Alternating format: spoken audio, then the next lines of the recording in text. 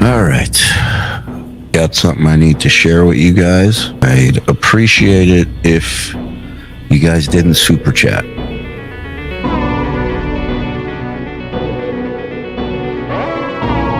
know, I feel like one of the things that we pride ourselves on here is being open with you guys and sharing with you guys what's going on.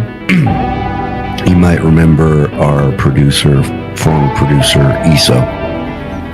It's come to my attention and to all of us here. Issa was arrested for possession of images depicting crimes against children. So it's if that's what they got, that's what they got, man.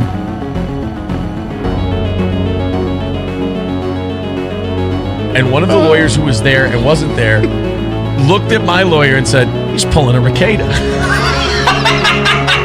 I laughed, dude. I got out of the courtroom. I hit my fucking knees. I was laughing so hard. That guy's pulling a Ricada. I was so happy. I was told tonight's show was going to be a doozy, and so far it's looking good. All right, fine, I lied. It was my lawyer who said that. My lawyer said he's pulling a Ricada, and it made me laugh my fucking balls off. I met a lovely man from Ohio. I wish I could remember his name, but he was just so kind and nice. You know your husband's sitting right there. Well, that's fine. Let's talk about the lows. And one of the things people were saying, Rochester's a shithole. Why people go to Rochester, the armpit of New York? I'm like, guys, it's not so bad. And then after the Dabbler Dance party, one of the guys who drove to the Dabbies got his car stolen. Got his car stolen? Got his car stolen?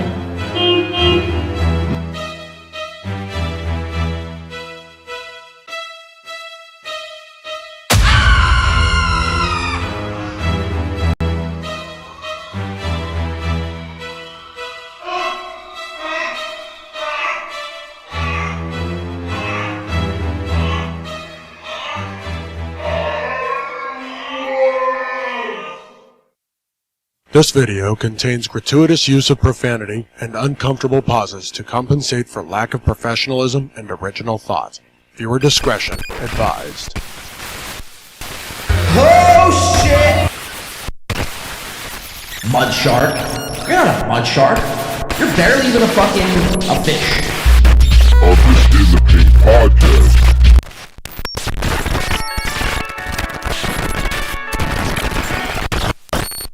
Fuck up.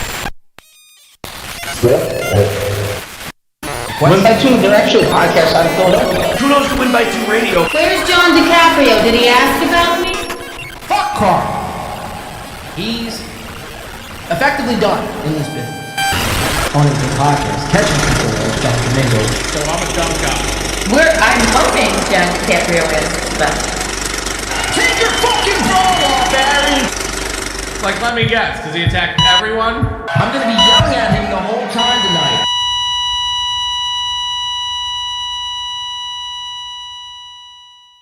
Your show sucks!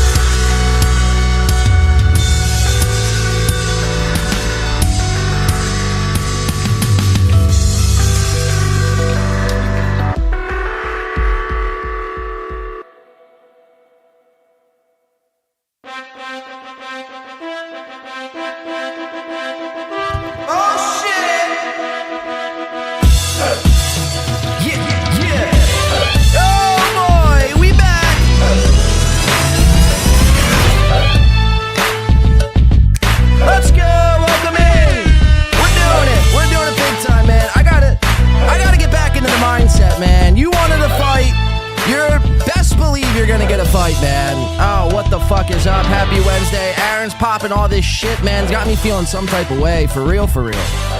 For real, for real. How's everyone doing? Happy Wednesday. Go punch something. Go pick somebody up and slam them on their fucking head. In a video game, of course. Don't actually do this in real life. We don't condone any violence ever, guys. But welcome into the show. This is another rendition of the In the Pain podcast. Welcome in. Let this music just fill your soul.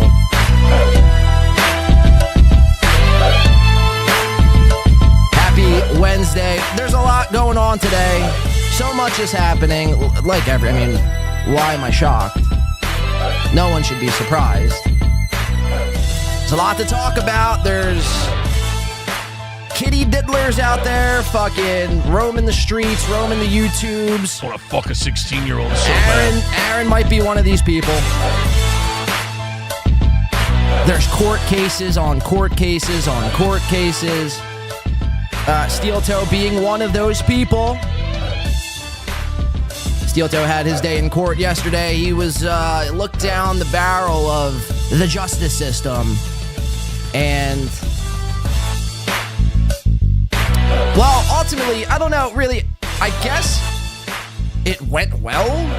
Like, if you're Steel Toe, you're out of jail, so that's really the biggest thing, right? Like, okay, at least I'm not sitting in jail. He did have to pay a fine of 135 USD.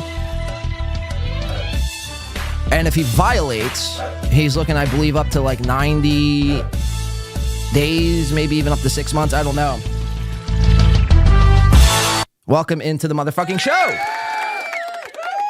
I'm about to run that back. That should be my new intro song. I'll just do the Rocky theme every time. Welcome into the show. We have, like I said, such a great show. It's so good to see everyone. Happy Wednesday. We're going to be going left, right, up, down. We're going to be going all over the place today, so bear with us. Gino's still a bitch. Gino's a bitch. He is. I mean, no, he really is. He really is. And he's probably one of the worst broadcasters of all time. Of all time, if I'm being honest with you. You hear that? The worst. Sell your microphone. Sell your studio. It's over. It's done. Pack it up.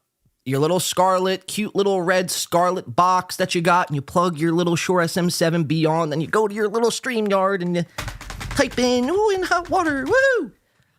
And then your mic never works. You just fucking ramble about Fauci.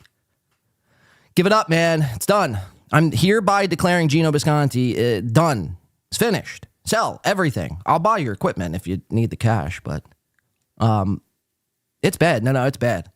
Inbound media. I mean, they're really still trying to get this thing off the ground. You guys know Garrett and Steve, right? Two fine lads, two fine chaps. Chaps. Imagine actually referring to somebody as a chap, and being serious. These guys really are the, I hate to use just like buzz phrases or buzzwords, but they are bottom of the barrel type of show. It's really some awful stuff. I mean, literally every time you tune into a Garrett and Steve production, they're eating some sort of food. They're just eating food.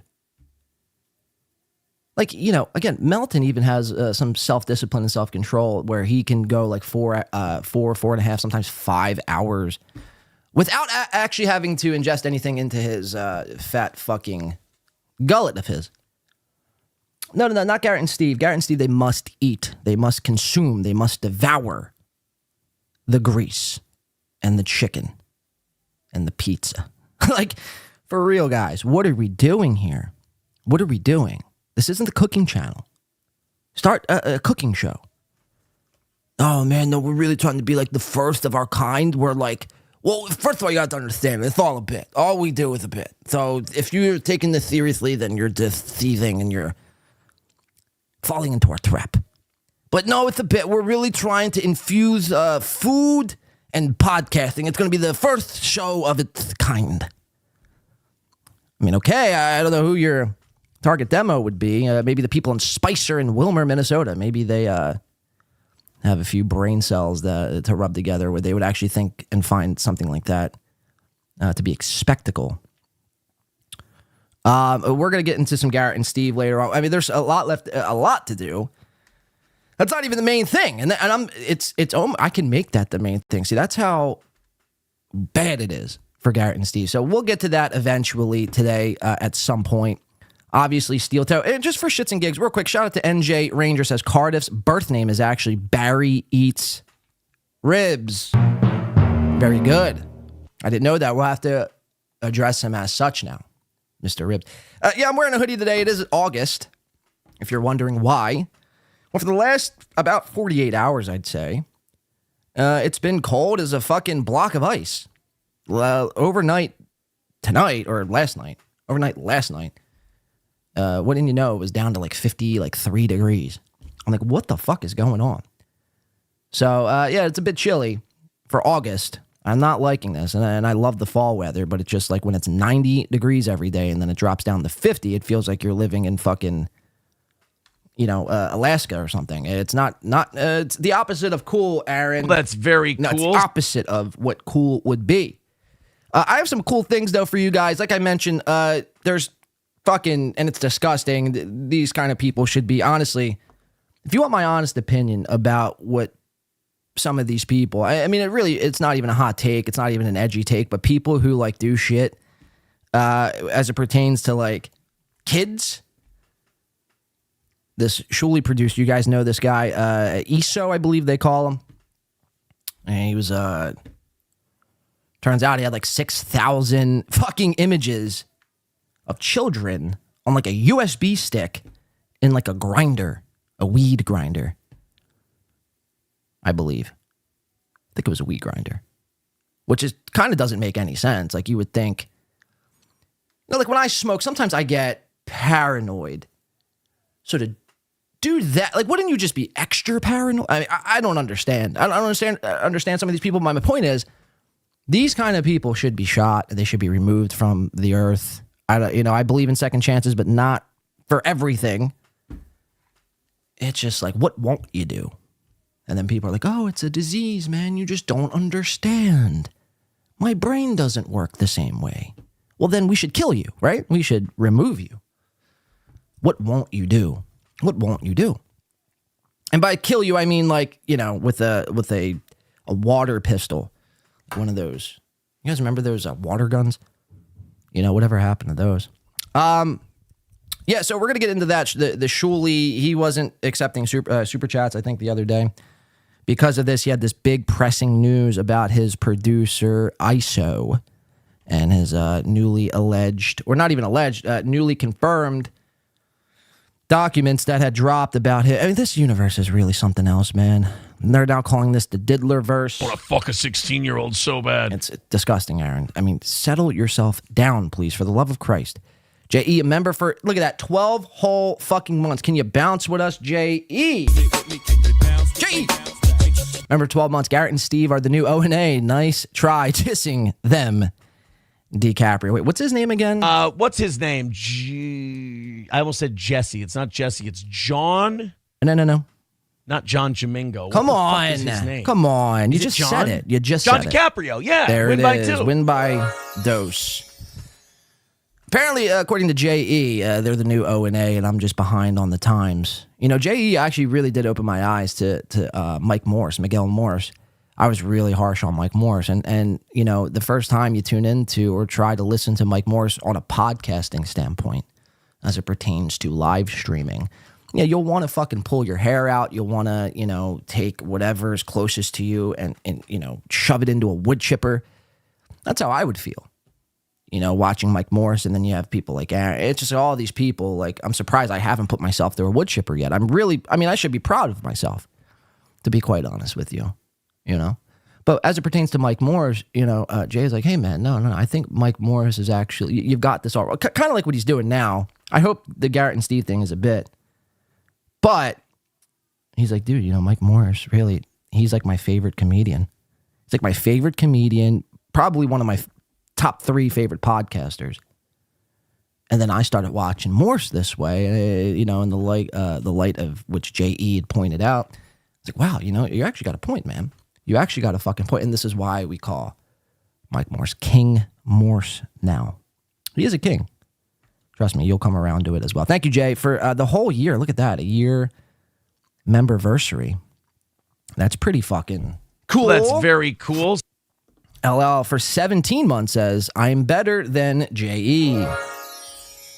That's amazing. We have member anniversary chats going back and forth. Every time I turn around LL, I feel like it's like another 4 months have gone by where you're, a member to this glorious program, which we call the Stub Toe. Kudos to me. Kudos to Win by 2 Radio. Kudos to Jay. Kudos to LL. And I think, who was it? Gabriel Archer. Look at that. Gabriel Archer for 4 months.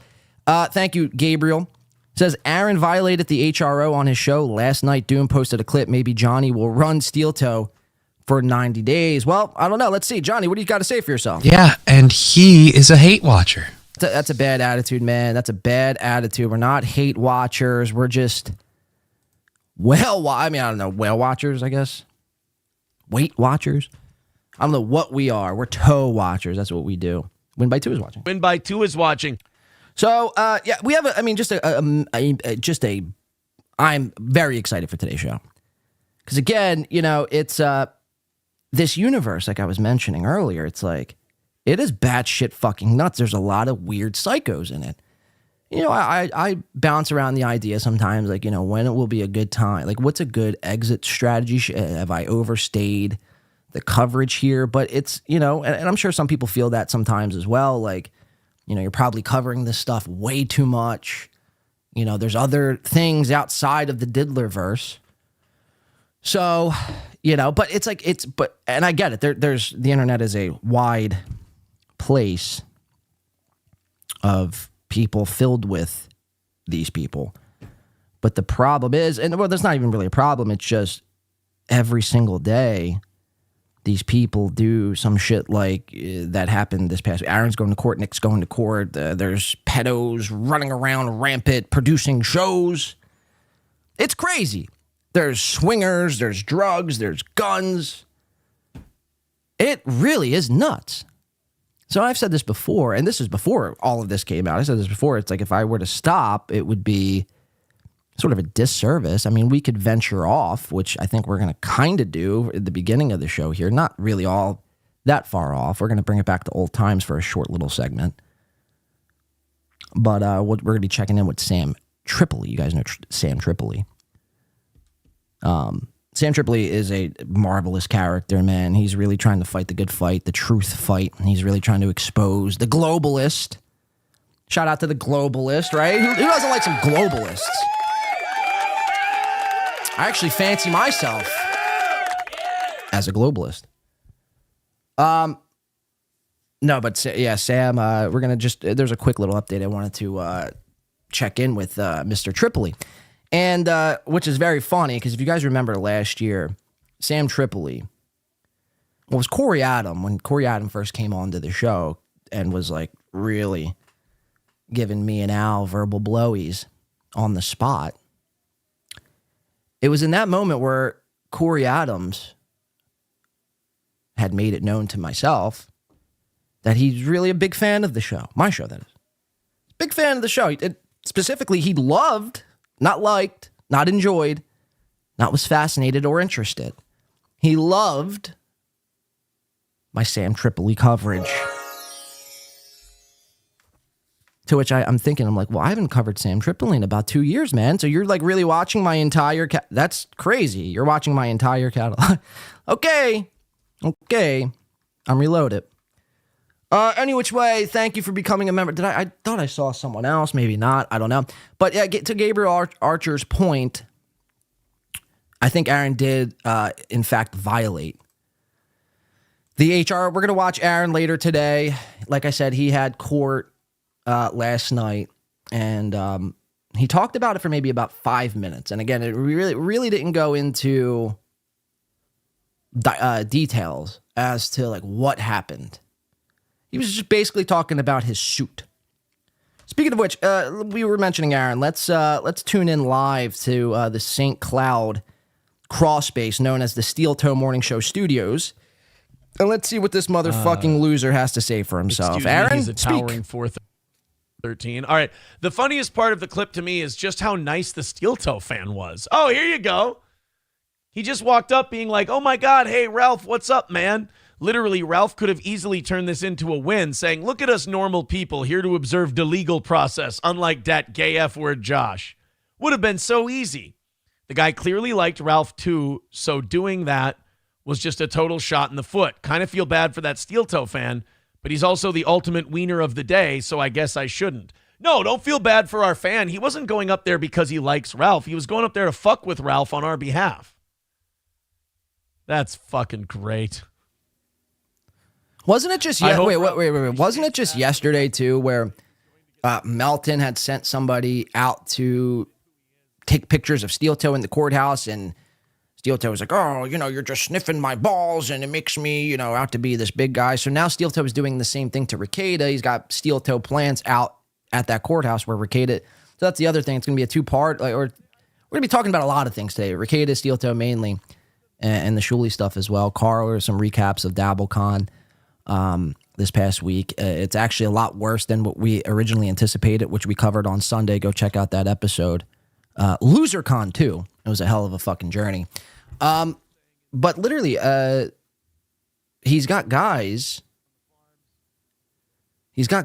at this courthouse right now, I guess, trying to get dirt on Nick, maybe to get a quick scoop, a quick pick, a quick vid, so he can play it on his show tonight. But again, the hypocrisy with this motherfucker. And again, we just probably live in just two different planes of existence.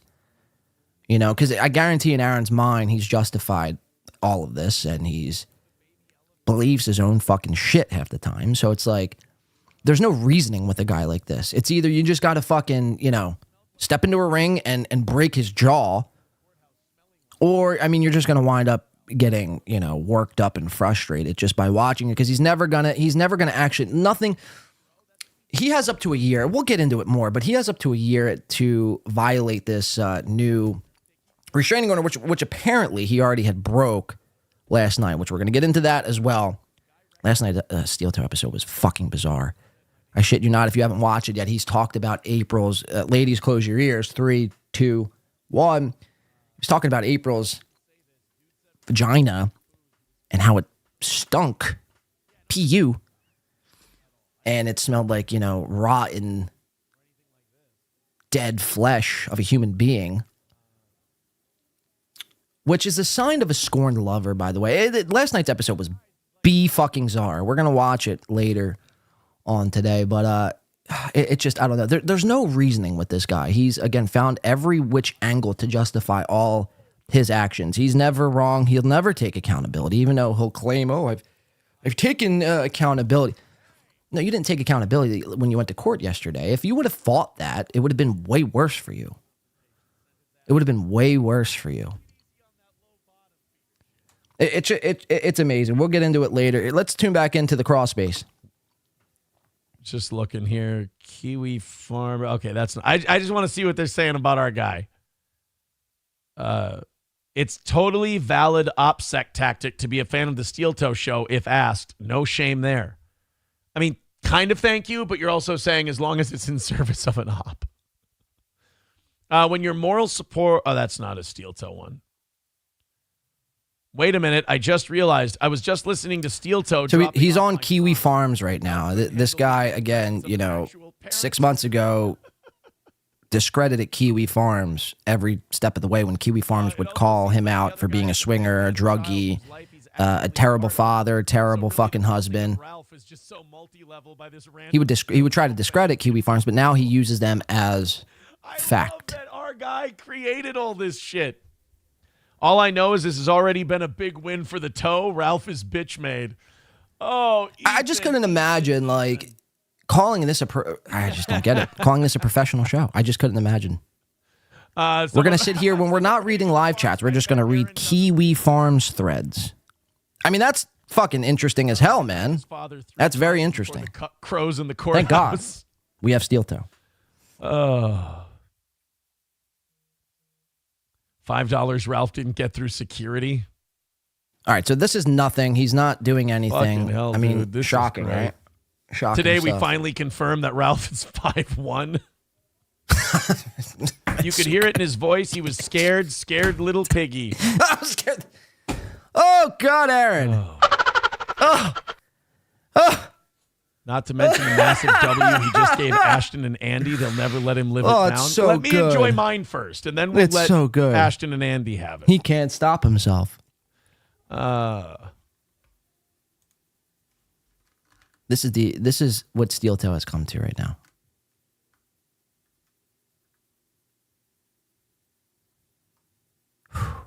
Take that in for a second.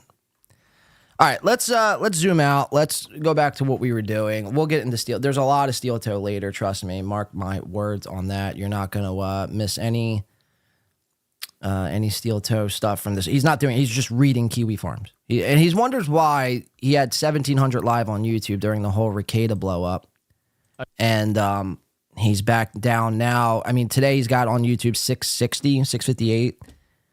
That's because Nick is in court today. But if this, he wonders why he went from 17. He's lost basically 2/3 of his audience. The only time he'll have any sort of spike from like 400 to 600 is when he's talking anything about Ricada. And he has Nick Ricada plastered in the thumbnail. And it's only able to get him 200 extra viewers. Remember when this all first happened? I mean, his show was practically dead. His live morning show, which would normally do 400 to 500, was doing 200 to 300. And then as soon as fucking Ricada, the whole thing happened, 1,700 live. But yeah, I mean, he's got Ricada in the thumbnail. He's got the old Trump picture. It's just like, it's so fucking lazy. That's what Steel Toe is, lazy. I don't like lazy sloth creatures clogging up my internet feed. I don't. I really honestly don't. All right, so we're going to get into a bunch of stuff here.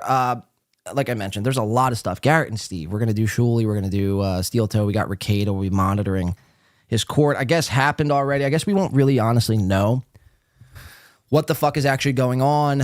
Probably, I'd venture to guess, for maybe another hour or so, give or take. We have a return. Somebody returned this past week. You guys remember the big Total BS show? That this was, I think, voted the internet's favorite podcast, favorite husband and wife podcast. Well, they returned over the week, and we're going to be diving into their big triumphant return. Not that much. We're just going to highlight and ask and pose one question as to what changed since you've been gone for almost now 10 months. Brian and Shayna, they have returned. Total BS. We'll get into that, the Shuli stuff, the post-DABBLECON stuff. Carl, this ESO. I mean, there's just so much to get into today. I'm just looking at all my tabs here. I have to shout out, again, everyone who's been reporting on this stuff, Muttering Jay, to the Dooms, to everyone else in between, Misery Loves Clips, and everyone else, whoever's been reporting on this stuff. I mean, my hats go off to you guys. Chrissy Mayer, we have a Chrissy Mayer update. They were clowning on Steel Toe and Nick. There's a bunch of shit to get into, is my point.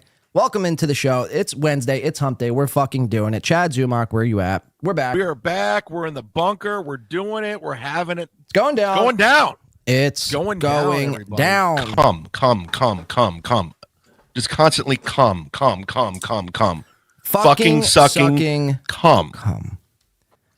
I almost don't know what I want to do first. That's really the question. Do we just hit the ground running with Steel Toe first? It's a long clip. It's about 25 minutes, and I would like to get through all of it and then maybe work our way. I was going to save it till the end of the show, but now I'm kind of in a Steel Toe mood. I don't know how anyone else feels about this. I was going to start with two. Well, I don't know. Anyway, welcome into the show. Happy Wednesday.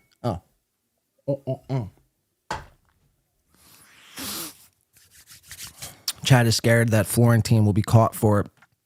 So that's another thing, man. It's like, I'm curious to see. I heard, and I was reading some of this report that had came out about this ESO character and how there's apparently like 8 years worth of shit that they have to go back and go through, streams and texts and, everything else in between. And what did Shuli know? What did the other producers know? And now Shuli has harbored, he had 3 producers. Now he's down to 2, but 2 out of the 3, and I don't know about this discount Don Jameson. He's probably next up as well for probably something heinous like a murder, rape, or whatever, murder, suicide. I don't even know what his story is. But producer Joe, we know he's a elderly abuser. Confirmed. He pulled the gun on this old Dupas character, Justice for Dupas. This was a whole thing last year. To which Shuli denied. And actually, it was funny because in that Shuli clip that he came out and was very, guys, listen, I just want to be honest with you guys. And this is really hard for me to say, but I don't want any of your super chats. That's how you know it's fucking some sort of a shtick. Shuli turning down super chats, like he's trying, you know what I'm saying? He's trying to make you feel like, oh my God, a Jew is turning down super chats? If I could be a Jew right now, I would be a Jew. No, we don't buy it, man. We just don't buy it. I feel like he's an accomplice somehow. I feel like possibly Kumia may be involved somehow. Maybe Kumia was the supplier. Maybe Kumia was the supplier of all these pics that ESO was holding on to 6,000 strong. 6,000 Getty images. 6,000 JPEGs. Imagine having 6,000 images just in general. Then imagine having 6,000 of these images. You're fucking nuts, man. Again, you should probably be shot. I'm sorry, you should probably be shot with a cap gun, not an actual gun. Again, we don't condone violence around here. You know what I mean? I'm not the law. High school dropout Shuli picks a charity that has nothing to do with... And that's a whole nother bizarre thing. Right. She said, I don't want super chats. We have a charity. We have a fundraiser we're doing. I almost want to just get into that first, actually. Let's actually do that. We're going to be bouncing all over the place. Bear with us here today. We're bouncing. So let's just start off with that because I feel like that is... Before it gets kind of played out. I know everyone's has already talked about it, but I mean, it's only not even 24 hours old in the news cycle. So we'll start by reading. Everyone likes reading, right? I believe this is the right case. If not, then I'm going to look retarded. Yes, okay. Greece man pleads guilty to child porn possession, could face up to 20 years in prison. Again, everything, all these fucking guys, they're criminals, man. They're it goes a step further than just, you suck at podcasting, you're cringe, you're lazy, you're pathetic, you know what I mean? You should fix your lighting, you should buy a new mic, equipment watch this, equipment watch that. These guys are fucking criminals. They're criminals, man. Shout out to Eminem. I'm a criminal. They're criminals, man. From revenge porning to domestic violence to child pornography to, cocaine. Like Nick Rekieta, looks like a saint compared to some of these people. It's just really spectacular, man. I think we've crossed the Rubicon and there's no going back. Let's keep reading. Rochester, New York, a Greece man has pleaded guilty in federal court to a possession of child pornography involving prepubescent minors, which carries a maximum penalty of 20 years in prison and a $250,000 fine. It's hefty. It's $250,000. Isolino S. Persutti is to be sentenced. So he's Italian. Wow, LL, I think, pointed this out to me yesterday. Yes, he is one of, and I hate to even say this, I might have to change my nationality immediately, but he is a fellow Dago. I'm not proud of this moment. I'm not proud of this moment. Understand this. I disavow everything about this ravioli-sucking Goomba. He's to be sentenced on December 12th before the U.S. District Judge Charles Siragusa. Persutti, 36. He's 36. Wow. Had 3 desktop and 2 laptop computers containing about 5,690 images and 28 videos of child fucking porn. According to the U.S. Attorney's Office, the attorneys handle... I mean, this really could be in some Law and Order type episode here. The attorneys handling the case and some of the images and videos showed prepubescent children engage in sexually explicit conduct and violence against children. Violence, wow. So it was more than child porn. It was like child snuff films, children getting their fucking heads cut. I mean, this is sick, man. This is some gross shit. The Monroe County Sheriff's Office investigated the case along with the FBI Child Exploitation Human Trafficking Task Force. So that's basically it. So who is this ESO guy, you may ask? Again, shout out to Muttering Jay. He's been on the case the entire time. We do appreciate Muttering Jay around here. Again, I wouldn't have time to be researching all of this shit. But another world exclusive network nuking content with producer arrested for possessing thousands of indecent images of children, some as young as 2. Goddamn. Now we have to change our name fucking from Win by 2 to just Win by. We're just going to win by, guys. When will the Uncle Rico show properly address this heinous crimes committed by the person Shalom Shuli called his right hand? Man, who is this guy, ESO? You may ask. This is him to the left. This is Shuli to the right. And I believe we're going to... I want to scroll Muttering Jay's Twitter for a sec. Because I believe there was a image or a post.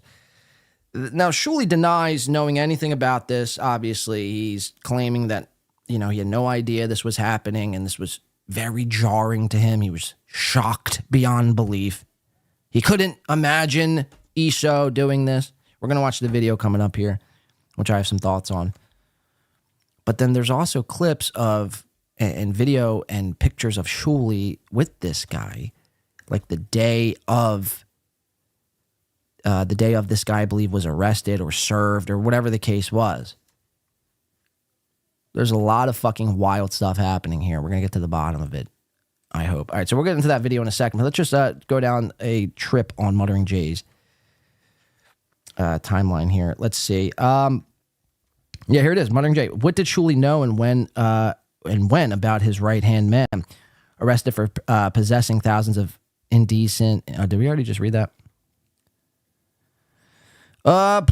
Let's see. Where are we going? There's Aaron in a suit. That's what Aaron thought was sexy, by the way. World exclusive United States government seeking up to 8 years in federal prison for Shuli network producer. The government looking for a sentence of 78 to 97 months, a fine up to $250K, and extensive supervisory.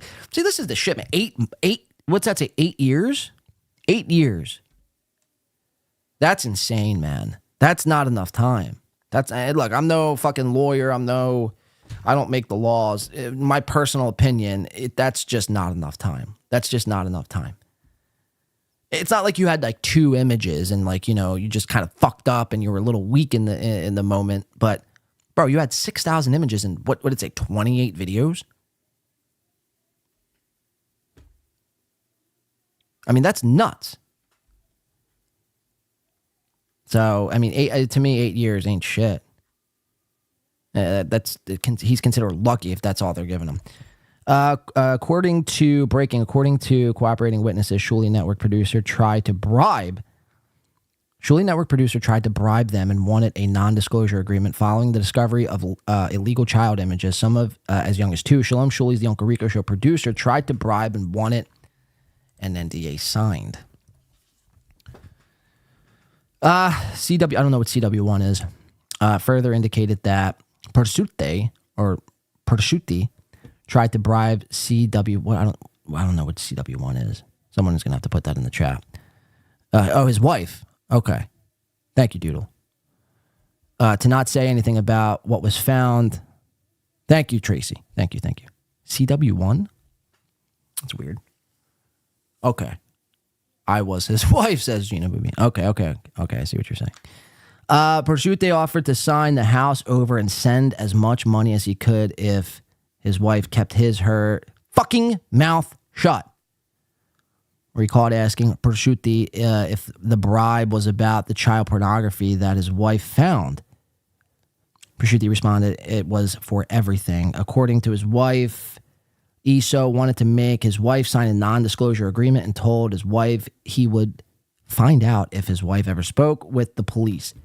His wife further indicated that ESO again threatened his wife by indicating he would take his wife down with him if his wife ever went to the police.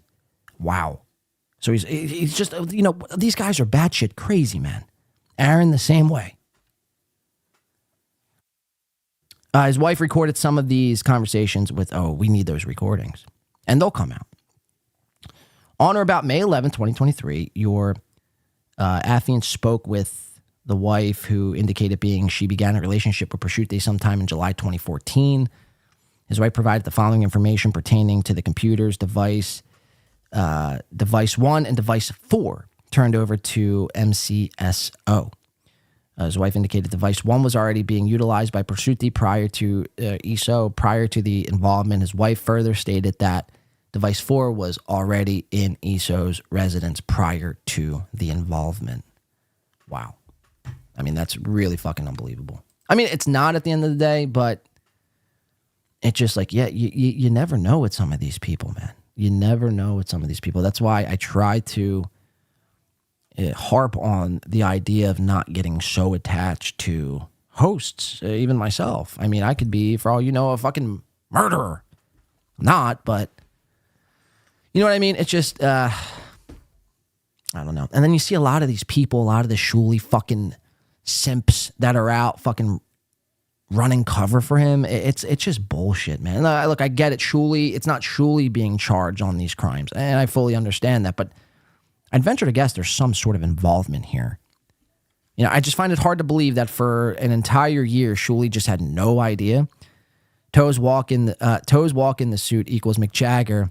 Start me up, says NJ Ranger. Thank you, NJ. Here, let's see. Oh, I'll save that. I haven't heard that song in a minute. Thank you, NJ, for the $199. Start me up. Yeah, we'll get into Steel Toe and his court. It's going to be a court heavy, which sucks because I have basically no training in the criminal justice system. So we're just going to be winging it here today. And we're just basically reading documents. Isn't that fun? This is what Law 2 basically is. God, I'm sweating just thinking about trying to be a law tuber. I mean, fuck me, man. Began possessing illegal explicit images of children, some as young as 2, nearly 8 years ago. It appears Shalom Shuli producer began. Okay, so we kind of already went through that. One. Breaking news, Shuli producer agreed to the following plea agreement. What's the plea agreement here? The defendant agrees that some of the images and videos he possessed depicted prepubescent children engaged in sexually explicit conduct. The defendant further agrees that some of the images... Okay, so we basically already know 8 years up to $250,000 is what he's facing, and he's pleaded guilty to all of this, and he's going to be sentenced in December. There was one, though, specifically. World exclusive network producer was yucking it up with Shuli on day of... Okay, so this was what I wanted to show you. World exclusive... again, shout out to Muttering J for this. World exclusive network producer was yucking it up with Shuli on day of complaint. Was served for accessing thousands of indecent images of children. 4 days later, Shalom Shuli's Vile, the Uncle Rico Show producer, was arrested for possession of indecent images of children. So that was the famous picture. So this was, I guess, the day of when everything sort of came out. What the fuck is this? I guess these are emails. So that's basically, I mean, that's basically it. That's everything you need to know based around this case. And his, like I mentioned, his sentencing date is in December. So let's watch the Jew man himself, Mr. Shuli, claim he had no idea any of this happened. I'm a Jew. If I could be a Jew right now, I would be a Jew. Don't send me any super chats. I don't want any super chats. And you could see there's a fundraiser attached to this. How can I view this fucking fundraiser here? Where's this fucking fundraiser at? Turn on again. No, where the... You could see it says fundraiser, but how do you click it? Oh, here it is right here. Please donate to Take Back the Night. Okay, so what is Take Back the Night?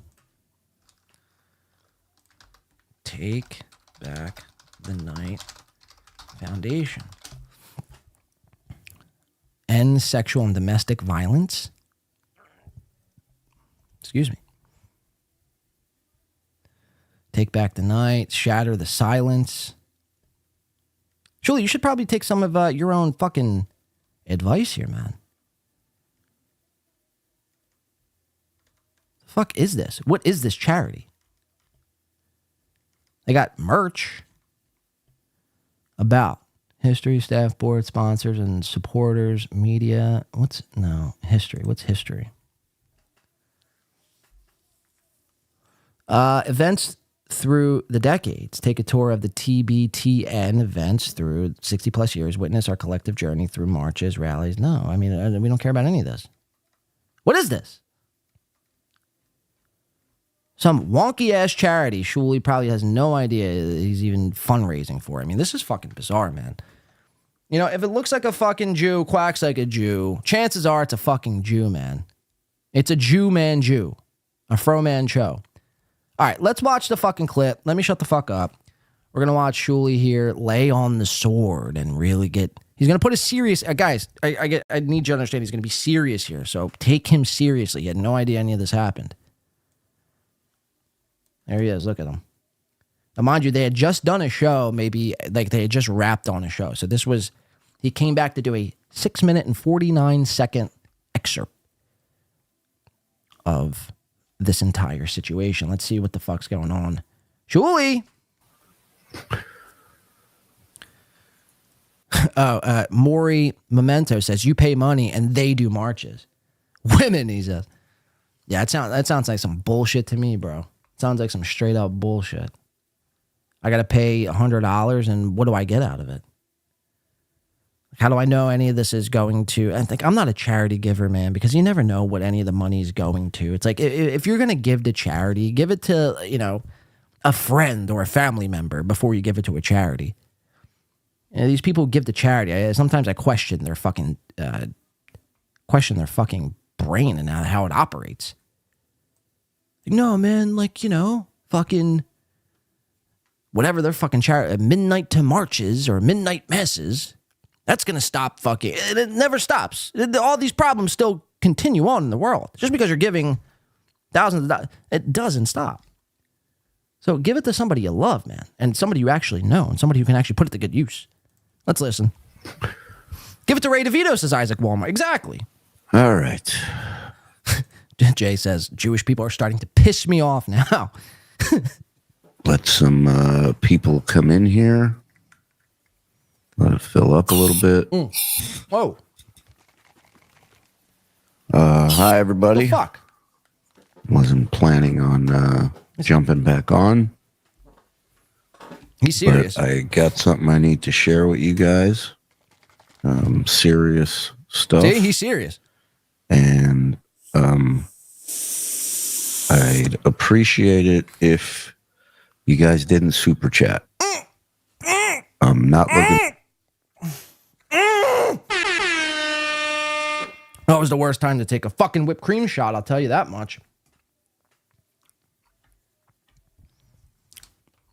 Got to go back and listen to that one more time. Sorry, I was distracted. If you guys didn't super chat, appreciate it if you guys didn't super chat. Again, in the history of Jewish people and just people in I've never heard actually someone ever say, guys, please don't super chat me. Now, again, what seems like to be a nice gesture at first, you know, like, oh man, like it must be really serious. Like Shuli doesn't want our super chat. To me, what I'm trying to get at is to me, something just seems off and he seems guilty to me. I don't know. I'm guilty of something. I don't know. I'm not saying he's involved with any of these images. Not saying that at all. But I feel like somewhere, some way, there's something that he's holding back.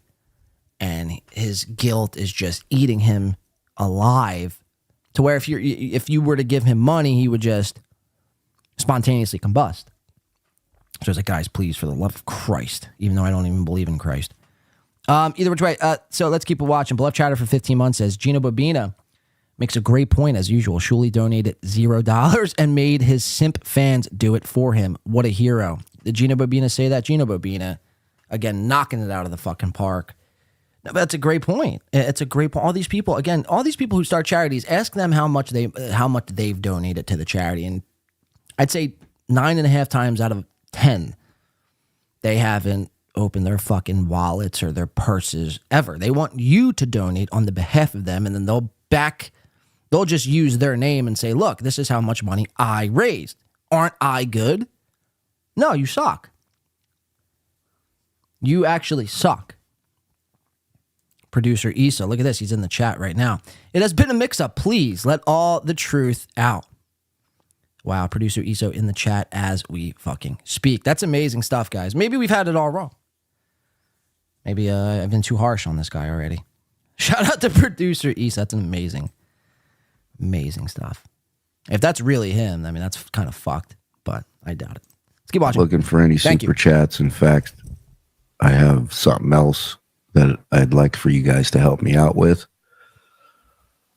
All right. I don't want to be on here long talking about this, but, you know, I feel like one of the things that we pride ourselves on here is being open with you guys and sharing with you guys what's going on. I mean, fucking spare me, dude. Spare me. We've been open and honest with you guys and honest and open with you. You know, how we robbed you from the posters and, I mean, everything else, man. Everything else that Shuli likes to Shuli. The fucking botted viewerships. I mean, you know, that we're just basically scratching the surface with some of Shuli's lies. He's out here porn bombing people. No, but this is an honest, straight up guy, man. He's putting his serious hat on, guys. You have to really take him serious right now. You know, was he on again? I ask you this? Was he honest when you know you were skipped out on and you didn't receive your Pottstown posters? Bob Shuley says Stephen M. Yeah, this is Bob Shuley. And so I wanted to pop on because I got to share this with you. No, you see, and again, you're getting out in front of it. If this never had came out, you would have never. You see what I'm saying? Now, again, you'll claim the defense of, well, I had no idea, so how could I ever had anticipated this? I'd venture. Let's hook you up to a lie detector test. Can we hook Shuli up to a lie detector test? That would be the only way to solve this. And if that's the case, if you really honestly didn't know, see, I feel like Jews, like they know how to beat lie detector tests. Like I feel like they've invented the lie detector test, so they would, by default, know how to beat it.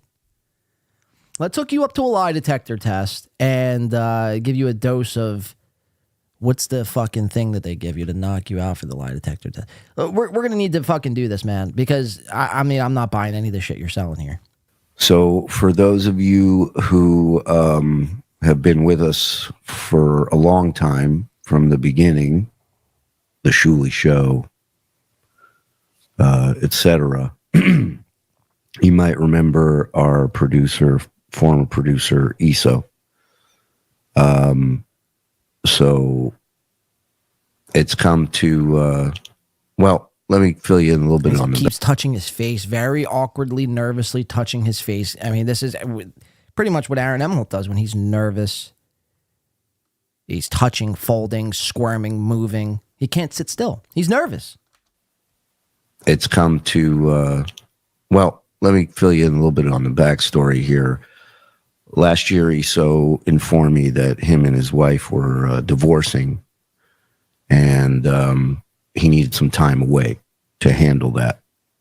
So according to him, according to fucking Shuli, this is the extent of it. All Issa told Shuli was, hey, man, you know, me and my wife are going through some, you know, turbulent times, and we're going to be divorcing. I need some time away. Again, I'd venture to guess there's more. And this is, I mean, he probably told you that, but he probably also told you some other shit too. Oh, he took his time away. He hasn't been a part of this in any way, shape, or form for trying to separate, over a year. Separate himself? Since that. See what he's trying to do. It's come to my attention and to all of us here. Turn your fucking phone off. How this fucking rude. Issa was arrested for possession of images depicting crimes Holy against children. shit. You don't say. I can't. I know you're saying spit it out, but I got to be careful with what I say on here because, like, our thing, our channel could be fucked up. Oh, that's all you're worried about is your channel.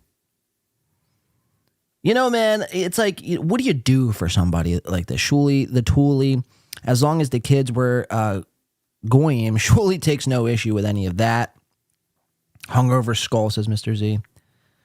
This dude has CP also. He's hiding for all he's worth. Please play on 2.5 times. I don't think there's a 2.5 times speed. I will fasten it to 1.5 though, for the sake of probably everyone has seen this video. But it's a short clip. It's only 3 minutes left. But all right, so you have it there. I mean, that's pretty much, where Shuli's mind is at the entire time. He doesn't want his, God forbid, his channel gets fucked with. Against children. See, and that's his Jewish fucking senses actually coming to his senses here. Guys, I want to be like, a truth teller here. I want to be like, I want to do what's right for the children. Here's a fundraiser, but God forbid if my channel gets... Fuck your channel, man. It's beyond your channel. You can always make a new YouTube channel. And the people who actually support you will go over and you'll be monetized in no time. Or you can make a Rumble channel or whatever the case is. Fuck your channel, man. Fuck your channel in this situation. This is bigger than YouTube, bro. I can't. I know you're saying spit it out, but I got to be careful with what I say on here. Because my channel. Fuck you. Like, you disgust me. Our thing. Our channel could be fucked up. Fuck you. With too much detail.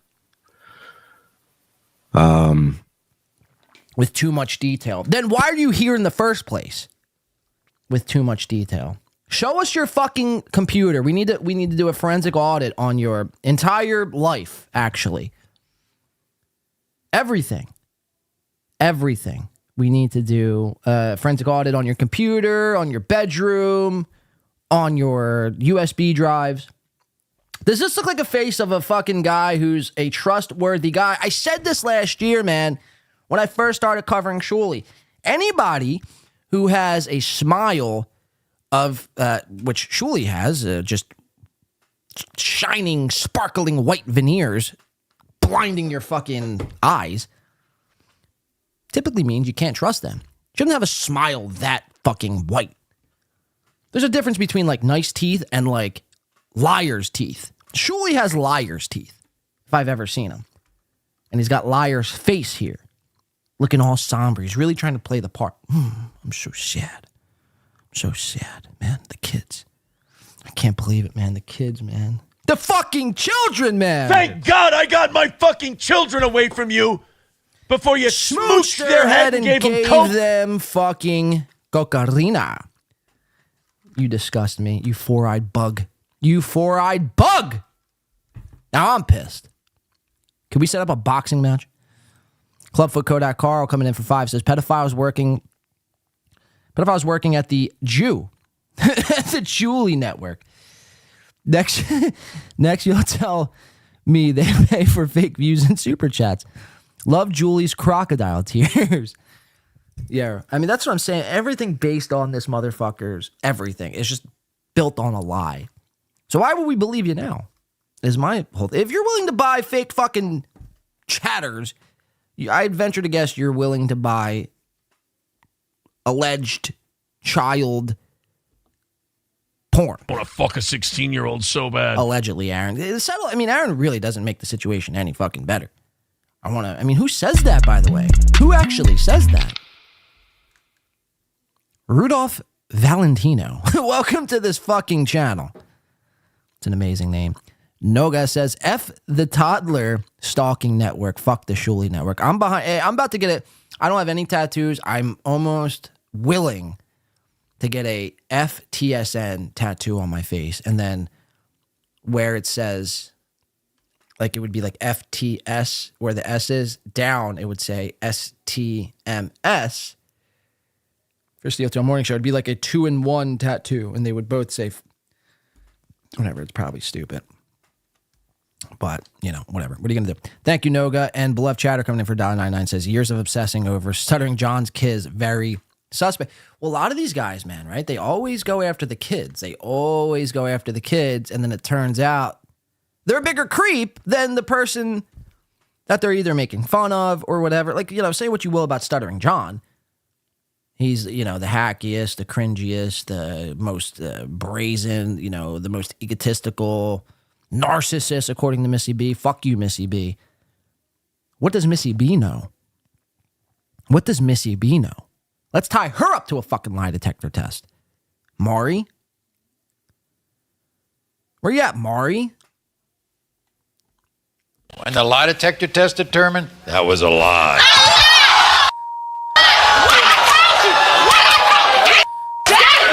Imagine what Missy B must know. And we need to find those answers. We need to get to those answers. And all these people, I mean, it's coincidental, right? All these people worship Anthony, who's like confirmed has gone after underage women. That's why they all give him a pass. That's very suspect in and of itself, Beloved Chatter. So say what you want about Stuttering John. Like, there's no rumors of him going after or having any sort of weird child fucking stuff. But again, your guys' fucking hero, Kumia, who you worship and put on this massive pedestal, fuck the hating blacks and the hating the Jews and everything else. It is confirmed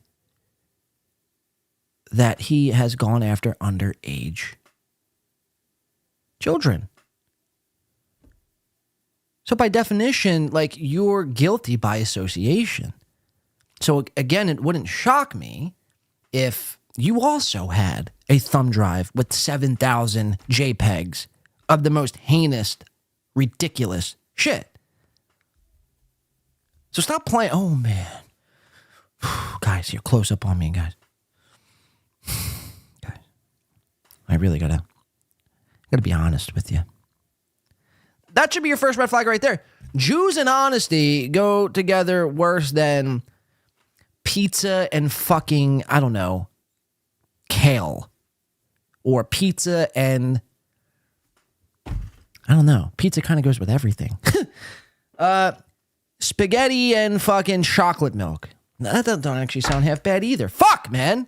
Why can't I think of something good here? Whipped cream shots and I don't even know. Grapefruit juice. Grapefruit juice. That was the best I could come up with. Tigger747474. That says, like to point out, Gina is pushing the fake news that the wife didn't know what was going on with the CP, so how could Shuli have known anything? Well, I don't think that's fake news. Isn't it in the court filings that the wife knew what the fuck was going on? Thank you for being a member for 3 months. Steak and licorice, says Vince Griswold. I mean, you get pretty stoned, and steak and licorice, you couldn't eat them together, but you could probably separate the two and be just as good. Like, I would definitely dip some licorice in some A1 sauce, and if I'm sober, obviously, but if I'm drunk or stoned, yeah, steak and licorice, man, that's probably pretty lit. Tigger7474 says, okay, that's my point blade. Okay, I see what you're saying. I don't know. Where's her chats at? I got to see what she's saying. Kumia legit followed dozens of girls from 10 years old on... Jimmy, you're exactly right. Kumia legit followed dozens of girls from 10 years old on Instagram. And I believe, what was the shit? Vine? Wasn't it Vine? He was caught with all these, following all these underage chicks. And then he didn't think anyone could see who he followed. And then when it came out, it was a whole thing. And he deleted his fucking thing. His Vine account. I think it was Vine. I could be wrong on that, though. What reason would a 60-year-old two men have for following 10-year-olds in bikinis? There's no reason at all. He's also taken a 17-year-old to prom. He's bought what he thought, I think, was like a 14-year-old, like a MacBook Pro. my point is, these people worship him. Carl worships him. Shuli worships him. Steel Toe worships him. Coincidentally enough, all of them are practically criminals. Steel Toe is a convicted, not what, technically he's a convicted, right? He's a confirmed criminal. So it's just a matter of time before it comes out for Shuli. It's just a matter of time before it comes out for Carl. I mean, a good general rule of thumb in life, if you follow Cumia, chances are you're probably going to be embarking and having to go through and participate in some sort of crime. I mean, just look at everyone who's worked with Cumia. All right, let's keep watching this. Shuli. He was caught with over 6,000. Okay, here's a good one, beloved chatter. Toothpaste and orange juice, the most painful of toothpaste and anything, sugar after. That's great. Thank you, beloved chatter, for that one. That's epic. I know the feeling. Yeah, you got to at least wait like 45 minutes after brushing your teeth. Something Patrick Melton does not do on a daily basis. That is confirmed, by the way. Yeah, that's a great... I should have thought of that one. Thank you, beloved. Chata. Toothpaste and orange juice. Yeah, oof. Oof! Keep watching. Images and videos. Like he's about to cry. And he has pled guilty to the... Are you about to cry? Why are you going to cry? Charges. He's currently incarcerated. And he's scheduled to be sentenced in December. Fake tears. Fake tears. I want to make sure that everybody understands, you know, there were never any signs of any of this. For those of you who have been with us from the start, I mean, there are many times where, you know, Iso would be producing and you hear his kids in the background and... Oh, God. And he always seemed like a good dad to me. I was in total shock when I heard about this. And denial, I'm not going to lie. I felt like there's no way the guy that I knew never gave off any signs of anything like this, but who the fuck does, right? Like who... See, again, I would buy this if you didn't bring on Cumia and then, you know, fucking swept for him when people called his shit out. So you're willingly turning a blind eye when Cumia does it, but now you're like, you know, I couldn't believe this guy had never shown any signs, and even if he did, I would... Because you wouldn't have said anything. Silence is violence, Shuli. Silence is violence. Your soul will be judged. Your soul will be judged by the Almighty Creator one day. And you should fear for that day. Even though you're Jewish, it doesn't stop the Almighty Creator for casting his judgments upon you as you enter your way into whatever the afterlife may be. So your soul will burn. Your soul will burn. Noga says, DABBLECON was in Rochester. Coincidence? No. Yeah, I mean, it makes perfect sense. Rochester's, I mean, from what I'm hearing, is one of the worst places on earth. Like, that's probably a fact. There was 4, at least that we know, 4 car break-ins. We're going to watch it all coming up, I think, after this. 4 car break-ins. And one person's car got stolen. I mean, there was 2 events in Atlantic City. Nobody's car got broken into. And Atlantic City's pretty fucking ghetto. It's pretty fucking dark, if you catch my drift. It's pretty, you know. There was nobody's car who got broke into. There was nobody's car got stolen. Nobody got stabbed. Nobody got shot. Even though I kind of wish... Oh, let me not finish that sentence. Let's keep watching. Who never gave off any signs of anything like this, but who the fuck does? Cumia does. Like who? He's done it. So, I mean, what's your excuse there? These fucking people, man. Keep scratching, bro. You know, keep scratching. And I had no idea. None of us did. Sure. It's fucking insane. I'm sure it is. As a father, it's fucking disgusting. Play the father card. Yeah, play the father card. You disgust me. And like I said, we've always been upfront with you guys. Anybody who's keeping, oh yeah, we've been upfront with you guys. Anybody who's keeping a 5 o'clock shadow on their fucking dome piece, again, is another clear-cut example of how, I mean, Shuli gives me this is all alleged and speculation, of course, so if whoever's trying to press charges on me later, Shuli gives me Diddler vibes. With his extra white teeth and 5 o'clock shadow on his forehead, just shave it off. You're already bald. Who are you trying to fool? You're married? You got kids? It's done, man. It's done. Your times of being a fucking hot shot club party boy, it's over for you, dog. So why are you trying to hold on to this patch? I mean, you got a patch, bro. You got a patch, bro. The man's got a patch. Kush King, member for 10 months. Says nothing. Just, wait, a new member? Shout out to Kush King. We do appreciate that member for 10 months. Kudos to Kush, kudos to me. Kudos to Win by 2 Radio. He's got a fucking patch. You believe the fucking gall on this guy? Bigger tragedy, Shuli's DABBLECON roast or the PEDO? Definitely the DABBLECON roast, without a fucking doubt. Definitely the DABBLECON roast. That was god-awful.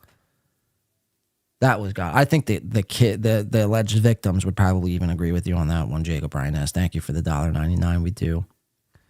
I appreciate that. Willie Hopscotch says somber skull. Skull. Is Blade huffing paint? Probably. Why do you ask, Sweaty? What's giving you huffing paint vibes? And the last thing I want is for this, if we were to have knowledge of this and not bring it up, like that's not, especially with something like this. Okay, let's just say Shuli didn't know. We'll just give him the benefit of the doubt and say he actually didn't know. You mean to tell me this guy didn't confide in any of the other producers about this situation? Like his other criminal producer, Producer Joe? They always say, criminals of a feather shoot together. So I find it hard to believe that Isho and Joe didn't confide in one another. And then I'd venture to guess like Joe confided in someone else, and then it got back to one of these people on the network. I mean, this guy doesn't look like he's being honest here. This doesn't give like me the shock. Oh my God, this guy, look how shocked he is. You know? NJ Ranger 201 for $4.99 says he's more beat up about this than he was October 7th, which was the invasion of some sort of Jewish country. I don't even know, man. Palestine or something. I don't follow wars. I find that to be cringe. You think it's because he can't use his he can't use the sympathy for super chats. By the way, he wore Dr. Disrespect merch. Oh, what, here? Hold on, bear with me for 1 second. Bear with me.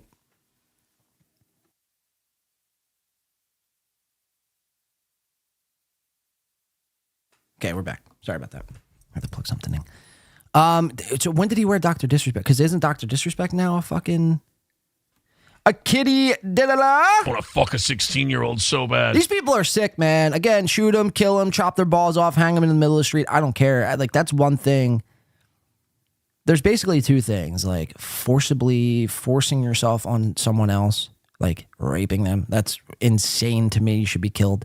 Not killed. That's too harsh. But I retract that. And I don't actually mean killed. Again, we're not a violent show. But you should be sent off into like an island and never returned. And anything that has to do with kids. I mean, it's just disgusting. Seriously. And again, people get off like so easy. 8 years. 8 years ain't shit, man. You'll get out and do it again. 6,000 images. Thank you, NJ Ranger. Tracy says, I found out about ESO on Saturday and told Andy on Sunday. Look at this.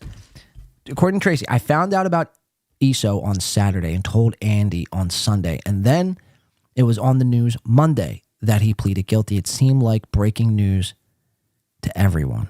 Okay. But Tracy is saying that Tracy was making Andy aware. And this was Tuesday, right? Shuli didn't do this till Tuesday, so people were aware for a few days. It's a little sus, man. It's just a little sus. I don't know. Tracy saying that it seemed like it was breaking news. I don't know. I just think somewhere down the line, somebody knew something. Thank you for the membership for 2 months, Tracy. We do appreciate that. All right, let's finish this out. I'm spending way too long on this. You know, I feel terrible for the victims, whatever images these are. I wish the best for his family, for his kids. And it's fucking awful. It's awful for everyone involved. His parents are my dad's age. He's never going to see them again. No, he will see him in 8 years. You know, this guy's an idiot. 6,000 is not a fucking... It's something that's been going on for years and years. And I hope they uncover everything about you. And it's horrible. It's horrible. So, about Stuttering John. Put a donate button for charity. Typical Jew. What's the goal? What did we set? The goal. Imagine saying this during the most hardest time of your streaming career. Imagine uttering the words goal. Knowing what that word actually means in 2024. You really are fucking pathetic. What's the goal? What did we set? It's $1,000 for Take Back the Night. $1,000 to take back the night. Again, that was a criminal who we just heard. So speaking. If you guys want to help out, that would be great. And, did you help out? And again, I just want to let you guys know it's fucked up. I'm angry. Are you? I'm really pissed. Are you? What are you gonna do? Looks like you're about to cry. Yeah. That's all I got. I don't know. Look at this. I don't know. So, I just want to tell you guys that. All right. We're up. Wow. Wow, wow, wow, wow, wow. Wow, wow, wow, wow, wow. Hit me with your wow, wow, wow, wow, wow. Fucking guy, man. Get off my screen. You disgust me. I'm angry now that I've had to play that video longer than I had to. You fucking disgust me. All right, I want to keep it on the Carl and Shuli and all that. I want to go over these people's... I mean, we'll obviously continue to monitor that. I mean, there's probably not much else we're going to be having to monitor, though. Let's bounce around a little bit real quick. Steel Toe is officially off, I think, line. I'm just going to pop in and see what's going on with Ethan Rufsky. See if anything happened here. And if he's... No, this was only a 38-minute stream. So Ethan Ralph's off. I guess we got no Ralph live at Ricada Hearing Part 2. That's coming up. So we'll get to Steel Toe coming up later. We have two little updates. I want to do the... So since we're already talking about Shuli, I want to do the Carl, all the Carl and Shuli stuff that I have first, and then we'll kind of work our way backwards. All right, so let's go. Let's keep it on Uncle Rico. We'll get their DABBLECON. Their DABBLECON review show. Courtesy, or welcome in Gray Lobster. Gray Lobster becoming a Steel Toe member. Shout out Gray Lobster. Kudos to Win by 2 Radio. No, kudos to Gray Lobster. I think what we're going to do is, I'd like to do a members only show. So sorry, everything just got so fucking, I told you we're going to be all over the place today. So you're going to have to bear with me, like extra today. The programming note, I think we have 1 or 2 Sundays left. And then we're moving the show back to Saturdays, Wednesdays and Saturdays. And about, well, I'll get to that when it comes up. So yeah, but that's basically all you need to know. All right, so let's keep it on Uncle Rico. Let's dive into it. This is going to be their DABBLECON update show, and it was a doozy, and there's a few things I'd like to show from there, and then we're going to into Carl's side of things. So let's keep it on Shuli, the Uncle Rico show, Jew Man Jew.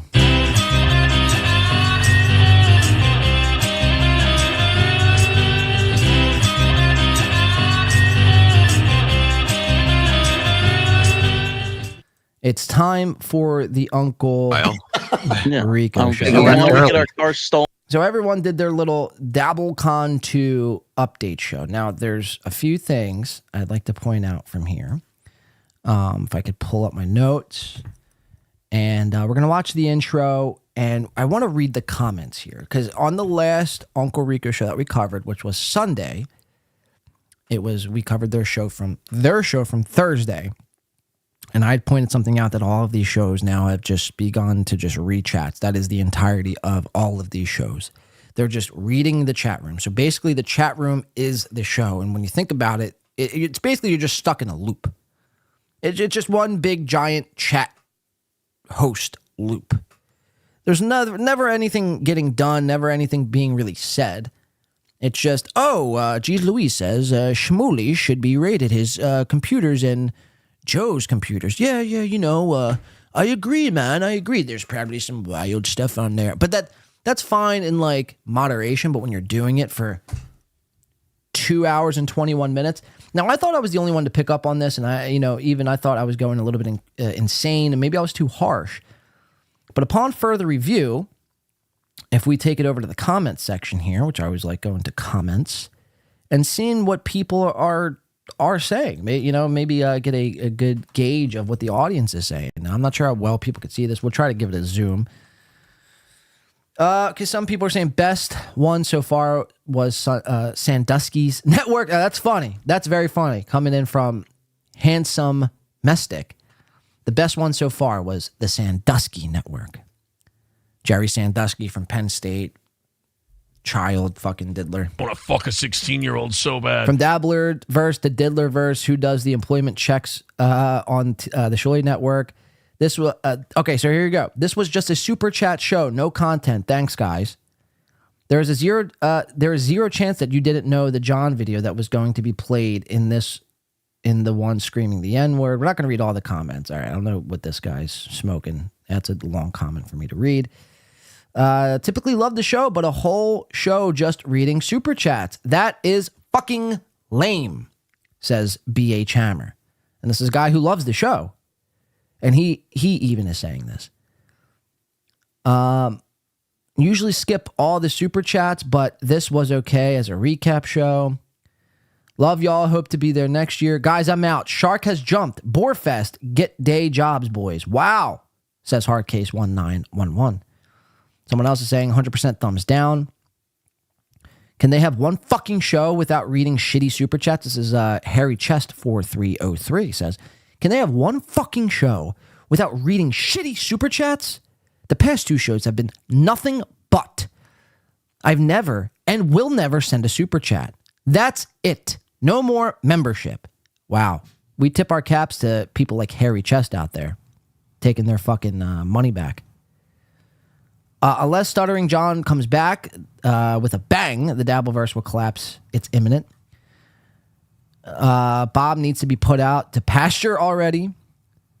The only issue with the tapes was that the best stuff already played. Okay, that's nothing. Fantastic. I live near Boston. One thing I agreed. Blah, blah, blah. Norton definitely lost Chip. Blah, blah. Here we go. This show sucks. I rarely listen to it anymore. I've come to dislike these hacks more than John. That's how exactly I feel.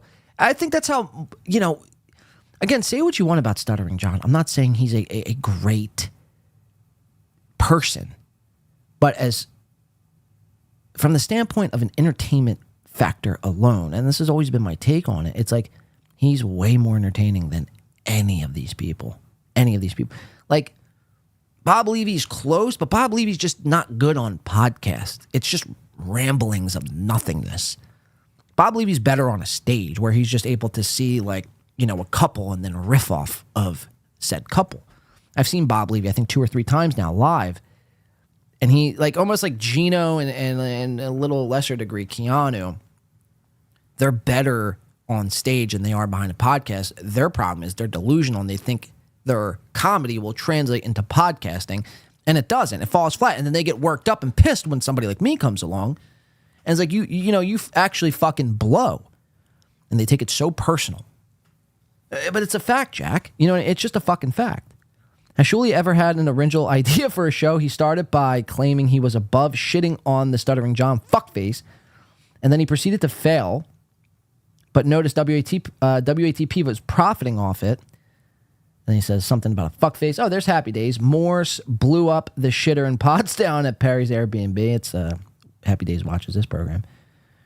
Let's see. There was one the highest liked comment here. You could forget cheap ass Shuli giving anyone a refund. There was one comment here, the highest liked comment. I liked it too, just to add fuel to the fire. Waste of just everyone. Waste of time. All super chats. No tape playing. The highest 34 liked comment. Don't waste your time. It's just super chats. So that was basically our consensus on their Thursday show when we were doing this show on Sunday. So now we kick it over to the Uncle Rico show, and we'll play you a few clips here. We don't just read super chats here on this show. We actually get some shit done. So let's watch and let's see what the fuck is going on. This was the DABBLECON 2 Uncle Rico rendition of the events that took place over the weekend. Let's watch it. Time on the Uncle Rico show. It's time on the Uncle Rico show. So chug us goes, here we go. It's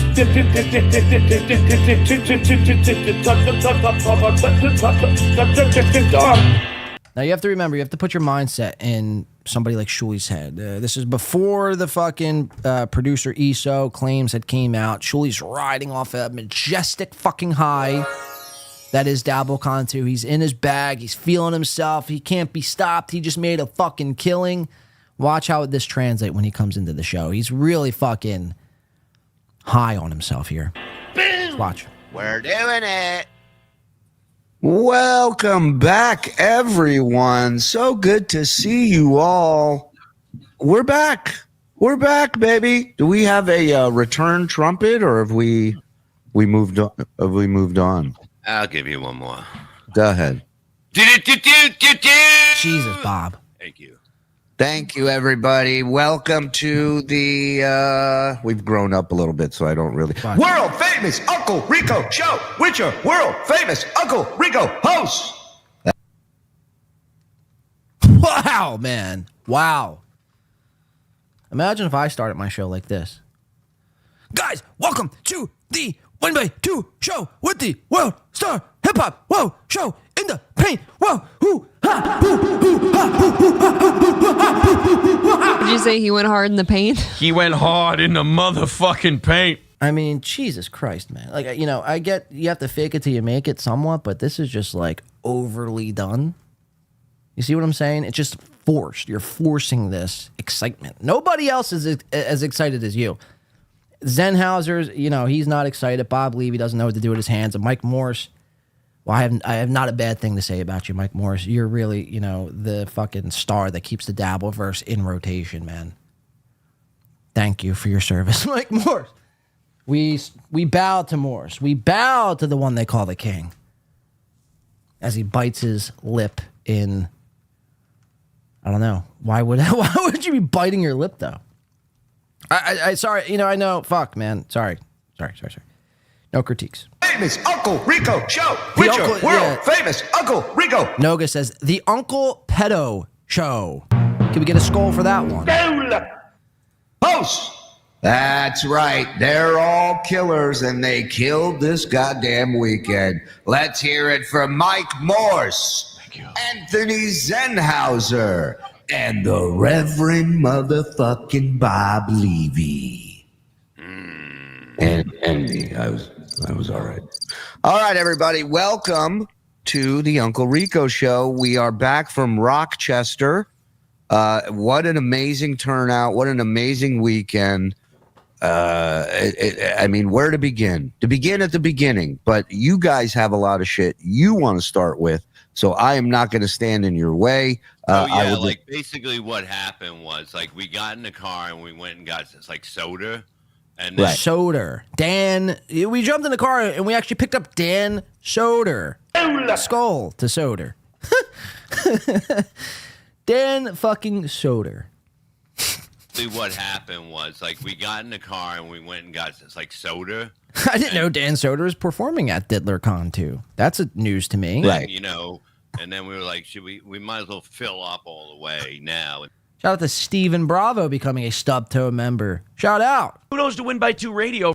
Welcome into the Stub Toe. We salute Steven Bravo. Cousins with Johnny. That is Bravo. Anyone who, according to B. Smiley, anyone who was on compound was aware of and fine with disgusting stuff Kumi has done and has admitted to. And all of these guys have been on compound, I believe. Maybe not Zenhauser, but maybe he has. I don't know. All right, so notice something about Bob Levy's mic. It sounds garbage. I mean, when I say all of these guys really don't know how to work anything, it's they don't know, they don't understand. We're going to watch that from Bob Levy on full display here. He doesn't understand how, he doesn't know what, if you're doing this, if you're live streaming on YouTube, you should know what the words gain are. Like, you should know what the word gain is. And you should know what it means and what you need to do. The courier says Jews, Jews, Jews, Jews, Jews. Yeah, say it. You have to say Jews 10 times and fucking Shuli will appear behind you crying, thinking about ESO and the tape. Those are the real tapes, by the way. Those are the real tapes. See, I mean, that's the fucking smoke screen. All these people. We have this stuttering John. Can we talk about your tapes, please? See, this is the common deflection from Shuli and Aaron, what he does to Nick. Aaron's like, oh man, like Nick is just so crazy in his court and blah, blah, blah. Okay, that's all fine and good. Can we talk about your court proceedings, sir? We'll get to Nick, but can we talk about yours? Okay, Shuli, the Stuttering John tapes, they sucked, by the way. Can we talk about your tapes and the extent and knowledge that you had of said tapes? No? Didn't think so. Jeff Closer, remember 15 months, the Uncle Rico theme is actually worse than...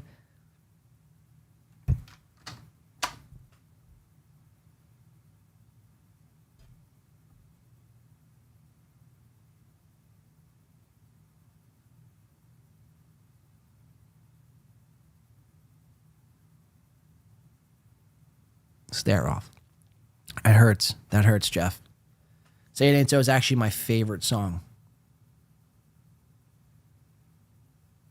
And the fact that you use the Uncle Rico theme in comparison with Say It Ain't So. No, I see how it is, Jeff. No, seriously. I see how it is, man. I see how it is. That's coming from a moderator, too. Just imagine.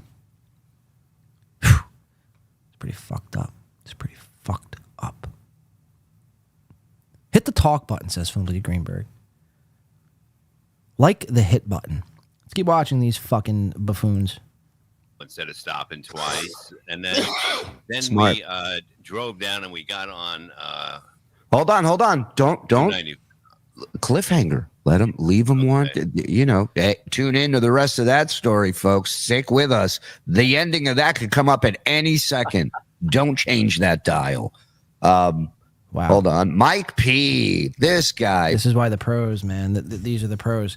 What you talk about the let's just jump ahead because I want to breeze through this Rico stuff. I want to get off. I just can't stand to have a fucking somebody who was allegedly or might have known about another guy storing child pornography. I want to fuck a 16-year-old so bad. I can't stand to have that guy on my screen all that much. I feel like my TV is going to be infected with some sort of insane virus where they're going to try to take me down in this process. 1524, Bob, I mentioned, doesn't know how to work his mic, doesn't know what the word gain is. It's bad. No, it's bad. If you've been doing this for at least a year, you should know what gain is, and you shouldn't sound this terrible. Was getting ready. God damn it. And she was like, can you use the one in the hallway? Don't use the Poor's bathroom. Use your fucking Kingly bathroom in your... it was amazing, but I never thought you were going to fucking what do you blow think it I was up doing there. in there? Okay. Get it into the toilet bowl. Hold on. I got it, Bob. I need you to turn your gain down a little bit because it's still too hot. What is a gain? Look on the knobs. Do you see the word gain written above any of them? Yeah, it says Zen's weight. Right, weight gain. Exactly. No, it doesn't say gain. I got nothing. What is this one? Okay, that's a second mic thing. It's one thing, and that's it. I got one thing that puts sound on. What's this? There's like literally two knobs. One that probably says volume. The other one that probably says phones for headphones. And Bob's like, to Bob, this is like trying to solve a Rubik's Cube right now. He has no idea how to work any of this. Zenhauser's going to try to pipe in for some advice. Meanwhile, Zenhauser's audio sounds, I mean, like the worst audio I've ever pictured in the history of audio. Listen. It's one thing, and that's it. I got one thing that puts sound on. What's this? Is there a knob that says crappy? Hold on. How about this? Then you have, this is what I don't like. These guys have like this little false confidence, this false bravado they got going on because everyone's been telling them they've been crushing all weekend at DABBLECON, so they're walking around with their head held high and their chest puffed out.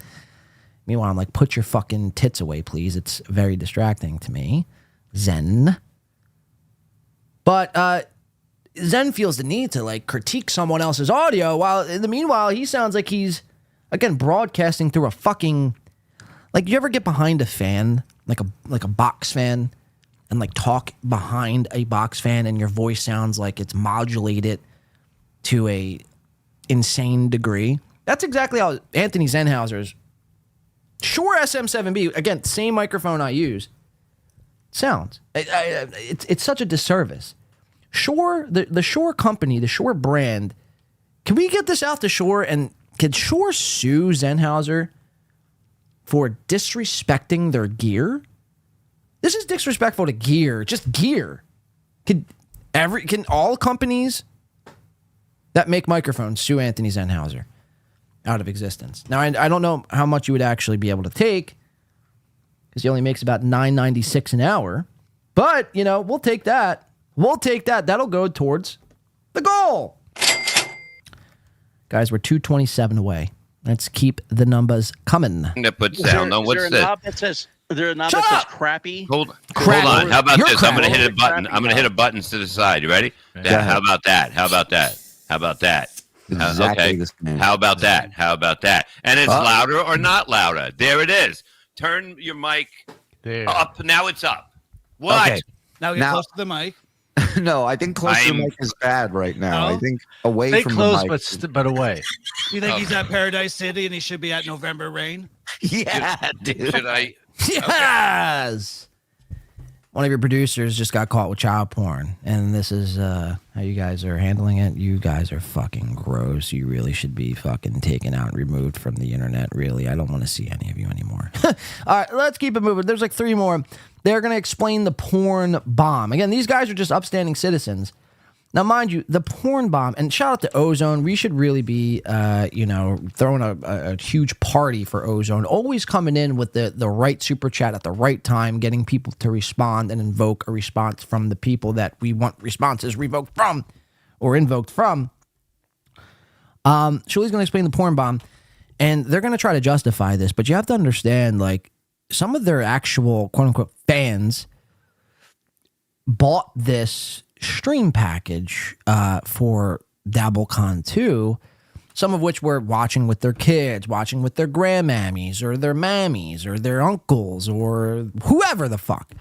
They were watching it with somebody, and then all of a sudden, out of the blue, just because Kevin Brennan was sniping the show, you fucking hack, they decided to play somebody getting shit in their mouth.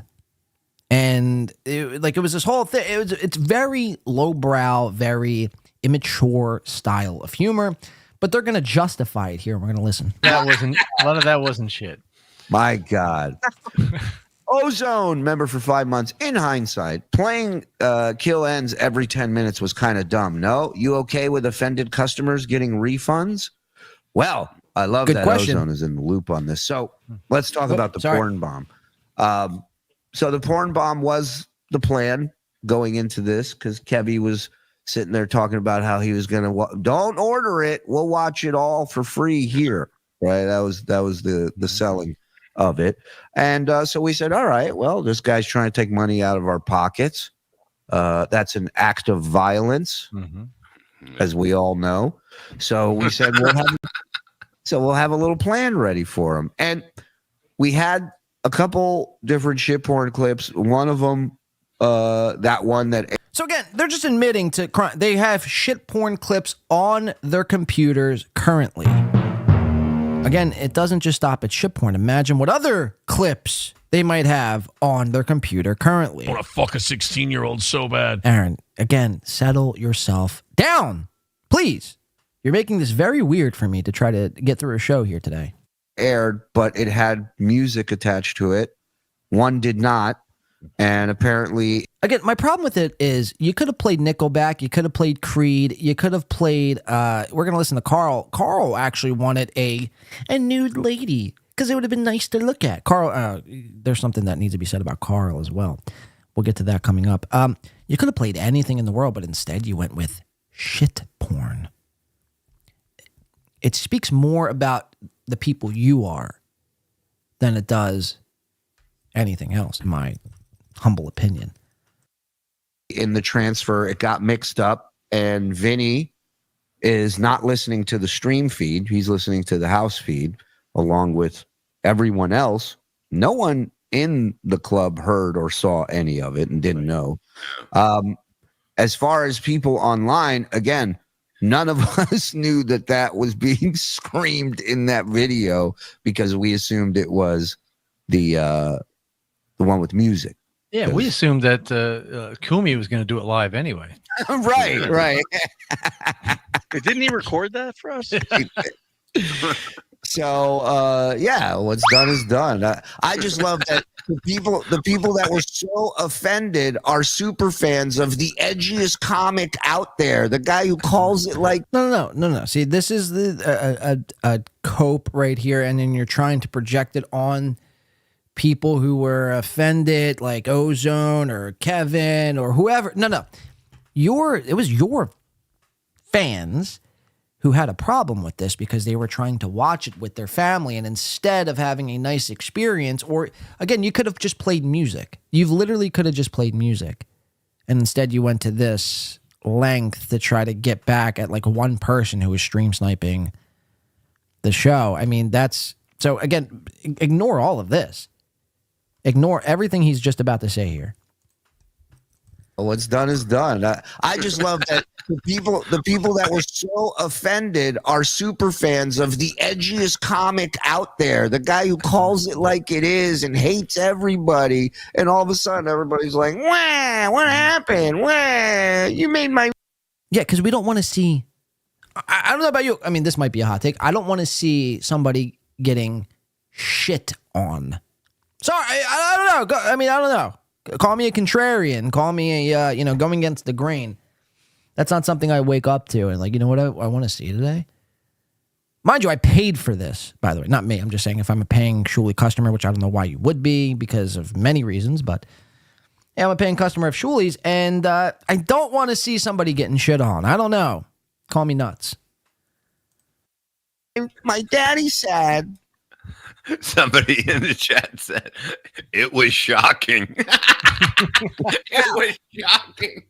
Yeah, it was supposed to be. It was supposed to be. Hey, you ever go to a punk rock show and go, that was pretty chill? That was pretty... Shuli, I shit you not, just compared DABBLECON 2 to a punk rock show. You fucking loser. Imagine trying to compare...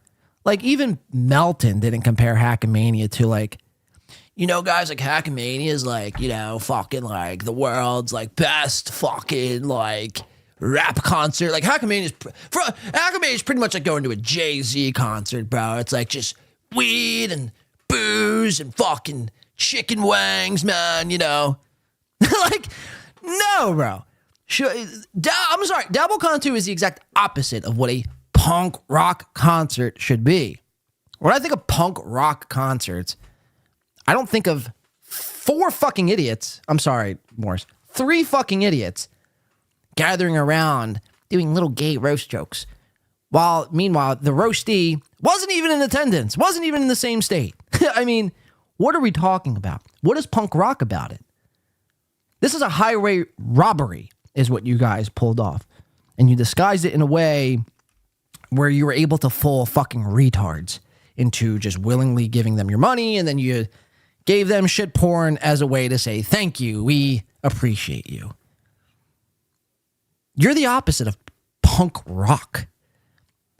If you have to, like, address yourself as punk rock, again, hot take, you're probably not punk rock. I mean, you know, it's just insane, some of these people. It was shocking. Yeah, it was supposed to be. It was supposed to be. Hey, you ever go to a punk rock show and go, that was pretty chill? That was a pretty fun, relaxing hang? No, you get your fucking teeth kicked in. Oh, welcome to DABBLECon, bitch. Wow! Cringe, man. Welcome to DABBLECon, bitch. You should be shot. You should be taken out. Meanwhile, he comes on the show, the very next show. Okay, guys, I had to 6,000 images. 6,000. I am so great.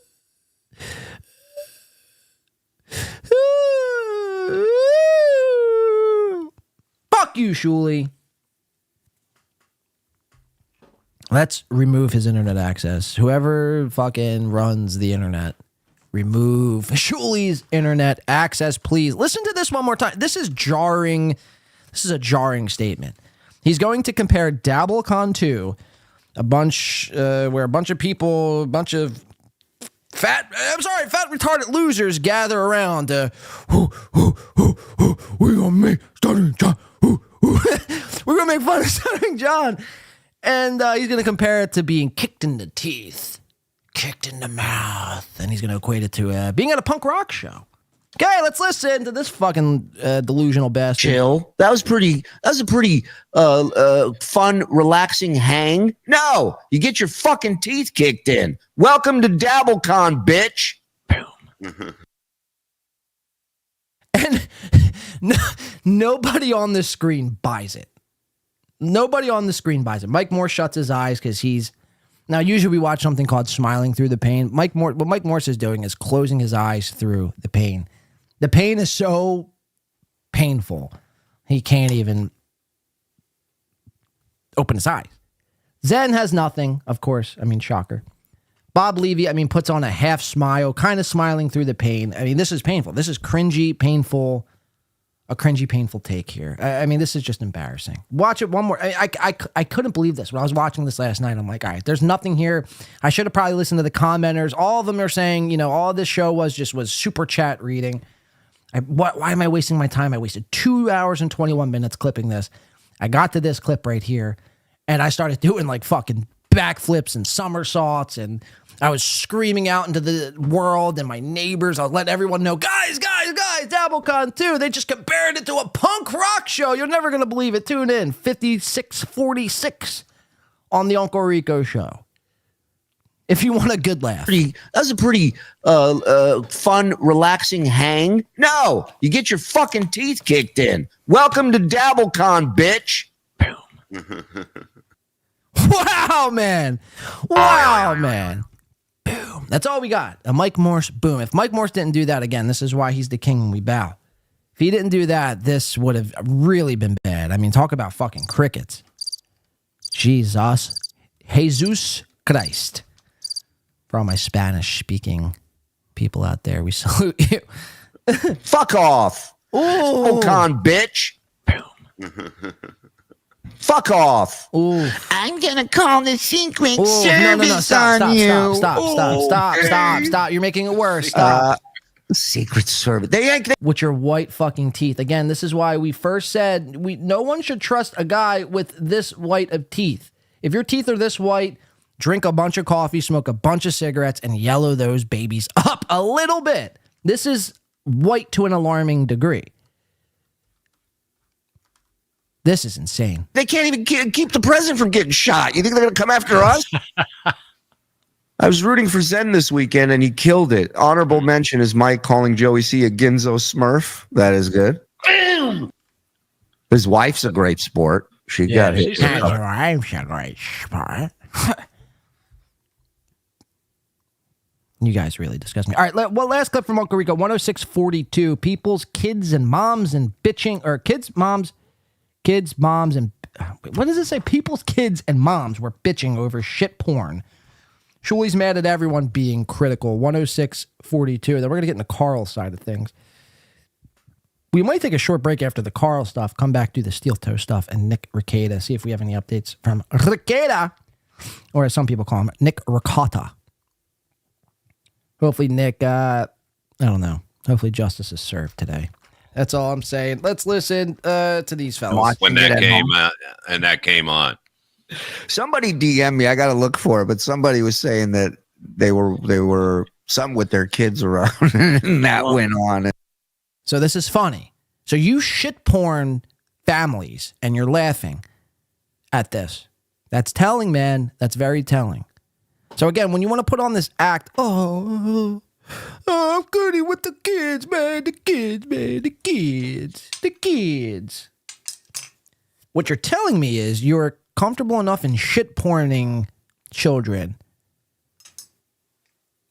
So why would it shock me that maybe, just maybe, you have some sort of wild child videos of your own? I want to fuck a 16-year-old so bad. Aaron, come on. I'm trying to do a show here.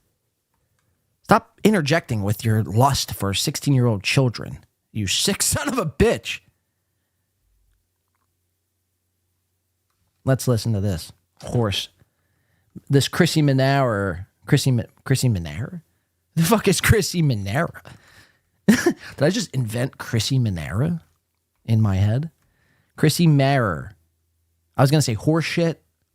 Why am I? Chrissy Mayer shit. There it is. You get what I was trying? A horse joke, huh? Let's listen. Saying that they were some with their kids around, and that went on. And well, I bought the live stream from live stream from my mom. She wanted to watch it, and I got a call from her, and she's like, "Hey, Anthony," she's like, "It was a great show, but please next time more shit porn. What are you doing?" Yeah. She goes, and you're laughing at this? This is funny to you? You're shit porning people's families, mothers, grandmothers, grandfathers, fathers, children. Aren't you a man of the all these people, they're the man of the children until they're not the man of the children. Thank God I got my fucking children away from you before you smooched their head and gave them meth and gave them a ball though. Before you smooched their head and gave them a ball though. I was there. Why were these people roasting on that great video you sent?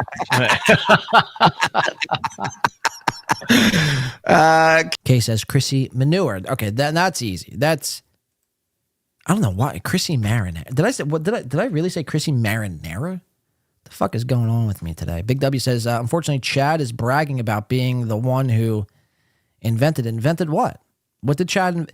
Chad is the guy who, like, you know, he needs to like take credit for everything that happens. Yeah, man, I was the first guy who did the steel toe stuff, man. You know. I was the first guy. I was the guy. No, I was the guy. Chad, who gives a fuck, man? No, he'll be the first to tell, I don't give a shit about this universe. This universe stinks. You know, it's a shitverse. But then why do you care about taking, you know what I mean? That would be like bragging about winning gold in the Special Olympics. No one cares, unfortunately. You know, Big W, no, it was about a year ago. Oh, porn bombing, says Big W. Wait, Chad? Wait, I'm not quite sure I understand what you're saying. Unfortunately, Chad is bragging about being the one who... okay. Chad is bragging about inventing shit porn? So does Chad have a shit porn video out there, Big W? Is that what you're saying? Jay says Chad is king. I see well still. NJ Ranger says, I almost cardiffed my pants at that. Wow. All right, let's listen to these fucking buffoons. Sky's neighborhood coming in for $4.99. Meth moth greetings, John.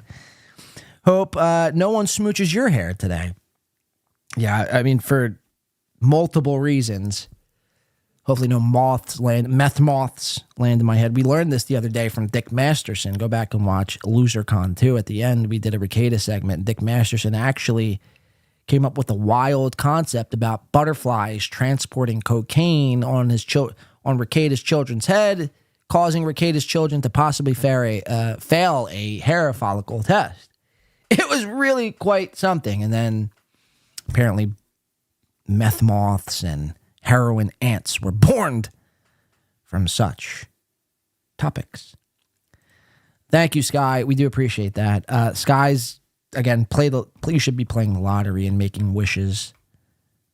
Sky, I think, saw 2 rainbows. Is that what they call them over there? All right, let's listen. KB was bitching and moaning while rewatching the roast on MLC last night. So I asked him, remind me, Kevy, what was the last time you performed on stage? I think I hit a nerve. Best $5 I ever spent. Yeah, that's it's funny that the people critiquing it the most are the people not doing it and have nothing to do with it. It's interesting. Everybody that wasn't there is telling you it was a flop and that it sucked. Everybody that was there saying, and you see and hear the exact opposite in the stream. Right. But hey, look, maybe next DabbleCon, you just watch us play poker. You know, apparently that's what cool kids do. That's like me watching a mechanic, watching Sick him. burn. You hear that, Brennan? All you do is play poker. Brennan's events in AC, in all fairness, and this is not me cucking or simping for Brennan, but in all fairness, they weren't like advertised as. First of all, the second event wasn't even supposed to be like an event. It was supposed to be like Brennan and like I forget who else. What was the Chinese guy's name? The Chinese super chatter. Guys, help me out here. Doodle or Big W. Who was that Chinese super chat or Japanese or Asian? Well, why am I profiling here? Who was that Asian super chatter for a little bit? Wing Hung Du? Thank you, Chris Mack. Broccoli. Thank you, real mommy. Broccoli. Thank you. K-Murph says Peng Dang. It was supposed to be, I think, just a meetup with like Broccoli and thank you, Big W. Doodle. Appreciate that. Salute you. It was supposed to be just a meetup with Broccoli and like 1 or 2 other chatters. Maybe Bentley, Jason Bentley. And then it turned into like Melton was going, Stuttering John was going, and all these other people, you know, started to hitch their wagons. And then all of a sudden Chad threw an event. So in fairness, that second event wasn't really like an MLC. And even the first, like it was as advertised. We're just going to be meeting up and playing poker. Like it's not anything else. And you didn't, guess what? The only money you had to spend going to AC was going to AC. It was just gas or travel, food, hotels. That's it. It was as advertised. So if you went, you knew that. It wasn't like disguised in this thing. Like, oh man, I got there and all we did was watch Kevin play poker. Some people, like, that's fine for them. They just want to meet Brennan. You know what I mean? So again, Shuli, I don't really understand what your argument is here. I saw J.E. says, shut up, pedo employer. Right, you're a pedo employer. You're a pedo employer and a pedo apologist. Cumia. Disavow Cumia, and then maybe we could talk. Until then, shut the fuck up. Your opinion is invalid, sir. And, you know, we probably have some Jewish people here in the audience today, and this doesn't go out to you. You're probably lovely. But this Jew, let me tell you about this Jew. He pisses me off to an alarming degree. And all of you, even more. I'm sorry, I know you're king, but what the nobody says anything. Nobody says anything at all to the pedo employer. That is Shuli Yagar. They just happily bow, nod their heads, reach out their hands, and accept the cash. You guys might as well be pedos yourself. All right, so let's finish this out. Aaron the Rat Best name, I think, so far today. Who do I have to snitch on to get a spotlight on me? Aaron!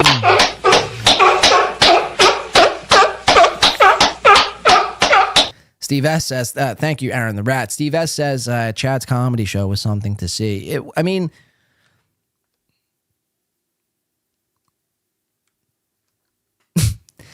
Look, I'll give the kid a fucking, I'll give him an E for effort. I'll give Chad an E for effort.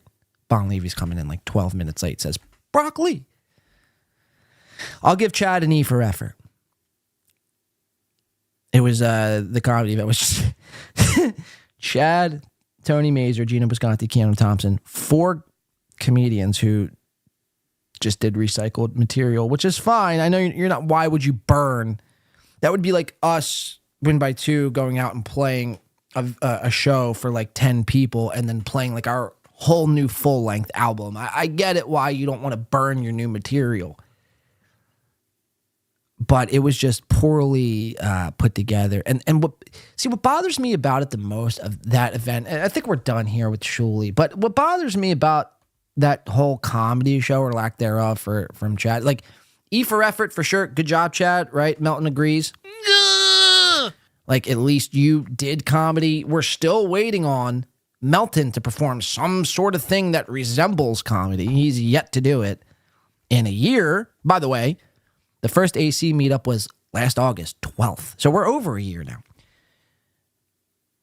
So I give you the E for effort, but it's like, I reached out to Chad, I think June or July, and I was like, Chad, let's do something in AC the next day. If we're doing a meetup, let's do a show. I'll help you, whatever you need.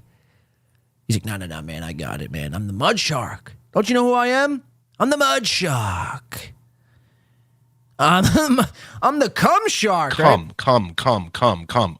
Just constantly come.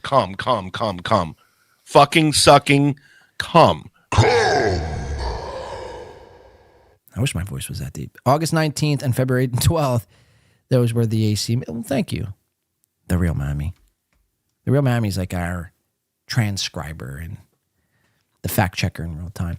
Dusty old fart with a dusty dead dog, says Citizen Maccabee's Poppy. The Real Mammy says fake fans. All right, let's see what's happening. Like a real mechanic fucking fixing something, and I'm like, that's not how you do it. Yeah. It's like, it's ridiculous. Do it then. Stay the fuck out. Right. Either do it and show us how it's done, or shut your fucking hole. That's it. Mm-hmm. Yeah. Okay. So you guys also, you have to remember, you guys booked a comedy venue, the Comedy at the Carlson, with cameras. It had their own audio system. It had already like built-in equipment there. So you didn't really need to bring your own equipment and set up everything on your own. Win by 2 is going to do a in-person meetup. I'm thinking probably sometime in January. I need to solidify a decent venue. And we're going to do it better than any of you could even fathom. So just be on the lookout for that, because I don't just talk shit. Like, I back my shit up. I will back my shit up. So that's all that needs to be said there. Just be on the lookout for that. It'll probably be in Atlantic City sometime in January. Just be on the lookout. I'll mention it as it gets close. I need to solidify a few things. I don't want to prematurely announce anything, because I feel like, God forbid, something happens, or, I don't know. I don't know what it is. All right, so that was Shuli comparing DABBLECON to like being at a punk rock show. I mean, it's just a joke.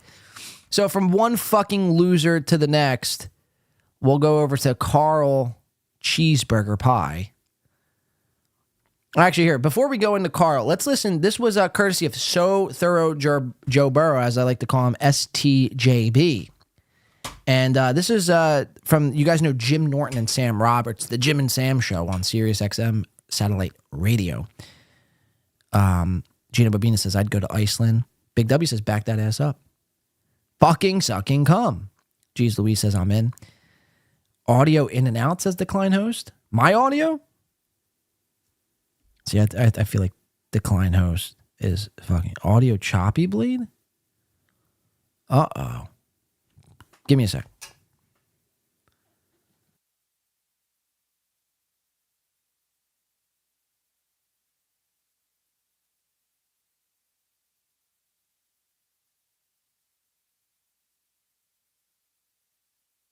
All right, people are saying we're fine. Dave H says it's fine here. Maybe it's just where you guys are. Let me see something. No, we're fine. We're golden. We're golden, Goose. It's YouTube. Refresh. We're good. What about accept host? That's actually Decline's brother. What you gonna do? It's all good. Bad here, says the real mommy. Well, I think we're fine. We're green on my end here. You know how I know? Here, let's show everyone this. Just so you know I'm not lying. Like you're gonna see me for a sec. Just a mirror of me. You see this little drop frames thing right here? Drop frames. It says 0%. 0. Nothing. So we're good. We are, in fact, Chad Zumach approves good. All right. Thank you. I do appreciate that. Thank you for letting me know. Maybe it's my sweat. My sweat is dripping into my microphone, causing me to break up. All right. You guys know Jim and Sam. They're on Sirius XM satellite radio. Jim Norton, that is, who's married a transvestite. Is it transvestite or transvestite? Like D-I-T-E or D-Y-T-E? Or is it dyke? Like a dyke, like D-Y-K-E. Either which way, Jim and Sam, they went on their radio show August 2024. Alexis 2002 says, why are you sweating?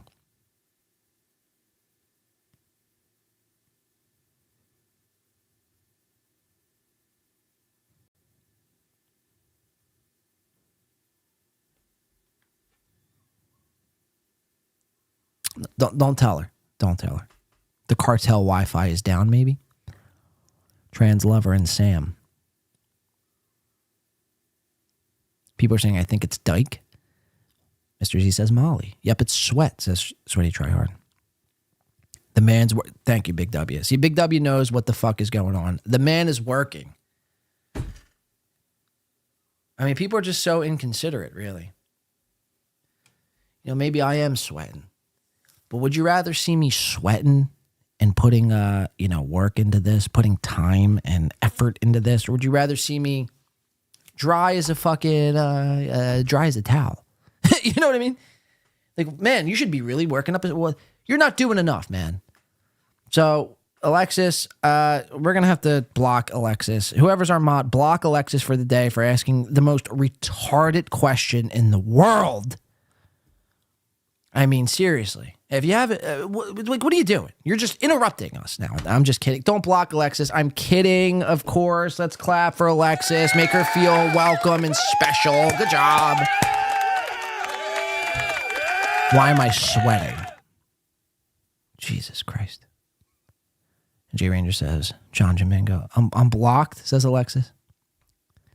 You'll find out. Keep mouthing off, Alexis. We're fucking blocking you. Don't fucking test my gangster right now. All right, let's go into Jim and Sam. They had some choice words about DABBLECON too. It's not just me, mind you.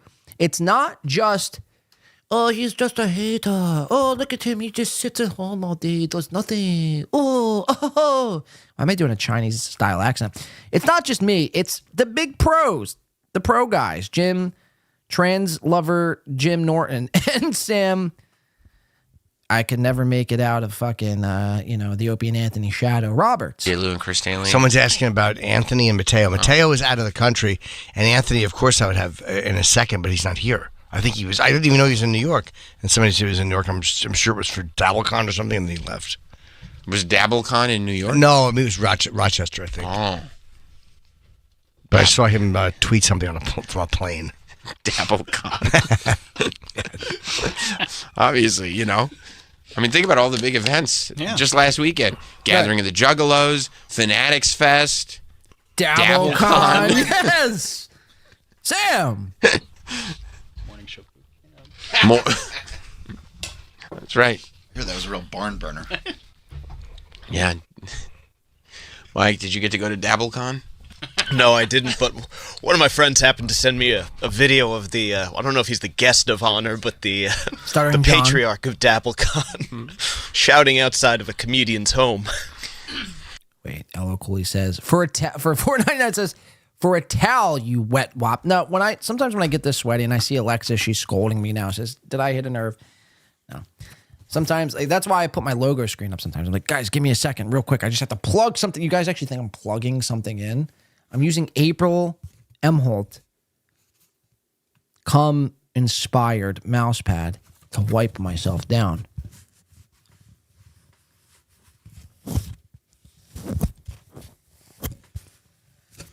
Sorry you had to see that, but LL, he's pushing the limits today. LL is getting a little froggy.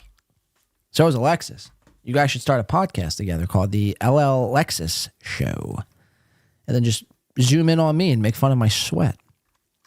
Either which way, thank you, LL. Alexis, we're not blocking you. You didn't hit a nerve. It's fine. I get it. Space Wars. I think I saw the same video. Well, man, this would be the biggest party since DABBLECON, dude. This is going to be awesome. Yeah, it's going to be a good one.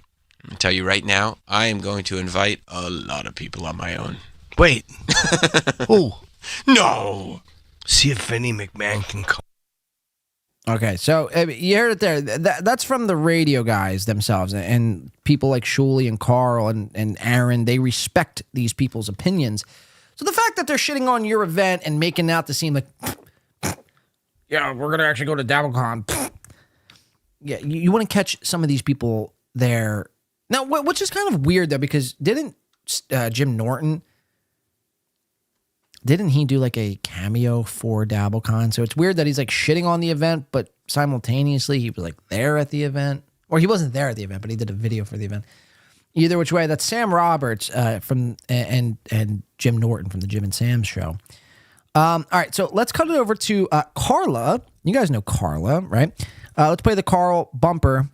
This is WATP. They're, I believe, an emergency. All these fucking people. If you do an emergency episode, you should old Yeller yourself. Really, I mean, you're really that pathetic. But either which way, if I could find my WATP bumper, I guess I'm just not going to be able to find it. Here we go.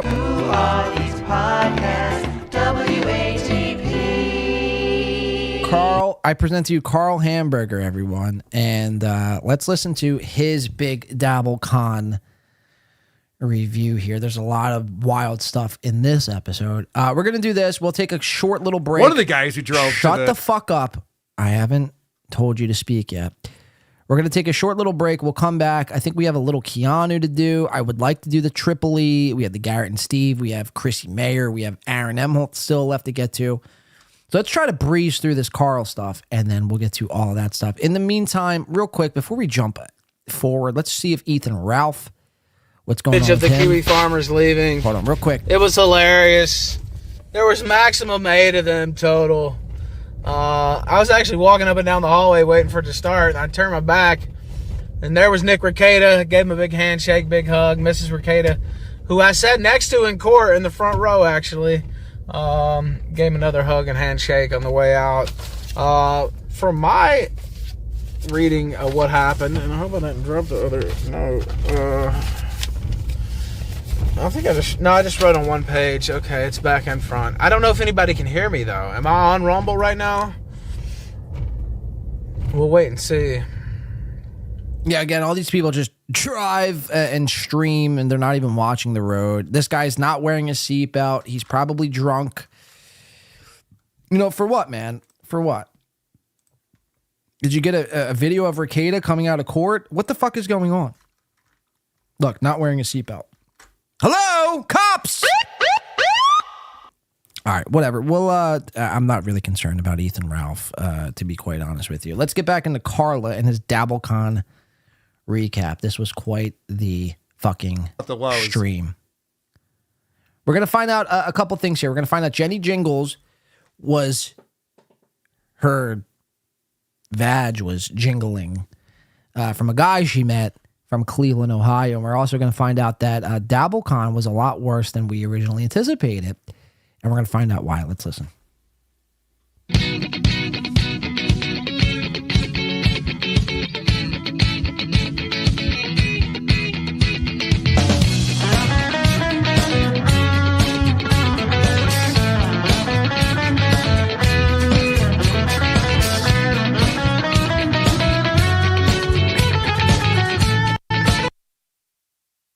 Sorry, we're fast forwarding here. Bear with us. Here we go.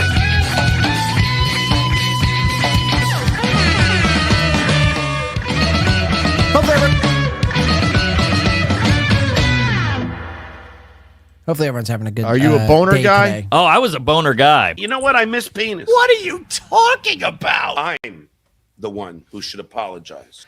Is it going to be absolutely riveting? Is it going to change your life by any stretch? Probably not, but it's going to be at least entertaining, okay? By the way, for those people that are in the back, remember to shut the fuck up. Mental illness can literally drive you crazy. I've been dying to say that. Cuz-a-roo. Slap-a-rooney. It's showtime.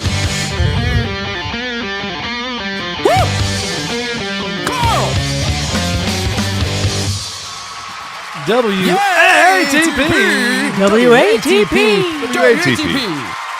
Fuck you. Hello, we're next to Cuz-a-roos. Welcome to an emergency episode of Who Are These Podcasts. We just got Welcome to emergency episode. Yeah. pathetic fucking loser And stupid fucking bitch. Welcome to an amazing episode. Yeah. Done with a fantastic weekend at DABBLECON 2 here in lovely Rochester, New York. And we wanted to recap the experience for everyone. I have some exclusive video that I got some exclusive. Anybody who ever leads their show with, I have exclusive video, shut the stream off. It's not worth your time. Chances are it's not even exclusive. didn't get to play, that was supposed to be played at the Dabby Awards. We're going to play that on here. The Dabby. Imagine going to something where the event had a thing where they were presenting something called the Dabby Awards. I mean, how fucking ridiculous. And some other fun things. And that'd be like if I had something called the Blady Awards, right? The Bladies. We have some Bladies in the chat. That's actually not a bad. We're gonna need to think of something more cringe, like the Toozer Awards, right? I think the Bladies are like that's what the ladies of the chat can call themselves. The Blade. Actually, don't do that because then it starts to be a little cultish. Don't refer to yourself as a Blady. Let's keep watching the Dabbies. Behind the scenes tidbits, but I thought the way to start this off is to just kind of go through and talk about the events of the weekend, what we did, what everyone was doing. The douchies. Started off Thursday night.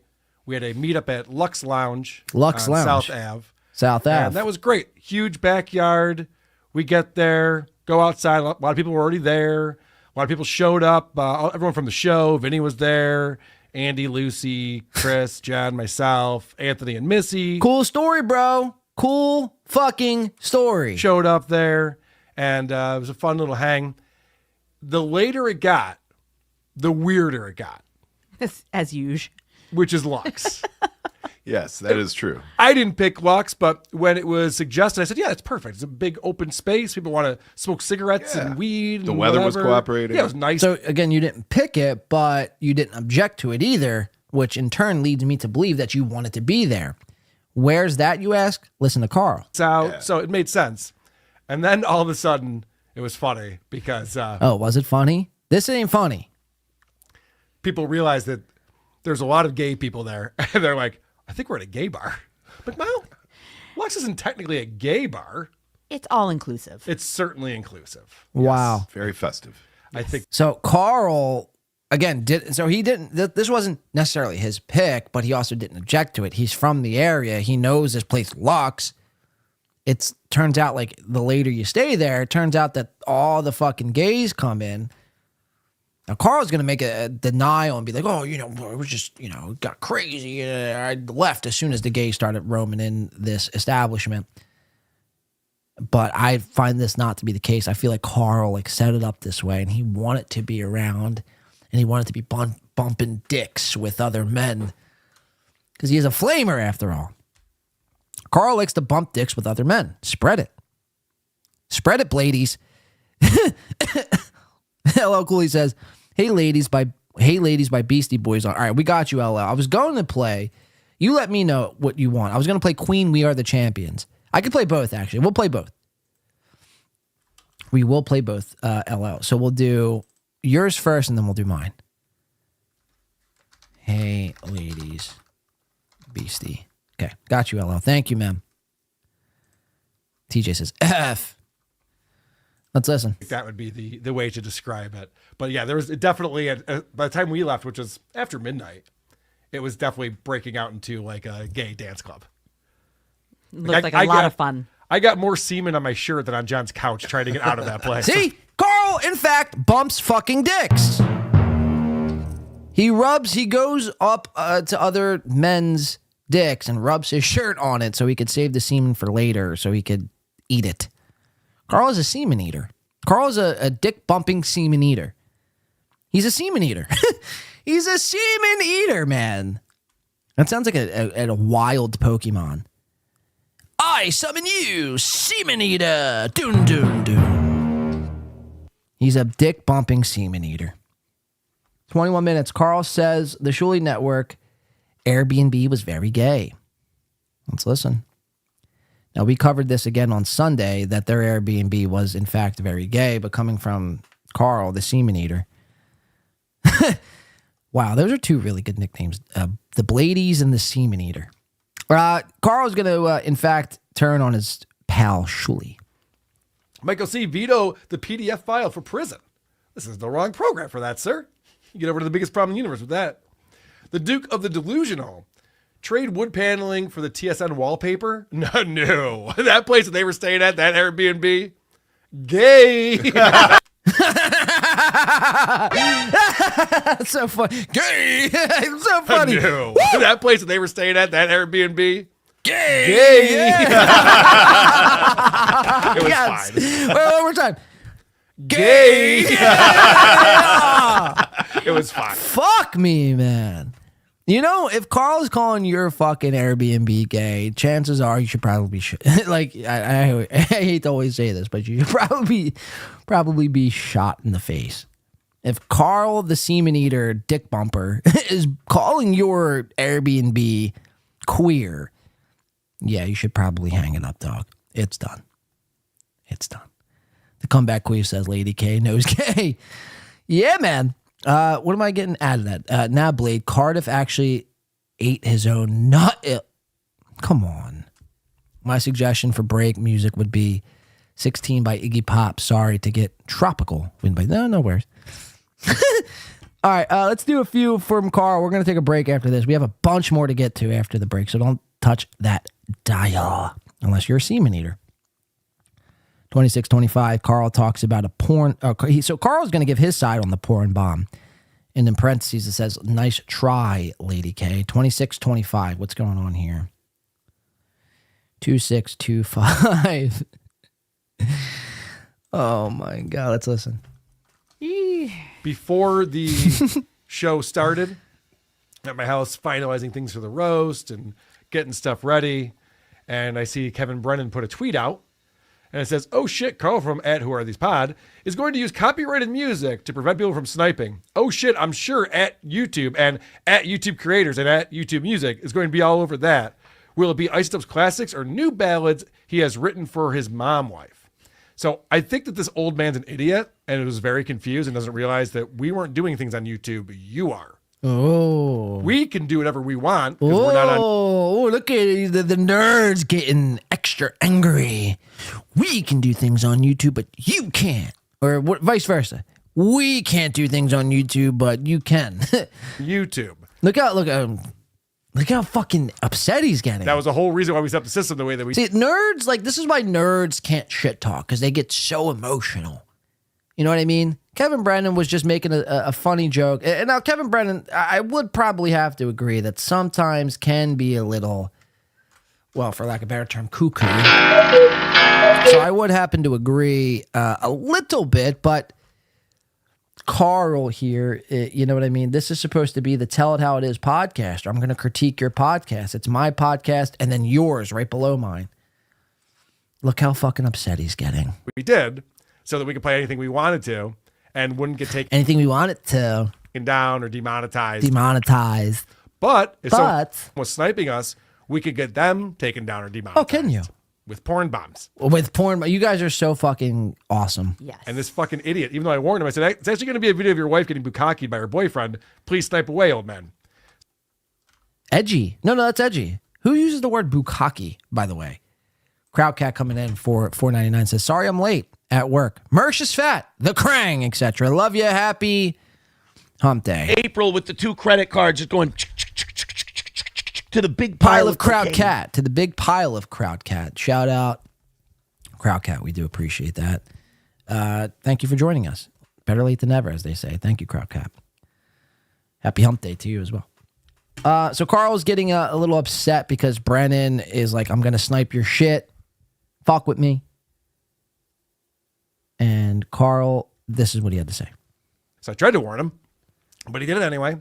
And we had 2 porn bombs loaded up. There was both famous ones from Stuttering John's show. They had 2 porn bombs loaded up. This is pathetic. Check these guys' hard drive. FBI, check these guys' hard drive. Please. Stat. The shit video. That who could forget that one. And then the other one was the KJB video, which was not a good thing to say if the Secret Service is paying attention. Thankfully, the Secret Service was not paying attention. They never are, it turns out. Turns out those guys are shut the fuck out. Look, I could be a yes man too. Ready? Not paying attention. They never are, it turns out. Turns out those guys are shut the fuck out. So it was fine. But I did. Some people were offended by who actually got the feed. And I do feel bad about that. No, you don't. I literally told I wasn't in charge of the porn bombing. I literally told people who were running the thing, like, no, you just said you had 2 porn bombs loaded up. So it's not like maybe you didn't have the direct button to hit porn bomb, activate, but you did have a say in it. We can just have a nice, attractive, naked lady. Listen to the way he describes a nice, attractive, naked lady here. This is fucking beyond homosexual. I literally told people who were running the thing, like, we can just have a nice, attractive, naked lady. It could be something that we all agree is fine. Who speaks like that? This is we can just have a nice, attractive looking lady. Something everyone can agree is fine. But it's totally against YouTube's terms of service. Doesn't have to be anything nefarious, anything crazy. Just a hot chick. Maybe she's squirting. I don't know. Maybe she's squirting? What are you fucking... You really must be. Again, when I make the claim that, like, Carl hasn't pleasured Jenny Jingles, change my mind. Change my mind. Jenny Jingles looks like, she wishes she was squirting after the show. Jenny Jingles looks like she hasn't squirted in quite some time. Probably since 2004 when she shacked up next to you. How embarrassing. Jenny, again, my offer stands, baby girl. Baby girl, listen to me. I'd make you fucking... Well, I'm not going to finish that sentence. I don't want to get vulgar. It's not about getting vulgar. I'd show you a nice time, Jenny. I'd hold the door for you. I'd buy dinner. Dinner's on me. I'd buy us a nice bottle of wine. We'd crack it open. And we'd laugh at your fucking buffoon of a husband, Carl, where he thinks about naked ladies and squirting. I mean, just imagine. Seriously. Nefarious. Anything crazy. Just a hot chick. Maybe she's squirting. Maybe she's squirting. Something fun. Everyone can get down with. Jesus. Each to their own, I say. But instead, they went with, some Dabbleverse lore. It makes sense to play those videos because John got hit with both of those. Yeah, so it makes sense. That's what we hit Kevin Brennan with. And Jesus, you guys really sicken me. Let's go to 101.28. Carl being a dick to Jenny. Okay, this is interesting. 101.28. 101.28. Let's see where we're at. Here we go. On 3, and we sorry. put the fun in funeral. Yeah. Oh, wow. It's very possible. I just a more morbid thought. Instead of the cushions, it's going to be like a coffin. Oh, that's too bad. Anyway, It won't Garrett be. Franklin with that bug says, yo, I never... Oh, wow. So Jenny tries something there, and Carl completely fucking ignores her. And rushes to the next subject in such a demeaning way too. That's too bad. Watch. Anyway, It won't Garrett be. Frank. Anyway, A coffin. that's too bad. Anyway, It won't Garrett be. Franklin with $10. Pretty much what he just said is, I don't care what you have to say, bitch. You're not funny, hoe. And, you know, what are you going to do? What are you going to do about it? Look at Jenny. Again, classic case of smiling through the pain. This is literally that example right here on full display. How to smile through the awkward pain that you're experiencing in real time. Yeah. Watch, she goes from no smiling. That's too bad. Look, she knows, you know, I just tried something, you know, maybe I'll get a sympathy laugh. I'm always giving Carl a sympathy laugh. I'm always fucking going above and beyond for my betrothed. So I can't get the same in return? Anyway, won't Garrett be. Franklin with $10 says, yo. Smiling through the pain. Smiling through the pain. That's literally what we're watching. That's too bad. Anyway, won't Garrett be. Franklin with $10 says, yo, I never get to tip. My show is. Wow. Again, Jenny, hit me up. Hit me up. Win by 2 will show you the way a woman should be treated. Let's see, where are we going? We have a few more here. 103. Carl said, no, 109. Carl says his parents. Okay, okay, so this is, I think, a little funny, maybe. I don't know. I forget, kind of, to be honest with you. 109.27. Carl is going to explain how his parents were in the audience. Now, again, you have to put yourself in Carl's parents' shoes. They've never seen their boy grow up and win a trophy or do anything athletic in sports or wrestling or table tennis even, or Marco Polo, God forbid. Carl used to probably like to play with action figures and wrestling dolls. And, you know, he probably liked to go to beauty pageants and do his makeup and curl his hair at one point. So his parents had came out to this event and they saw him, I believe, maybe win a Dabby possibly, or just throw the event. And they were, I guess, proud of him, right? Let's see. Carl says his parents were there for the Dabbies. These parents probably, well, let's just watch. His parents probably disappointed Carl never won a real award. Right. This is a make-believe reward that Carl is, I think, receiving. And his parents are probably like wishing, probably, I'd imagine. Like, damn, you know, I wish he did more with his life. I wish he really did more with his life. I wish we did more as parents. I think that's what they maybe were thinking. I wish we did more as parents because we really, you know, we raised a real fucking confused child. And she did that masterfully. Okay. So Uncle Rico ends. We go out, get some dinner. It was very nice. We come back to the show, and it's time for the Dabby Awards. My parents were there. Very nice to see Mom and Dad hanging out in the crowd. Got a nice applause break from my father. I actually teared up a little. Yeah, you got some really good news. It was really lovely. With his cancer, and so that was fantastic. Now, we were supposed to start the show with a musical number. Now, last year, we did one. So, yeah, Carl's parents were there, in fact, like I mentioned. All right, I want to show you 4 more things, and we're going to take a break. We're going to show you the lows of DABBLECON, 129.50. Now, this is where the end of this show is where it gets nuts. This is where all the admissions start to come through. 129.50. Listen to the low lows of DABBLECON. Now, mind you, all these people are saying it's a great time, but at what cost? Listen. Through the last 2 hours, so. Well, that's a nightmare. So I wanted to talk about the, I said at the beginning, we're talking about the highs and the lows from this weekend, and Right. a lot of highs. We've covered a lot of those. Let's talk about the lows. You know, one of the things people were saying, Rochester's a shithole. Why are people going to Rochester? It's the armpit of New York. And I'm like, guys, it's not so bad. And it was funny how many people, when they got here, just like, oh, it's actually really nice here. This is really beautiful. And being here in the summer is very different than February, obviously. And people are like, this is great. And then after the Dabble Dance party, one of the guys who drove to the Dabbies got his car stolen. Got his car stolen. And everyone's face here is very telling. Rocco's like, by the way, this is B Dabbler. Like, you can't, how do you put your name behind an event where people are getting their cars broken into? People are getting their cars stolen. Imagine going to an event, spending your hard-earned dollar to see nerds, And when you leave said event, your car is no more. Your car is gone. It's poof. It ceases to exist anymore. And they all knew about this, apparently. They knew Rochester was a bad area. They're going to, I think, explain a story where there was ATMs being robbed out of places the weeks leading up to Rochester. And the fact they didn't change the venue.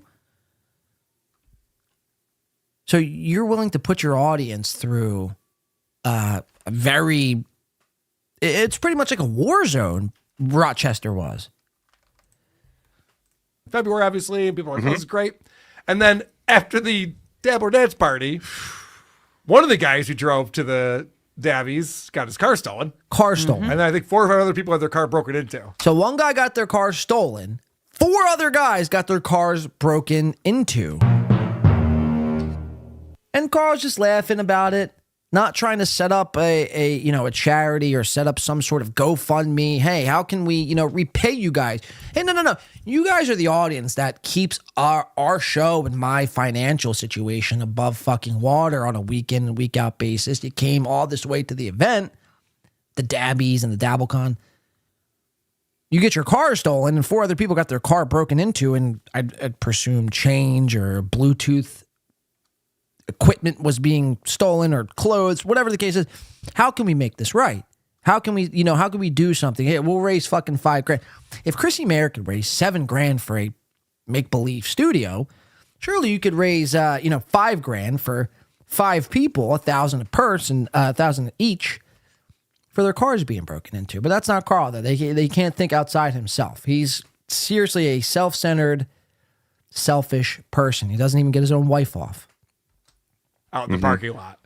So, horrible. Yeah, pandemonium, cops. I'm like, Jesus, come on.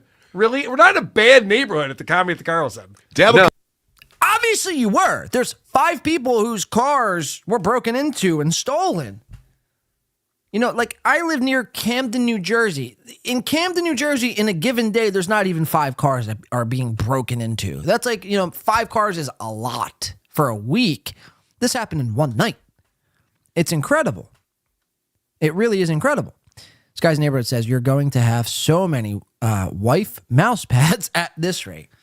I was thinking about getting the Ashley LaRue and then the next, the Slam Piece mouse pad Sky. All come inspired, though. All come inspired. Thank you for the $4.99. We do appreciate that. Listen to Carl, though. This is getting wonky. Cut 3, everyone. It sucked so bad. Oh, such a bummer. I felt horrible. The guy who had, I think his name was Dave, the guy who had his car stolen. He was wearing a lot of Dave's shirt. There, it's possible, yeah, it's possible. And I'm really sorry that happened to you, man. That sucks. He didn't live that far away, but I mean, Right. regardless. Well, he couldn't walk home, so. Yeah, right. He's not walking distance, that's for sure. If someone came to my event and their car got stolen, I'd buy him a new car. That's, you know what I mean? I would just buy him a new car. That's how got his fucking car stolen. And so we have this thing in Rochester known as the Kia Boys. So look, they knew about this. The Kia Boys. This is an actual thing. And it's these teenagers. And this happened at the comedy club. I think we talked about it. It was right before the first DABBLECON. Right before. So they knew about this for over a year. Where they stole a car, drove it into the doors and windows in the front, and then stole the ATM. And they stole the ATM, man. No. But Rochester, really, there's no crime ever that happens. A year ago, before the first DABBLECON, the Kia Boys were busting into establishments all across Rochester, breaking in and taking ATMs. Okay, whatever. Maybe you didn't know then. You certainly knew after. Then you held DABBLECON 2 at the same spot, to which 5 people got their cars not only broken into, but one guy had to walk the fuck home. He had to take an Uber home. I mean, but we didn't know about that. Well, Rochester, great place. It seems like it's a war zone in fucking Rochester. Rocco, speak up, man. I know Carl is your fucking hero, and maybe one day you want to meet Anthony Cumia and suck his nutsack. Wake up, bro! Say something! Silence is violence, bro. Producer Chris, I know you don't have a backbone, so I'd expect nothing less from you. And Jenny, you're just trying to, focus in on the vibration of your cell phone, so possibly you can have a moment of peace while Carl's just talking. If you guys catch my drift. I mean, everyone is just compliant. They're just compliant. And that's what pisses me off the most. They'll call other people out. They'll call Chad Zumach out on his crimes. They'll call Aaron Emholt out on his crimes. But when something happens to their friend, they say nothing. They look like this. This is the face of compliance, B Dabbler. Keep the mask on, by the way. I didn't instruct you to take it off. Fucking A, dog. These people really disgust me. Drove away and they did that like 3 or 4 other businesses that night. 3 or 4. I mean, that's they're just vandalizing everything in Rochester. And then smashed open the ATMs and took the money. One kid left. Can they smash your face open and take the fucking brain out of your head? Smash it on the ground? Phone. Hey, Kia boys, why stop at ATM machines? Let's smash skulls. At Comment to Carl's thing. He's an idiot. I'm really violent today. And guess how much trouble they got into? None. Right. So these guys just keep doing this. Yeah, and I needed an ATM this weekend. Thanks, assholes. that was so funny. Solid joke, Chris. Really hitting them out of the park. People were like, Carl, where's the ATM? I'm like, yeah, it's right about. Oh, that's right. No, there's no. There's no it all came back to me. Gonzo. We don't have one of those in here. We can't have something fancy like that here in Rochester. So yeah, that sucked. It sucks that there's people who just go out and rob cars. They're teenagers. Grab cars. They don't get in any trouble. And they just keep doing it. They're teenagers? So Carl's cope is, they're just 12-year-olds. They're 14-year-olds. Or they're harmless. Apparently, bro, they're stealing ATMs and cars. No, they're harmless, though. You sick fucking demented loser. Did you talk about what you did after the brunch on Listen Sunday? to this.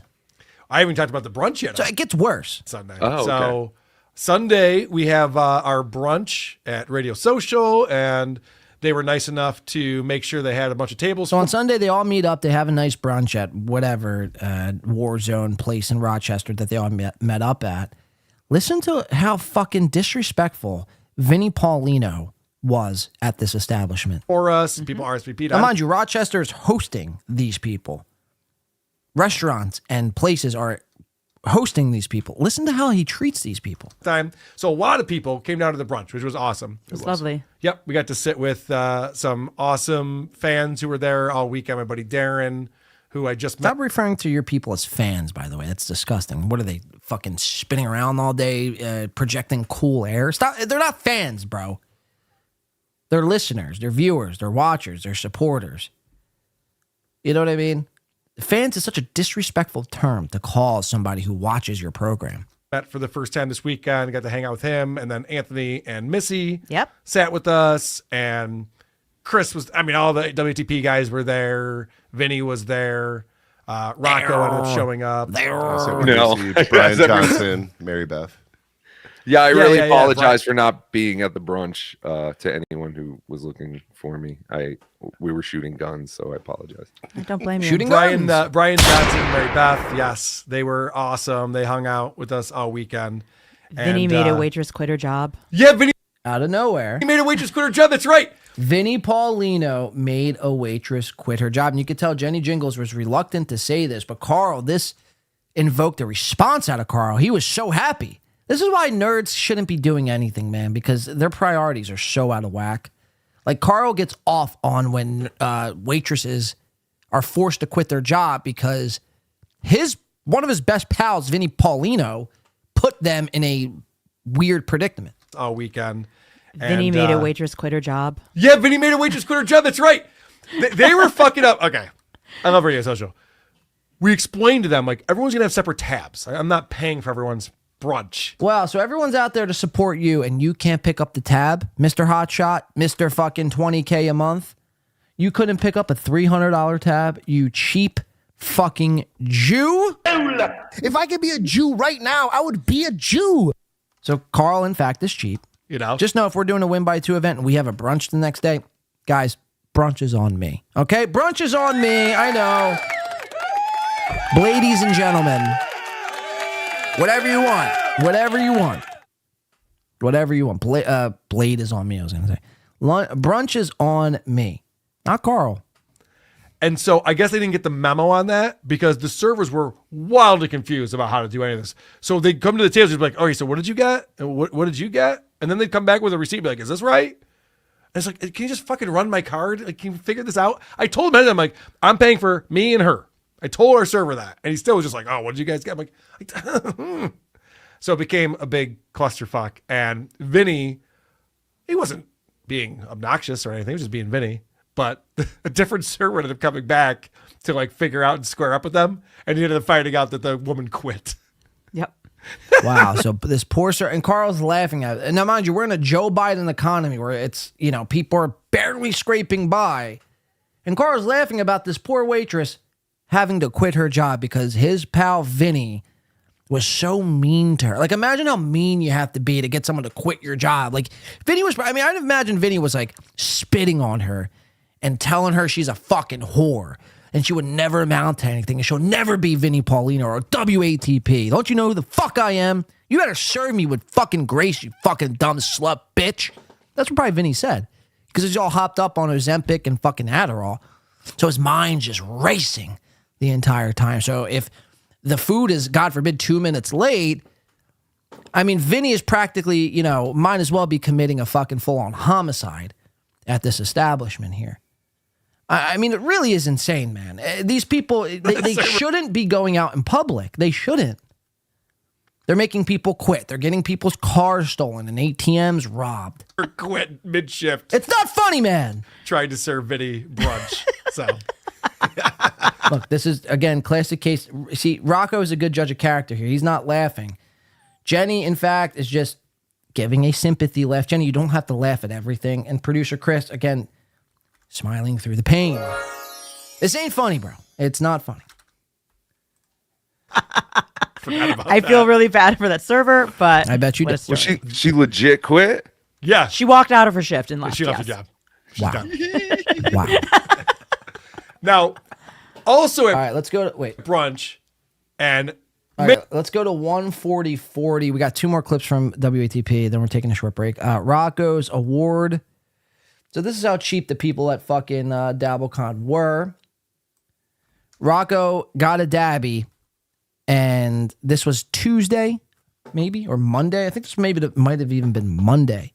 So this was a day after the events at DABBLECON. And Rocco had the award maybe for 24 hours. Let's see how that award held up. You get pissed at everyone around you. Well, then to go back to your own house, yeah. And you're still not in the final destination. You Right. gotta still keep going. Oh, That sounds awful. Isn't that what happened to John when he went to Jersey? Oh, yeah. That's via, right. Via Philly. No, I think Vince the lawyer bought him tickets. It took him L.A. to Tampa to Orlando. Yeah. It was like the stupid flight just to add another stop because he's such an asshole. And then he flies into Philly and then took a bus to Atlantic City. Or maybe it was, maybe he flew into Newark and then had to take a bus to Atlantic City from Newark. It was even further. Fucking great. Oh, fun stuff. Here we go. We miss you, John. Come back soon, buddy. Stop Come saying back my name. soon. Well, Rocco, it was great hanging out with you as always. Yeah. Thank you. I actually do have a question. So I looked Yes. in my carry-on bag and I got my dabby, Yeah, which good. has Oh, completely fallen apart. So Rocco got, this is how cheap the people at DABBLECON are. They're giving awards out that break if you just travel with them like in a suitcase. Rocco got a dabby for being the most valuable dabbler, which is the most insane. If somebody gave me the most valuable dabbler award, I'd be like, I'm quitting podcasting. You could keep that award.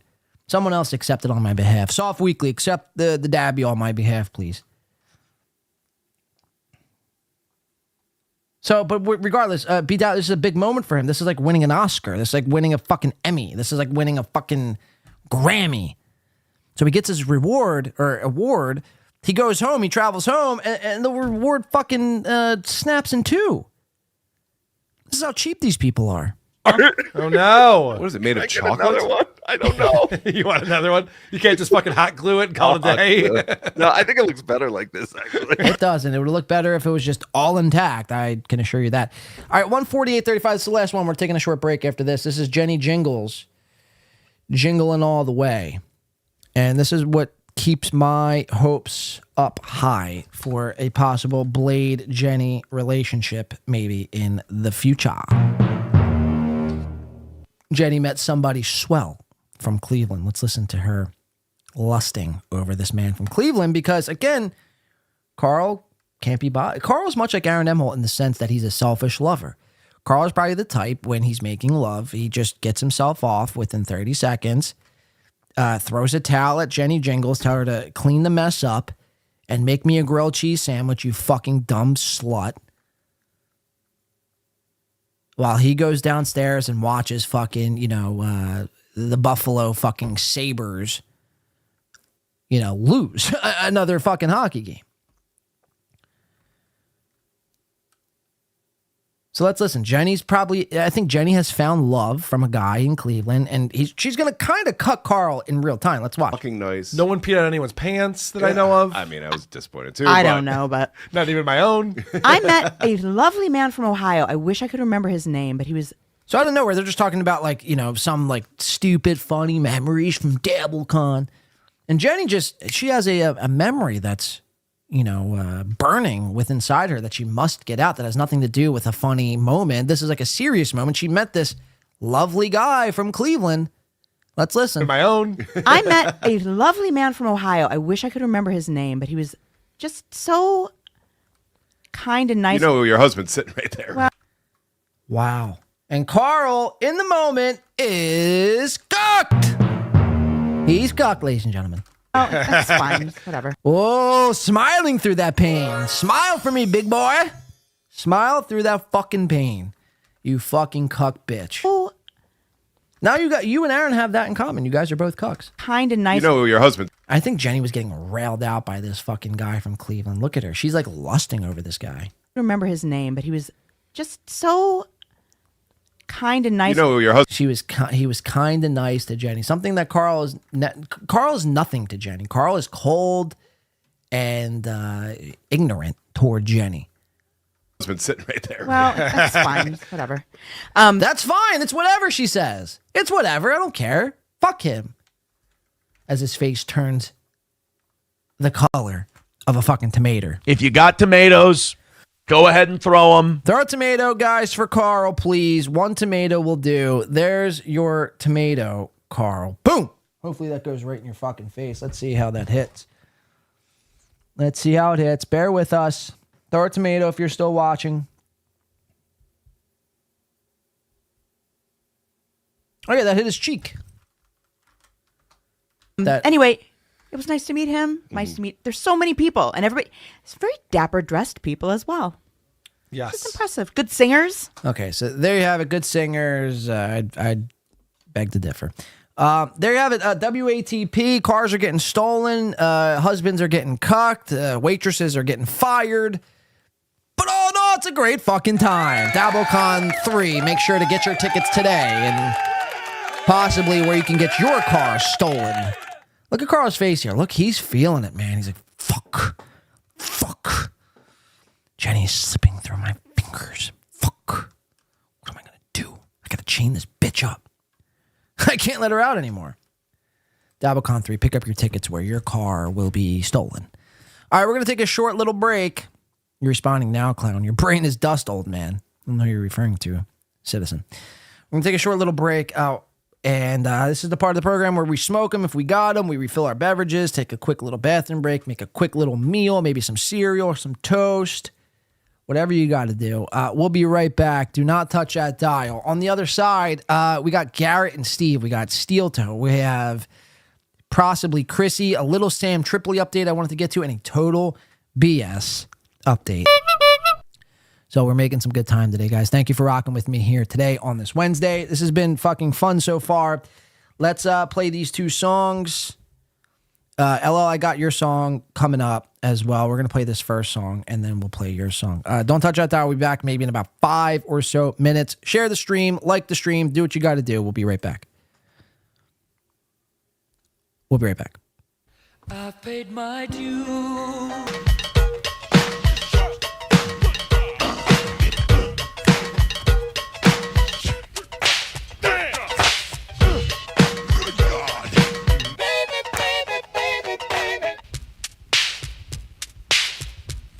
Oh, shit.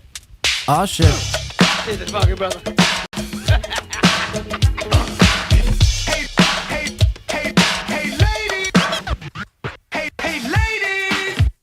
Hey, ladies, we back. Shout out to LL. That was a majestic song. LL Cooley with the song. All right, we have a lot more to do in a little bit of time. Let me just make sure we are good with the time. Is everyone having a good time today? Hopefully everyone's having the best time of their lives here on today's program. We are 3 hours and 44. So that means we have about 2 hours and 15 minutes left. And I want to do Steel Toe. I definitely want to do Steel Toe, but there's so much more. I want to do Garrett and Steve. I want to do everything. Blah, blah, blah. Let's see where we're going to go. We're going to jump to, I'd like to do the Chrissy stuff, but we could also push Chrissy off. She's a horse. Okay, so let's get into some small updates. You guys like small updates? All in favor, say kudos to Win by 2 Radio. Kudos to Win by 2 Radio. All right, so I mentioned Total BS, Brian and Shayna. Look at my hair. It's all wild. My hair is wild today. Dripping sweat as we speak. Brian and Shayna, they made their big return, but has anything changed? The last we left Brian and Shayna, I had watched back Hackoween Part 2. You have to go back and check it out. About 2 hours, 44 minutes into Hackoween. Which, by the way, Hackoween 2 is rapidly approaching in about a month and a half. Brian was last on Win by 2 program during Hackoween. And at the time, Brian had left the internet. Total BS had ceased to exist. They stopped streaming for whatever reason, I don't know. According to Brian, they had got a new job producing podcasts. You guys remember Brian and Shayna? It was basically Brian. Shayna never really confirmed any of this, but Brian, anytime Brian would try to like make a dig at Shayna would always be like, well, Brian, I have a full-time job. That's not why. It's not, I don't understand everything that's going on. You have to explain it to me in depth because I work a full-time job. I'm actually out here fucking grinding. And you have all day to sit around and prep a show. I don't know what's going on with Chad Zumach or Patrick Melton or Win by 2.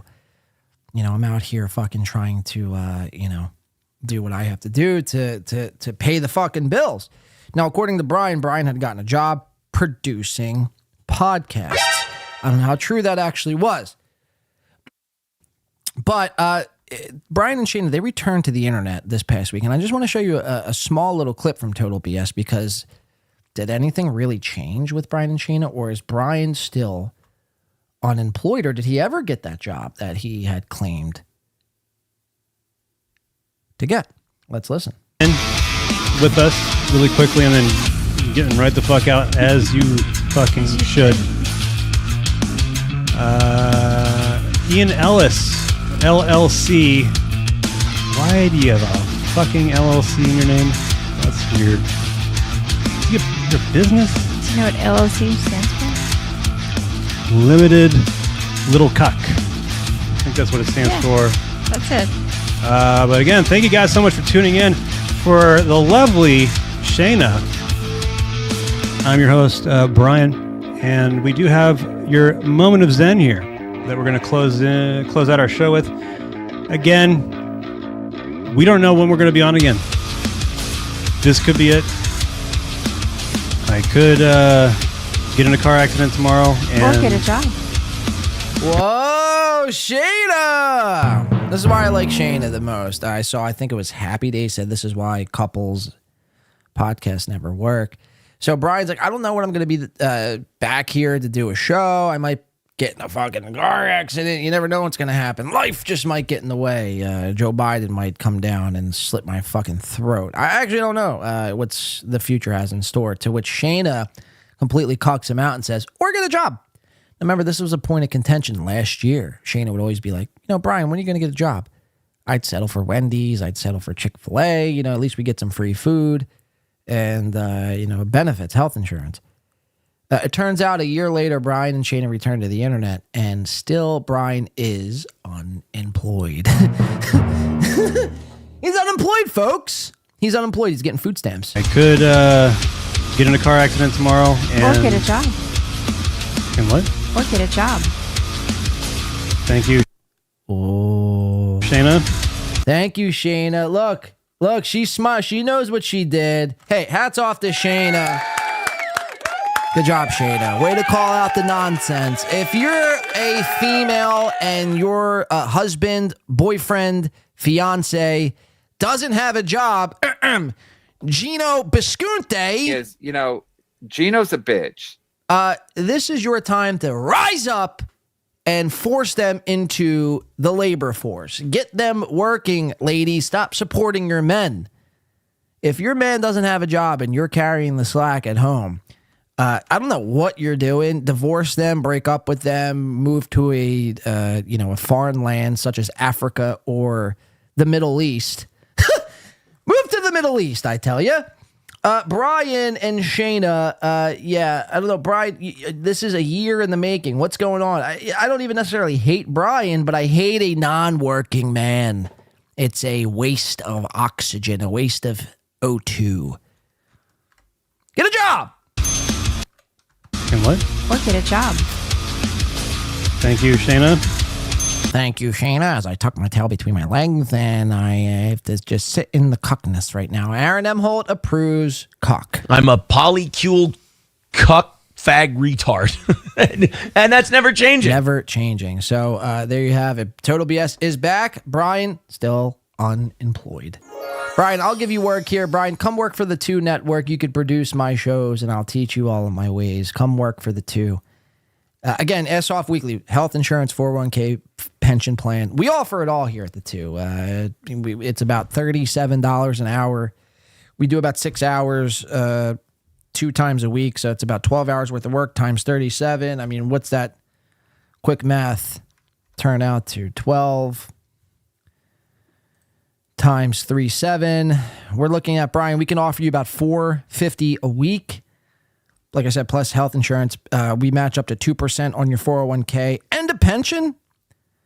It sounds like a win-win to me. Kudos to me. Kudos to Win by 2 Radio. Kudos to me. All right, so there's Total BS. They're back. They're better than ever, and Brian's still employed. I was mentioning Sam Tripoli. Again, Corey Adam loved my Sam Tripoli coverage, just about a year ago, and we actually haven't heard from Corey Adam in quite some time. Corey Adam has gone what they call, ladies and gentlemen, ghost. He's gone rogue. No one knows where Corey Adam is to this day. He might be driving across country, searching for the next dish of lasagna. He might be traveling across country to possibly get on Kill Tony. You guys know this show, Kill Tony? Corey Adam, he's a lost soul. Let's just... Tonight, after the show's over, when you close the stream out and you hit you like the hit button, you make sure to say a prayer for Corey Adam because you don't know. The guy might be dead somewhere. I actually don't know. We haven't heard from him. It's scary. What happened to K-Cock? You guys had so much promise. Tom Chilstrom, Luke. You guys remember Luke, the Nazi? Or was it Tom, the Nazi? I kind of forget. And Corey, and this was a great hit show, K-Cock. KCUK, everyone's hits for this side of the Mississippi and the internet. K-Cuck was a promising show that kind of just fell right the fuck on its face. But either which way, Corey Adam, when he first came on this show, loved, and I repeat, loved my Sam Tripoli coverage. So we have a Sam Tripoli update. I haven't done any Sam Tripoli coverage in about 3 years. Until right now. Sam Tripoli is going through what I'd call a 3/4 life crisis. Sam Tripoli has a new tattoo. Let's see what Sam's new tattoo is. So this is one of Sam's... Sam is one of these guys who has like 27 different podcasts, all of which are kind of basically the same. He does Conspiracy Social Club. He does Tinfoil Hat. He does Tinfoil Social Club. He does Conspiracy Tinfoil.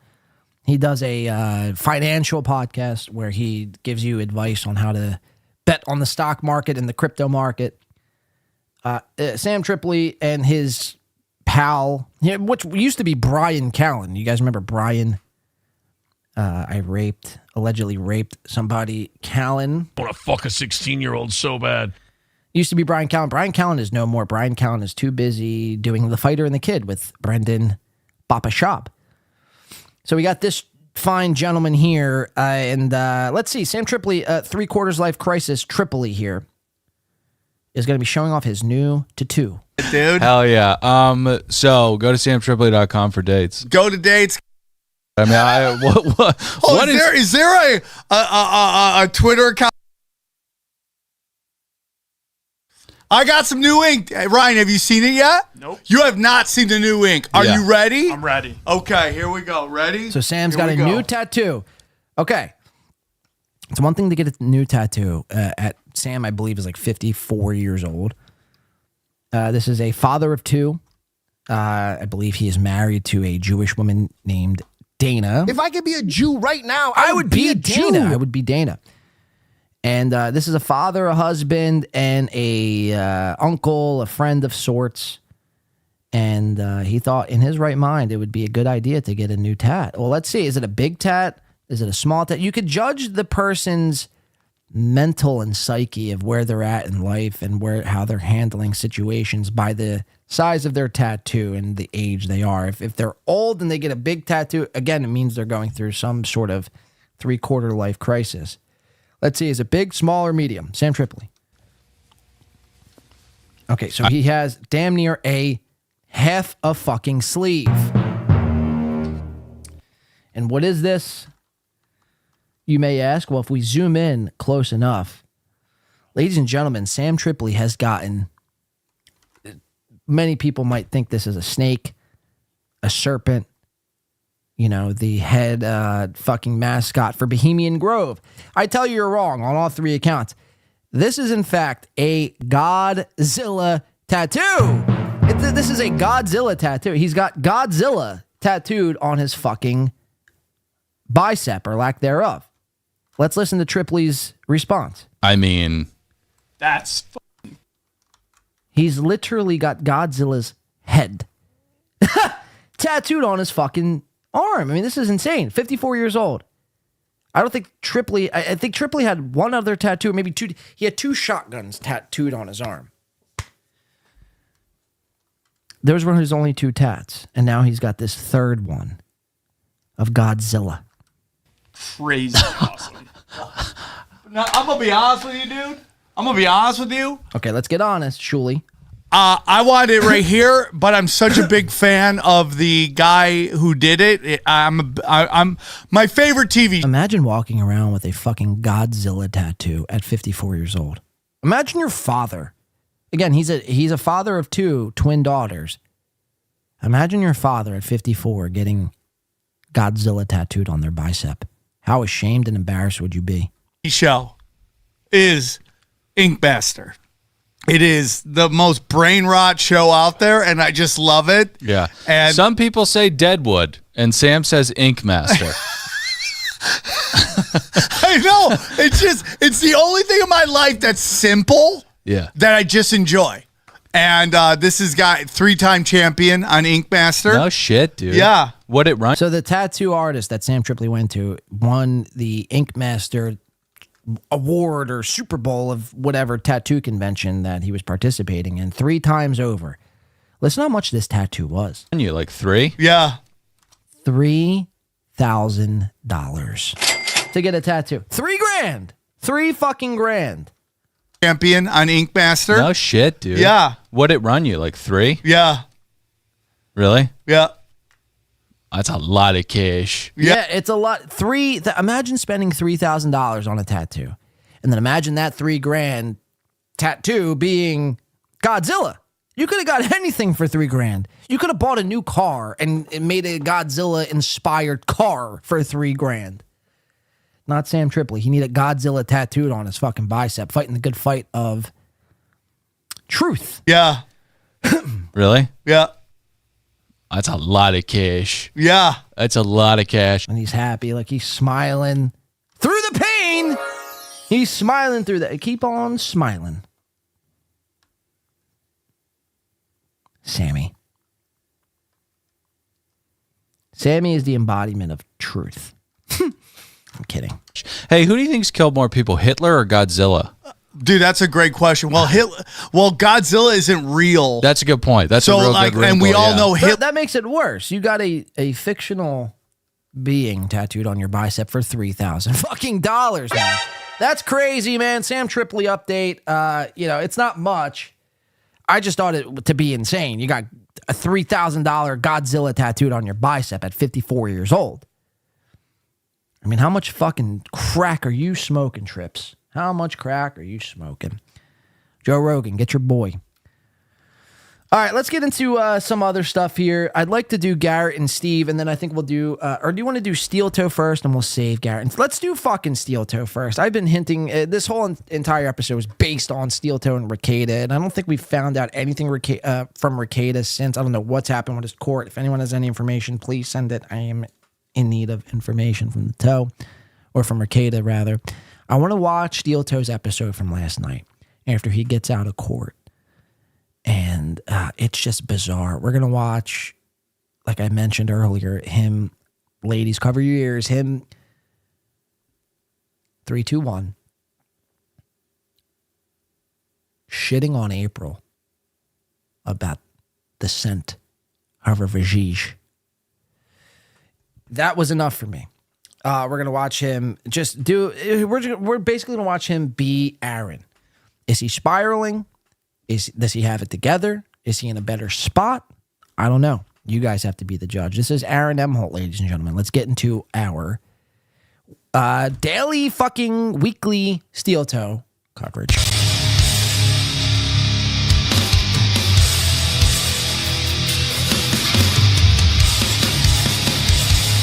April's veg, it stinks.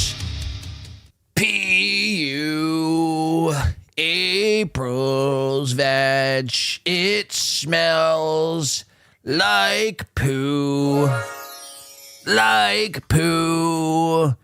April's veg smells like beef stew and poo. Okay, enough of that. But those aren't my words. I would never even think or fathom to do what he's about to do right here. And this is, again, Steel Toe Morning Show from last night. So technically it's the Steel Toe Evening Show with Matt. You guys know Matt, the guy who's voided of any emotions, the guy who's loaded up and dosed up on SSRIs, drugs like Zoloft, drugs like Lexapro, and drugs like probably, I'd venture to guess, some sort of Klonopin or benzodiazepine. Matt is incapable of feeling any sort of emotion. He just sits there. Again, all these guys, I hate to just keep using this phrase, but all these people do it. They're just smiling through the pain. They're literally just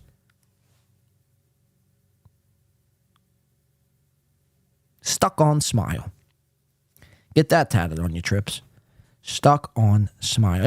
April with the 2 credit cards just going to the big pile of cocaine.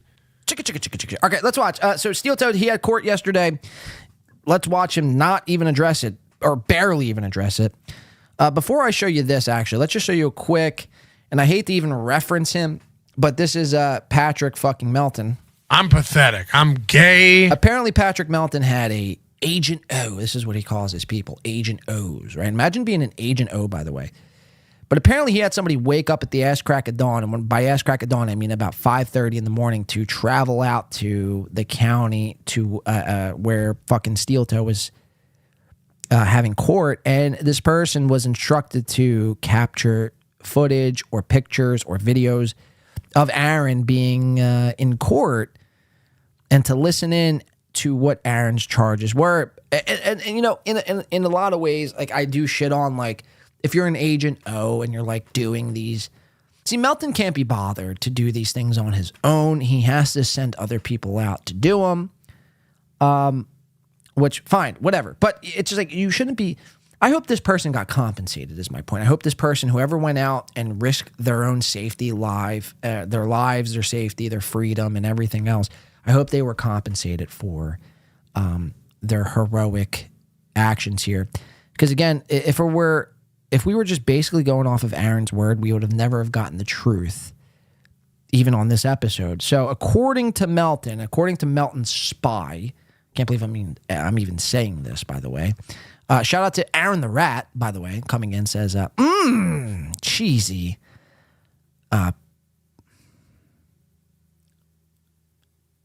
Panochas. Me like. What's a panocha? I actually don't know what that is. Panochas? Am I saying that right? This is where I'm stumped for the day. Panochas. We got to look this up. Thank you, Aaron the Rat, for stumping me. Is a pudding made from ground sprouted wheat and pinole. I don't even know what this is. In New Mexico and southern Colorado, it is a traditionally eaten during Lent. Is this what we're talking about, Aaron the Rat? The sprouted wheat flour is called panocha flour, or simply panocha as well. Pink Taco says Pig Newton. Probably vagine, says Happy Days. Pussy en Espanol. Okay. I thought that was something else, though. I thought, whatever. It's irrelevant. I don't know. I'm not a Spanish-speaking Spaniard. Aaron Emholt, though, this is not about me. This is about Aaron Emholt. Let's read what Melton had to drop. And this was Aaron in his suit. Again, the embodiment of honesty. This guy, when you see him, you just like I think I was talking to, Jay yesterday, and I'm just like, a sense of truth and wisdom and sense of honesty wipes over me when I take one look at Aaron Emholt. Look at this guy. This is honesty, guys. This is honesty. Take notes. All you liars out there. Fucking take a page out of Aaron Emholt's book and just be more truthful. But this is according to Melton. It goes on to say, Aaron pleaded guilty and will pay $135, a $50 fine and court cost. His sentence is 90 days in jail, stayed for 1 year. He must not violate that restraining order again. LOL, he will on tonight's show, which I think he did, and remain law-abiding for 1 year to avoid jail. He was booked, and there should be a mugshot. So there was none of this, by the way. There was no mugshot, or according to Aaron, there was no mugshot. Now, Aaron could be lying. Now, I've been on record saying whatever Aaron says, usually take the opposite and apply that as fact. Aaron says there's no mugshot. So I'm going to go ahead and say there probably maybe was, and that might be leaking later. Prosecutor made a point in court that what he had pled guilty to was considered an enhanceable offense, which meant if future harassment restraining order violations, the penalties would be enhanced. Aaron, his lawyer, didn't seem to know this. As part of pleading guilty, Aaron described his violation as, on a blogcast I host, I mentioned and criticized a person who had the protection order against me. Said he made jokes which he was not proud of. Stated he was not in the same mindset today as he was then, and the relationship between him and the victim was better than before, and that he took responsibility for his action. High road, Aaron. When he left court, he thanked the judge. Oh, thank you, Judge. Thank you so much. Thank you for giving me a chance, Judge. No. Thank you, Judge. Thank you, Judge. You're so cool, Judge. Judge, you're so cool. So this was Aaron in his suit, and we're going to listen to him talk about this and how he thought in his mind he looked so dapper, he looked so good, and why he thinks just by wearing a simple suit. By the way, I mean, look, it's one thing to wear shorts and we could, your chicken legs are exposed. It's a whole other thing to wear pants and a suit. And you still have alarmingly skinny chicken legs. Look at this fucking guy, man. Like, he's really putting it on thick. We need the Minnesota District Attorney to listen in. You were played. Aaron's a liar. Aaron's a liar. Aaron actually emailed me and told me he's killed a few people. So reach out to me. I'd be willing to give you all the dirt on where the bodies are buried. All right, enough of me chit-chatting here, making small talk. Let's watch Aaron from last night. Cue the lights, please. Let's get into the zone. This is steel toe time. Extreme situations, the law is inadequate. In order to shame its inadequacy, it is necessary to act outside the law, to pursue natural justice. This is not vengeance. Revenge is not a valid motive, it's an emotional response. No, not vengeance. Punishment. Tonight we have a chance to say, yeah, you're right. We're too extreme. We're too wild. We're too wild. We're too out of control. We're too full of our own shit. Or we have a chance to say, hey, fuck you, you're wrong. Fuck you, we're right. Because you have all made it to the dance. Because believe me, this is the dance. Start the show.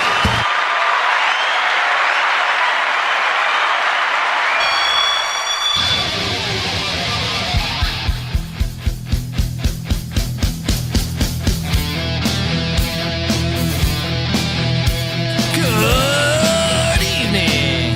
Now he goes, Attica, Attica, Attica, Attica, Attica, Attica, Attica, Attica, Attica, Attica. Attica, Attica, Attica, Attica, Attica, Attica, Attica. Why? Had the wire. Had the wire. I hate this place. All right, that's a mental institution reference. Nothing works here. The Nothing works medications here. Don't work. Welcome to the show, everybody. Yeah. Sorry, when I get... Yeah, says Matt. Aaron said, welcome to the show, everybody. Fix my hat. Put my mic up, down, so it doesn't actually make a difference. Again, that would be like me doing this. And putting it right back where it started. That's what Aaron does the whole show. He's lifting his mic up and down. And then Matt's like, yeah, yeah. Well, settle down, Alexa Pro. Welcome to the show, everybody. Yeah. Sorry, when I get stressed at court, I hit 9 holes right before the show's over. And Oh, speaking of court, were you supposed to tell me hi from someone today? This is the only time Matt's ever excited when Matt and Aaron's, because they have the same lawyer. They have the same, they're the same pathetic fucking loser. Again, 4 divorces between the both of them, and their lawyer has worked on both of their cases. The only time Matt gets excited is when the lawyer either says something to Aaron to repeat back to Matt, or vice versa. When the lawyer says something to Matt to repeat back to Aaron. This is the only time Matt ever has anything to say, is when the lawyer tells him to say something. Yeah, our lawyer. Yeah. Yeah. You want to know how I know that? Yeah. I saw him today, too. Yeah. Yeah, man. Matt, you're missing some teeth back here, it appears to be, man. Who's your dentist? They should be fired. Our lawyer, by the way, our lawyer says hi. Yeah, I saw him. I had to go see him. I had to drop off some documents I received. Oh, fun. Hey, Yeah. you wanna read what I have written in my Google image search? Perp walk. I have perp walks. Perp walk, yeah. Written in my Google image search. How is everybody? Everybody see my fancy ass? Look, again, he just moves his mic. Boom, boom. It's like me doing this. Fucking Christ. Today? Everybody see my pretty ass? God, I was good looking. Everybody see my pretty ass. Look, so this is, again, self-conscious projection. He knows he didn't look good. He knows his fucking hairline's terrible. He knows he looks too fat. He's even self-admitted he's 10 to 15 pounds overweight, so he looks too fat in the suit. And he didn't think anyone would have a picture of this, but in fact, everyone did. And you look poor. You look poorly. You look bad. You didn't look good. Looking. Let's get some rumors going about me. I had some papers delivered today, too. What kind of papers? Just papery papers. Can you tell me what I kind of... Just papery papers. to deliver them to my attorney.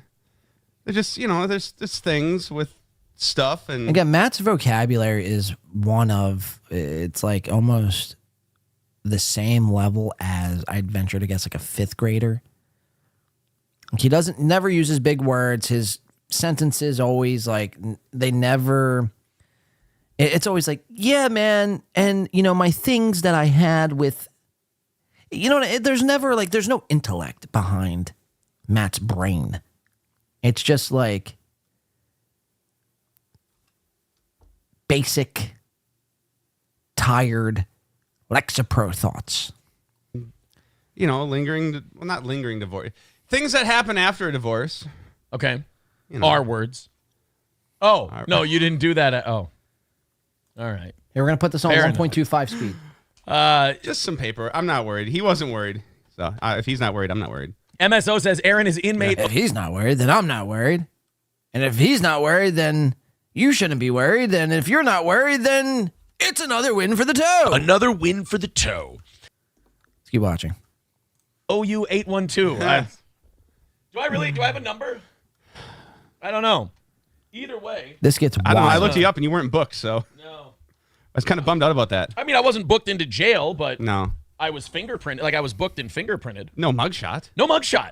So Aaron pulls out a beer. Everyone, is sitting here going, oh, is there going to be a mugshot? I thought there was going to be a mugshot today. We were all excited for the mugshot. Yeah, because I look fucking good. Holy shit.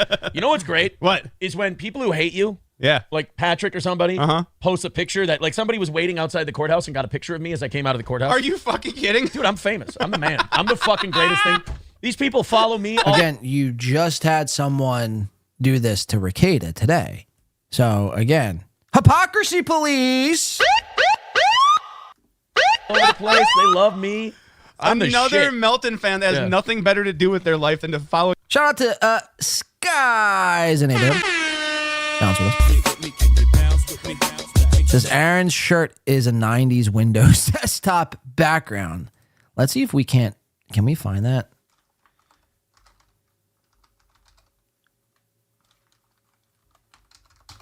I know what you're talking about, but I hope that I have that in image form. Just like that bright blue Microsoft background. Thank you, Sky. Let's see if can we yeah, Sky. Wow, Sky is on the money with this. Wow. Aaron's shirt, this shirt right here is basically a Windows 98 style fucking background. Confirmed. That's spot the fuck on, Sky. Wow. This is basically Aaron's shirt. Oh, God.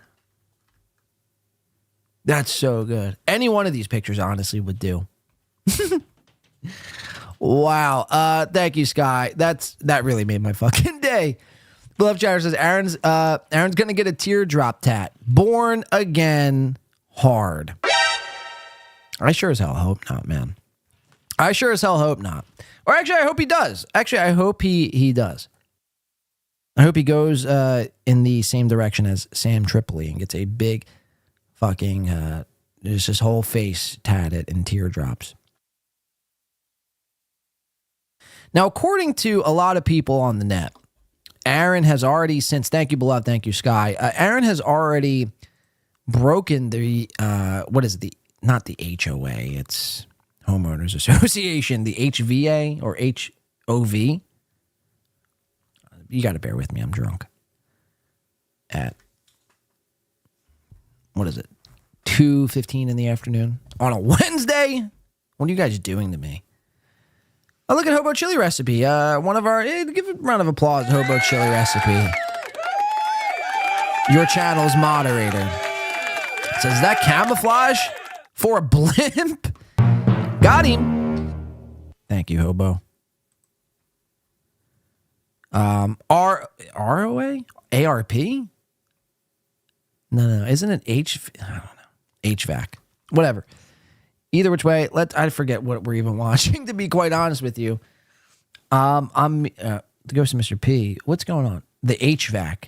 It says Muzzle Bees, win by Hobo. All right, let's watch. Oh, you around and watch you winning. Bro, I'm the fucking man. I really am. I can't help it anymore. I can't even be humble around these people. You follow me, you take pictures of me looking fucking dressed to the nines. I look fucking stunning. As evidence, when they posted the picture online as like, there's Aaron coming out of the courthouse, there were people who I've seen tweet at me that I'm the biggest piece of shit in the world, and they go, he actually does look really good. Like, it's tailored nice, too. And I'm like, fucking good fucking suit. My second favorite suit, motherfucker. Nice. So, man with boobs. I went with the light blue shirt. Yeah. No. Jeez Louise. Correction. 2 men with boobs. That's a fucking fact. That's a fucking fact. Yeah. With the dark blue jacket. The dark blue pants. Nice. Brown belt. Okay. Tied together with some beautiful high mirror shine brown dress shoes. There you go. Looked great. There you go. Looked great. And then Matt, do you even own a suit? We have what? There are things I can't say. Well, yeah, obviously. And people I can't mention. But there has there is a, let's just say something, there is something in this world, let's call it the Constitution. Okay. That is being amended. Yes. In a way that is very good for all involved. Brown shoes. Okay. Let's just say today was a good day. Gotcha. Today was a very, very good day. Okay, let's get into it. Let's talk about Did you it, fuck man. around and get a triple-double? Today was a good day? Fuck around. It was. No, but it was. It was a good day today. We did not have a morning show, so got the morning off. That was nice. That was cool. Got out of the fucking courthouse. I looked at my lawyer and I said, well, looks like I'm getting out of here exactly about 10 minutes before the show would have ended. So I got to sleep in an extra hour. That was about the difference. Bone Cold Fleas Austin says, you are the Batman and Melton is the Joker. What would he do without you? Go back to ripping off regular people? No, I've changed things. Citizen M is in the... Oh, look at the breasts. Look at the breast on full display. Wow, Scott, I can't unsee this now. Like, all I'm seeing is Microsoft's 98. Fucking background. What the fuck? Why did you do that to all of us, Sky? The Windows 98 Microsoft background. Oh my God. Where did you order this from? Microsoft.com? Hey, can I see what you have in the Windows 98 section, please? I'm more of a Windows 98 kind of guy. Sir, we don't have Windows. We only have Windows Vista 2015 and up. God damn it. How much for a custom-made Windows 98 shirt? That's fucking amazing. Chat saying it's going to be his life's mission to destroy Nick. I've got bad news for you, Citizen M. Nick beat you to it. He's doing it on his own. I'm sorry, buddy. You lost that one. No, Nick beat you to it. It's not your I life's tried mission. to do it too. Yeah. He already beat you to it. So Yeah. He just does it to himself before you can. That's what Nick told me. He goes, what you have to understand is that, sometimes when people are trying to destroy your life, you have to just destroy it first so they can't do it. And that's how you own them. He's practicing what he preaches. Yeah. Hey, no matter what you say, Nick Ricade is fucking your ex-wife. And she ain't dry anymore. Going to be a real It's a hoot. real hoot for her. It's not another win for the toe. No matter how much you fucking cope and seethe and fold your arms and caress your own boobs, it don't change the fact that currently, right now, as we speak, Nick's probably out of court. April was probably instructed to lay butt-ass naked, sprawled, spread eagle on the bed. So when Nick gets home, he could just dive right. Wait, what's the song? Dive in it? I want to dive in it. What's that one's? Isn't it called Dive in It? Dive in it. Isn't it R. Kelly too? Dive in it. Or it's Trey Songz. Dive in. Dive. I'm about to dive in. That's Nick Ricade right now.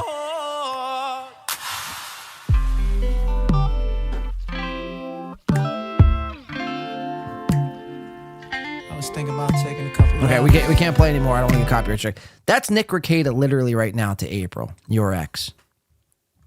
So no matter what you say, no matter what you do, it doesn't change the fact that he's enjoying himself more than you, man. Exactly. That and the Coke stress level thing. He's really good at practicing what he preaches. Right. You can call him a cokehead. Dive says you can see a you picture. can call him a bad father. You can call him any name in the book. He's still plowing out your ex-wife. Of it on Melton's community page. Yeah, and you can see people go, all right, he looks good. Like, it was so funny to watch people like, I drove all the way to the courthouse. I waited till Aaron came out. I took a picture There was literally one person who did this, by the way. There wasn't like a flock of people. of Aaron. I guess if an Onion fan goes into a courthouse, their skin sizzles. I don't know. I don't know what the deal is. Well, they don't let phones in court.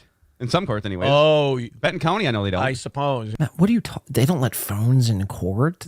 What?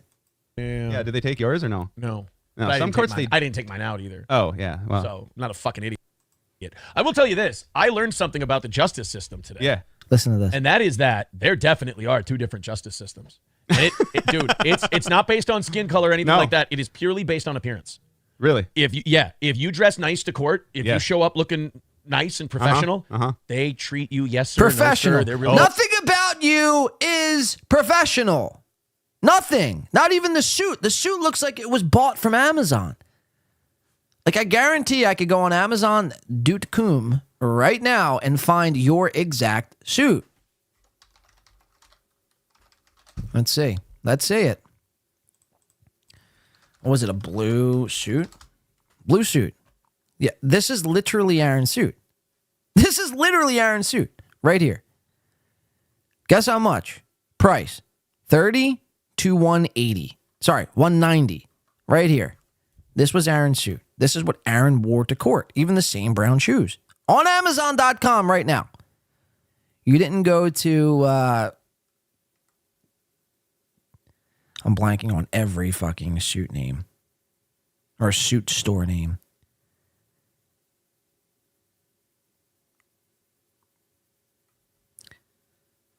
It doesn't even matter at this point. The point is, you bought your suit from Amazon. You should be ashamed of yourself. You should be ashamed of yourself. You bought your suit for $47. Let's keep listening. Oh, I'm taking this advice in right now, buddy. Listen to this. Yeah, but it's you not dress in street clothes. Yep. I felt bad. It's not Hugo Boss. It's I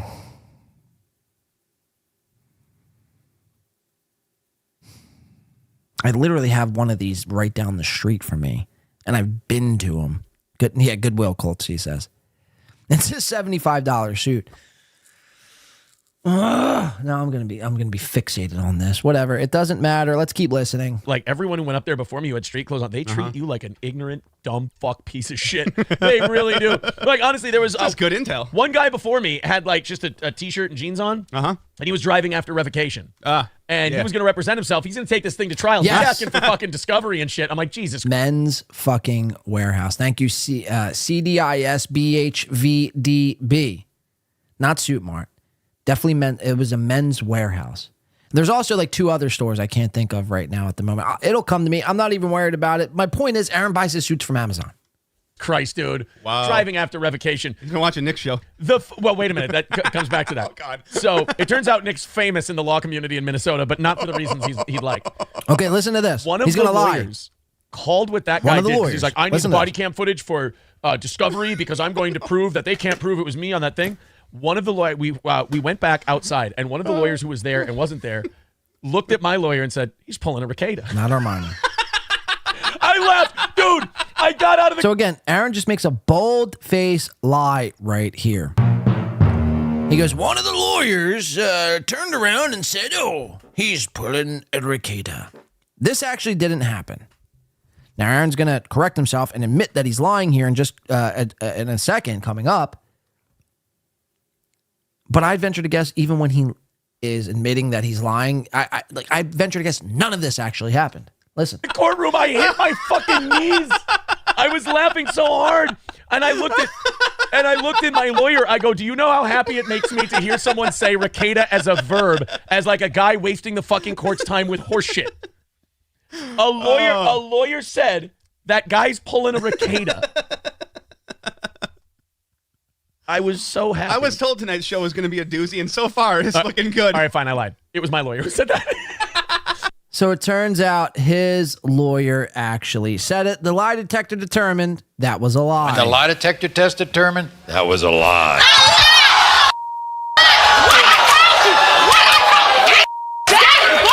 Now, so people are trying to guess it. Jesus fucking Christ, that dude's laugh like Kate Meany, Kmart Ready suit, men's. So it's Men's Warehouse, but I'm also there's another fucking store that I can't think of right now.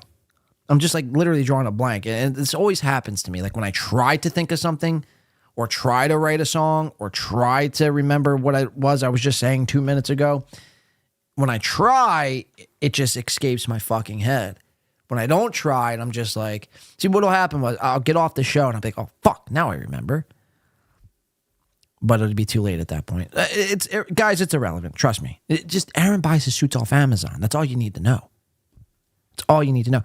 So again, just a bold-faced lie. So he makes the claim that one of the lawyers says, oh, they're pulling a Ricada.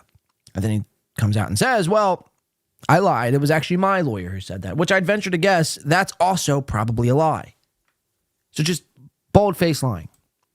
My lawyer said Matt's never heard anything this funny before. He's chuckling it up. He's never heard anything quite this funny. He's pulling Ricada, and it made me laugh my fucking balls off. But it is like people like I was talking to him about Nick's motion and everything, and he goes, look, because I trust like my lawyer more than I do like YouTube lawyers, because as good as like Sean is and he's practicing and everything else and all these other guys, They also have to have a level of showmanship. Like Right. they're performing. So I go to my lawyer. You've for also got personal Performing. experience of what he's told you and Yeah. what's happened in the Aaron thinks everyone's just doing a show. past. So my lawyer was like, look, it's a real Hail Mary, but Yeah. it's what everybody does in these Yeah. situations. It's just what you do. You try to get everything thrown out and you hope for the best. He says, but his motions look like he is writing them personally. Yeah. And they're terrible. He said, either this lawyer is a complete pushover and just letting Nick do this. But see, again, you know, this is what needs to be talked about. Again, we spent maybe 4 minutes on Aaron's court case, and now we're pivoting to Nick. And this is why Aaron's lucky, because Nick had a court case today. April has a court case next week. People will forget. By tomorrow, people would have forgotten that Aaron went to court for violating a restraining order, which I think he's gonna violate soon. Now, I haven't seen the Doom clip. I mean, did I miss it already? I don't know. What did he violate? Because he talked about April. I didn't hear him talk about Ashley in this. Maybe he did. I don't know. But he's going to violate. He has 1 year to uphold this restraining order, or this new terms, the new terms that the judge issued out. He pleaded guilty to this, admitting that he violated the restraining order. He had to pay $135. And if he violates again, he's faced up to 90 days in jail. But again, he can't talk about this. He refuses to talk about this. He's deflecting and talking about Nick's case instead, because it makes him feel good inside for whatever reason. It's so bizarre, man. Like, it's like he's still so caught up with Nick and April and Kayla. And this, you know, this hasn't been said either. And I think someone called this out last night in his chat room. I don't think we're going to get to it, so I'll just repeat it now. But apparently Aaron's dating SP, Slam Piece, right? His new squeeze. And what's bizarre is anytime Kayla Ricada's name comes up, he's lusting over her. He's thinking, oh, you know, the only person who can get better in that situation, who I believe in can get better, is Kayla Ricada. You know, if Kayla was just to turn her life around, I'd maybe even, you know, consider taking her back. It's like, what about your new Slam Piece? What about your new chick? How do you think she feels? Imagine like being with somebody and like all they're talking about is not even their ex-wife or their ex-girlfriend, their ex-polycule partner, their ex-swinging partner that's currently still married to Ricada. I mean, it's bizarre. Doom says it's around 4:30 in the clip I posted last night. All right, let's go to Doom's clip real quick, because I'd like to watch this. We'll go back into this. Thank you for letting us know, Doom. Doom Steel Toe. Doom Steel Toe. Thank you for that, Doom. Make sure to check out Doom. Somebody, if you want to post Doom's link, please do that now in the chat. Okay, so I'm guessing it was, this one right here. He said around 4:30. MSO says Aaron is inmate OU812. I think this is kind of where we're at in the show, no? All right, we'll go to 4:30 in Doom's clip. Here we go, right here. The mother of my children. So what does that say? Respondent must prohibit his wife, April M. Holt, and co-hosts from directly or indirectly talking about, I can't read, petitioner and or making direct or indirect disparaging and or harassing comments about petting. I don't know what that word is. It's blurry as fuck. During any online broadcast, shows, or social media accounts that respondent has control of. Okay. So that's according to the court docs right there. It's Aaron. Basically, Aaron can't, or any co-host or Aaron can't bring up April or Ashley, I think for that matter, without violating the restraining order. Now let's listen. According to Doom, this is where this clip is going to get Aaron in some trouble. Now, this is where I need people to send this to the FBI, send this to the CIA, send this to the Minnesota DA. Send it. Don't be afraid. You're doing a disservice if you don't send it to him. He's actively breaking the law. Imagine if you watch somebody show up on camera and kill somebody, and you're just like, you know what? I don't want to be a snitch. I don't want to be a snitch. You're not being a snitch. You're just doing your part in society. You know what I mean? Like Aaron didn't come to and confide in you, and then you flip on him and turn the information over to the authorities. He's actively doing this live on his show, breaking and knowingly breaking the restraining order the second time. I don't feel bad for a guy like this. Also screwed me over. Any advice on this topic? Find yourself a good attorney, pay him lots of fucking money. That's my advice. And I've never been in such situations, so I don't know. That's just what I've heard you have to do. Got him. We fucking got him. Even the prosecutor goes, I can attest to what Mr. Imholt said. The relationship between him and blah, blah, blah, blah, blah, blah, blah, blah, is much better. So directly or indirectly. So this is indirectly talking about the situation. Yes, we did get him. Let's keep listening. Better is very good, and everyone's very happy, and blah, blah. I'm like, fucking hell, what did I walk into here? This is nice. Take a little responsibility for your actions. Say that's all in the past. I'm really sorry. Well, and you made change. Yeah, and you made change, Yes. and then everyone goes, fucking guy's all right. Like, even the people on the other side of you are like, hey, this fucking guy's okay. Go get your fucking fingerprints. I'm like, all right. Get the fuck out of here and get your fingerprints. We don't need you anymore. I'm like, all right. It was nice. It was a decent experience. Yeah. I was glad to do it. Glad to take... What I told my lawyer today was like, I feel like this is me exercising the last vestiges of that part of my life. Yeah. Like I took that shitty, horrible, life-destroying April, Kayla, Nick, Aaron This is crazy. team that was toxic and fucking horrible and awful and led to so many other ricochet effects that affected other people. Yep. This was me accepting like the last portion of responsibility for that. Yeah. And exercise. You had no other choice. What was your other choice? Fight it? Were you going to plead not guilty? How would have that turned out? And again, the only reason why he's doing this is because he's going to be like, see, I took the high road and Rekieta is still trying to fight his own charges. See, guys, I am actually better than Nick. Finally, something I could be better than Nick at. As he continues to plow my ex-wife.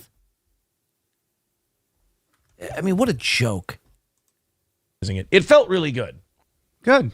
And fucking good. And I'm happy for you. I had people waiting outside the courtroom just like, here he comes. I'm like, yeah, fuck it. There was one person with a flip phone. There was one person with a flip phone, man. There wasn't like a mass fucking paparazzi out front and you were trying to dodge. You were trying to dodge a good, nice camera. There was one guy, one flip phone. Call it one guy, one phone. That's basically what it was. You can soak it in, bitch. We got this. Stop laughing. Stop laughing. It's not funny. $35 fine. That's what it cost me. Paid me 135 buckaroonies, which I would have probably golfed that away this morning anyway. All what that guy did, because he's like, I need the body cam footage for discovery because I'm going to prove that they can't prove it was me on that thing. One of the we went back outside, and one of the lawyers who was there and wasn't there looked at my lawyer and said, he's pulling a Rekieta. Yes! I laughed. Dude, I got out of the courtroom. I hit my fucking knees. I was laughing so hard. And I looked at my lawyer. I go, do you know how happy it is? He pulled a Rekieta?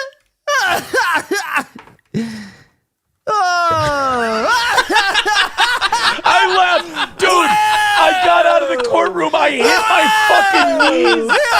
I was laughing so hard. And I looked at my lawyer. I go, do you know how happy it makes me to hear someone say Rekieta as a verb? As like, oh my gosh. He can't be stopped, man. Look how fucking red his face is, man. It practically is the fucking shade of a tomato. One guy's pulling a Ricator, this guy's pulling a tomato. Matt is psycho. I venture to guess Matt like does some weird shit to animals. I'm just willing to say that now. Matt, I used to think you were, for all intents and purposes, cool. Well, that's very cool. I don't think that anymore. I think you harass animals. I think you're an animal fucker, much like, well, I was going to say Rob Saw, but Rob Saw is too easy. Matt strikes me more of like a chicken fucker. Matt, like, you know what I mean? He goes to his local fucking chicken coop and buys a chicken and then harasses it with his penis. I mean, seriously, this guy sucks. He really is the worst, but it goes beyond just sucking and being the worst. He's got skeletons in his closet. There's reasons why he's 2 times divorced and no kids at the age of 42. There's a reason why he's doing Steel Toe Morning Show as a hobby. He's got no friends. Nobody to call him out on his nonsense.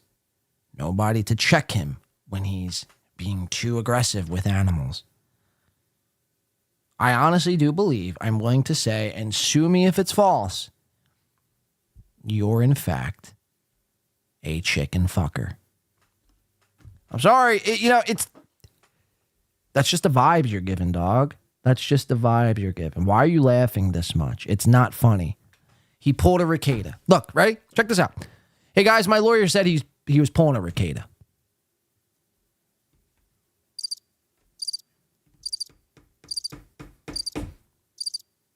Not funny. It's just not funny. Peace of Mind says, I totally believe that actually happened. We got to spread that around, man. We have to make signs and posters, plaster them all over the towns you live in. Get this guy's face. Have you seen this man? He abused my cat. You know what I mean? Like, not even Mersh would abuse his cat in a sexual manner. I can't say the same about Matt. Matt is the cat fucker. Anybody who's willingly laughing at Aaron M. Holt, you have some sick, twisted fucking secrets, and we're going to expose those secrets. I'm willing to pull all of my resources for the rest of time to expose Matt. I'm on a highway to hell, and I'm going to expose Matt for everything. I'm going to get a PI on the case. I'm going to get fucking the CIA involved. My uncle works for the CIA. Fuck, I wasn't actually supposed to tell anyone that. Fuck. This is what happens when I'm drinking. I just spill the beans. I'm going to get high-ranking officials. It's over for you, Matt. You and Gino Bisconti might as well buy a fucking rowboat and row yourself out to fucking sea. Throw away your electronic devices. You, Iso, and Gino Bisconti should jump in a boat and sail across the fucking Atlantic Ocean. You guys are done. It's over. This all good things must come to an end. One day my show will come to an end. All good things must come to an end, Matthew. You're finished. Okay? So we will be exposing you. I hope you know this. I didn't want it to go this way. We gave you a chance. The Matador and all this shit. Oh, Matt's a king. No, you're fucking through. You're through. You're done. I don't know what else to tell you. So either run and buy a boat and sail across the Atlantic like a good fucking cuck, or face the consequences. The next time you show up on a Steel Toe Morning Show, I don't want to have to do it, but I will do some shit, dog. Don't force my hand. Do not force my hand. Show up on a Steel Toe Morning Show tonight. See what happens. See what happens. If you know what's best for you and fucking your chickens, you don't show up on Steel Toe tonight. Laughing so hard, and I looked at And I looked at my lawyer. I go, do you know how happy it makes me to hear someone say ricada as a verb, as like a guy wasting the fucking court's time with horse shit? A lawyer said that guy's pulling a ricada.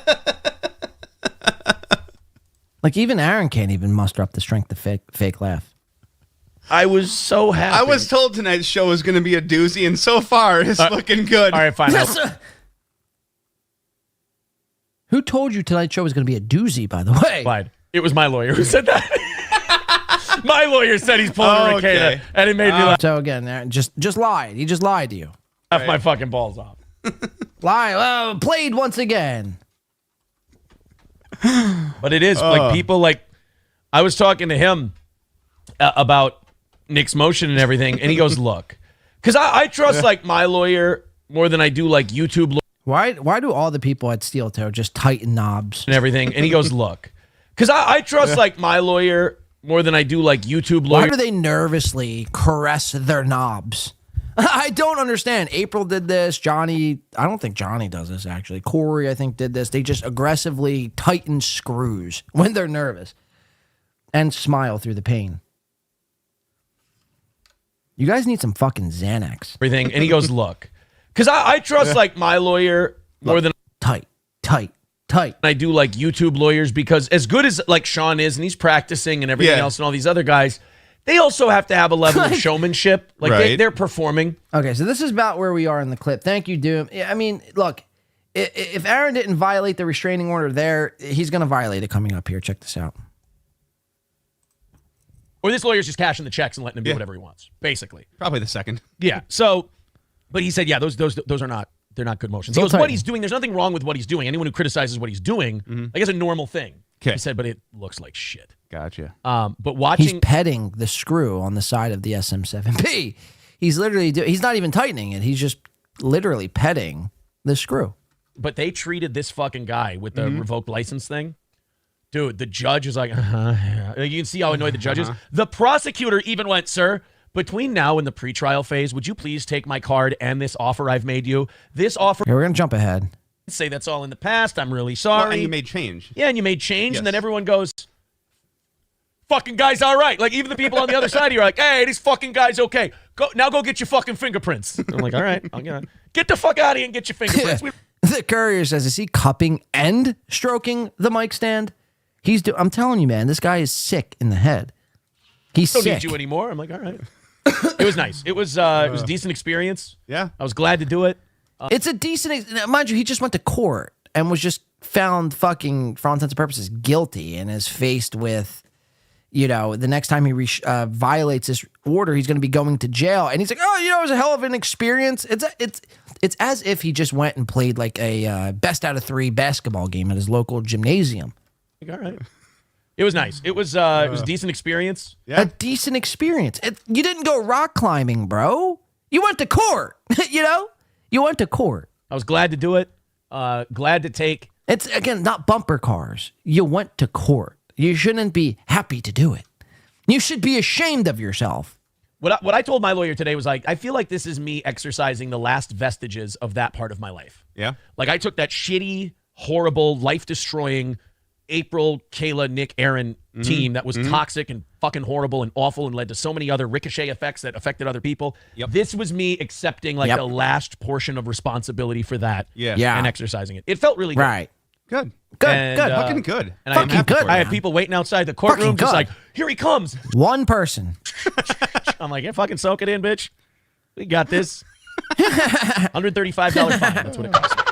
Paid me $135. Okay, so I think this is where we got to Doom's clip. Let's just jump ahead. He's going to get into April's. This was wild to me. Dog shit. Yep. Yep. Here, we got to go back a little bit. He dressed nice where I was. Mr. Nobody is seething like a motherfucker right now. Seething. You're bragging about looking nice to your court appointment. Yeah, it went great. Yeah, it has to be a thing where people don't dress nice, because as many times as our attorney made sure to tell me, make sure you dress nice. Right. People don't. They show up like dog shit. Yep. Yep. McBuster. You would know what dog shit looks like, Matt. You would know. Says Nick needs to scrub those showers at that house. Good thing you didn't buy that swamp pit. He needs some CLR. Yeah, he really did. You should get CLR as a sponsor next. I will say this. That house has potential to be a beautiful house. Oh, yeah. The land. Here he goes. This, ladies and gentlemen, if you haven't noticed yet, this is Aaron, his new fucking disguise, his new mask. This is Aaron. I present to you Aaron the Realtor. It's great. I liked when we went and looked at it for the price Nick was offering it to us for. I was like, we can work on these things. Yeah. Like at $350. Yeah. I was like, a decent amount of land there too. Yeah. Yeah. And April loved the amount of land and everything else. And then, yeah, it was, but you know, at $450, you got to clean that shower. You got to clean those sinks. That you gotta, fucker better be immaculate. The ceiling has damage.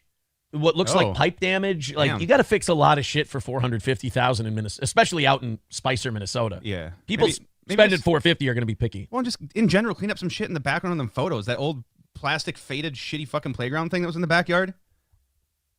You remember that? Oh, the kid slide thing. The kid slide thing. Yeah. It just looks trash. They could have done a lot of things. They could have staged it better. They could have made that bedroom look less fucking depressing. And how about when you say you got rid of all your booze, how about you hide the fucking booze bottles where you clearly put them in the other house? Well, no, but somebody else lives there. Yeah, Kiwi Farms did something so mean. Oh, yeah? Okay, here it goes. Out of nowhere. It wasn't provoked. This was apropos of nothing. Literally. Just brings this up. This is wildly bizarre. Tell me you're still scorned and butthurt without telling me you're still scorned and butthurt. But somebody else lives there. Yeah, Kiwi Farms did something so mean. Oh, yeah? I almost don't want to repeat it. Oh, boy. Don't repeat it. Then don't repeat it. You don't have to repeat it. You don't want to repeat it. Then don't repeat it. But Aaron's a fucking child. Mentally, he's 14 years. That's disrespectful to 14-year-old. He's probably like 9 years old mentally. Trapped in a almost 40-year-old body. It was so fucking mean. Ooh. I got to know. So. You don't have to do it. One of the pictures. You don't have to do it. There is in the shower, in the cleaner shower. Yeah. There is a photo that shows, and we saw it yesterday. We just didn't, whatever. With some body wash.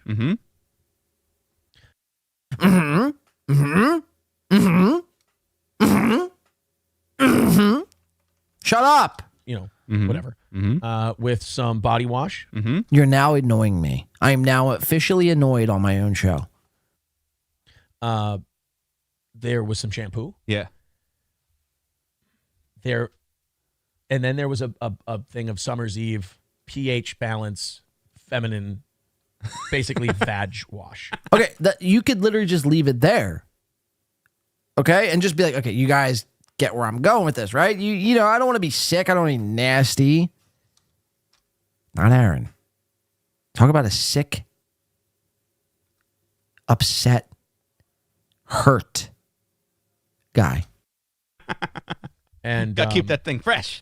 So, which is fine. Gotta keep that thing fresh. Do you, Matt? Matt, when's the last time you seen the inside of a vagina? When's the last time you fucking cupped a pair of tits? You know what I mean? Or is it just all chickens for Matt? And gotta keep that thing fresh.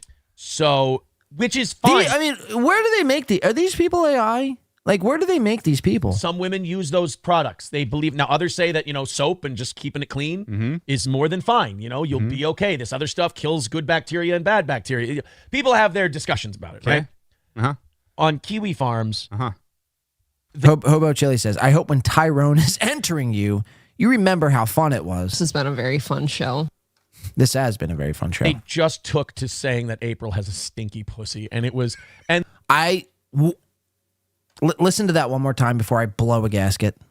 They just took to saying that April has a stinky pussy, and it was, and they were saying it in the meanest fucking ways. Like there were a couple, couple that I read where I was. So again, this is basically like Aaron saying April's snatch stunk, and I hate to even be graphic. Again, it's not even me. If it were up to me, we wouldn't be even going through this right now. But this is just so ridiculously fucking immature. It needs to be highlighted, played, and showed for everybody and documented for the world's sake. KF Sage coming in. For $5 says, my ex-wife's V stanks.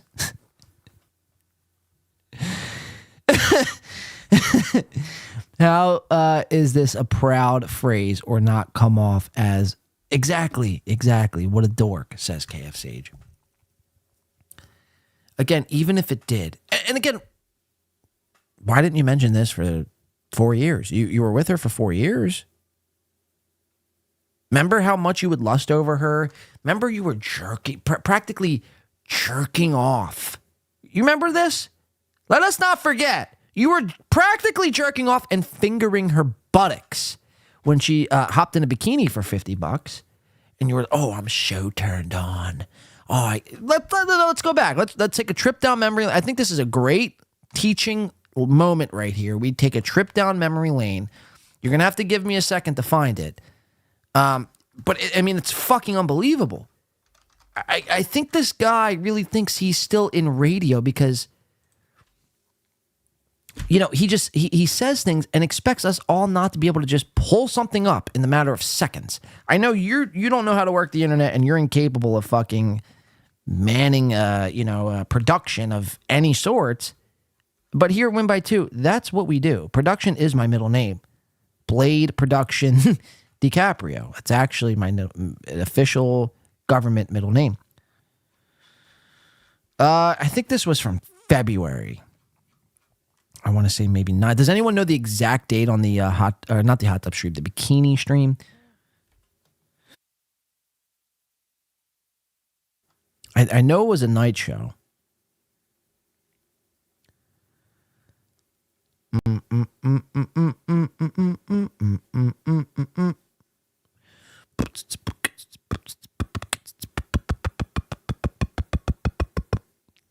Bear with it. This will be worth it if I could find it. Solo Rumble Friday. I want to say it was 213. Let's see how good my steel toe lore is. Let's see how good my fucking steel toe lore is, ladies and gentlemen. This is why we are the best in the motherfucking biz.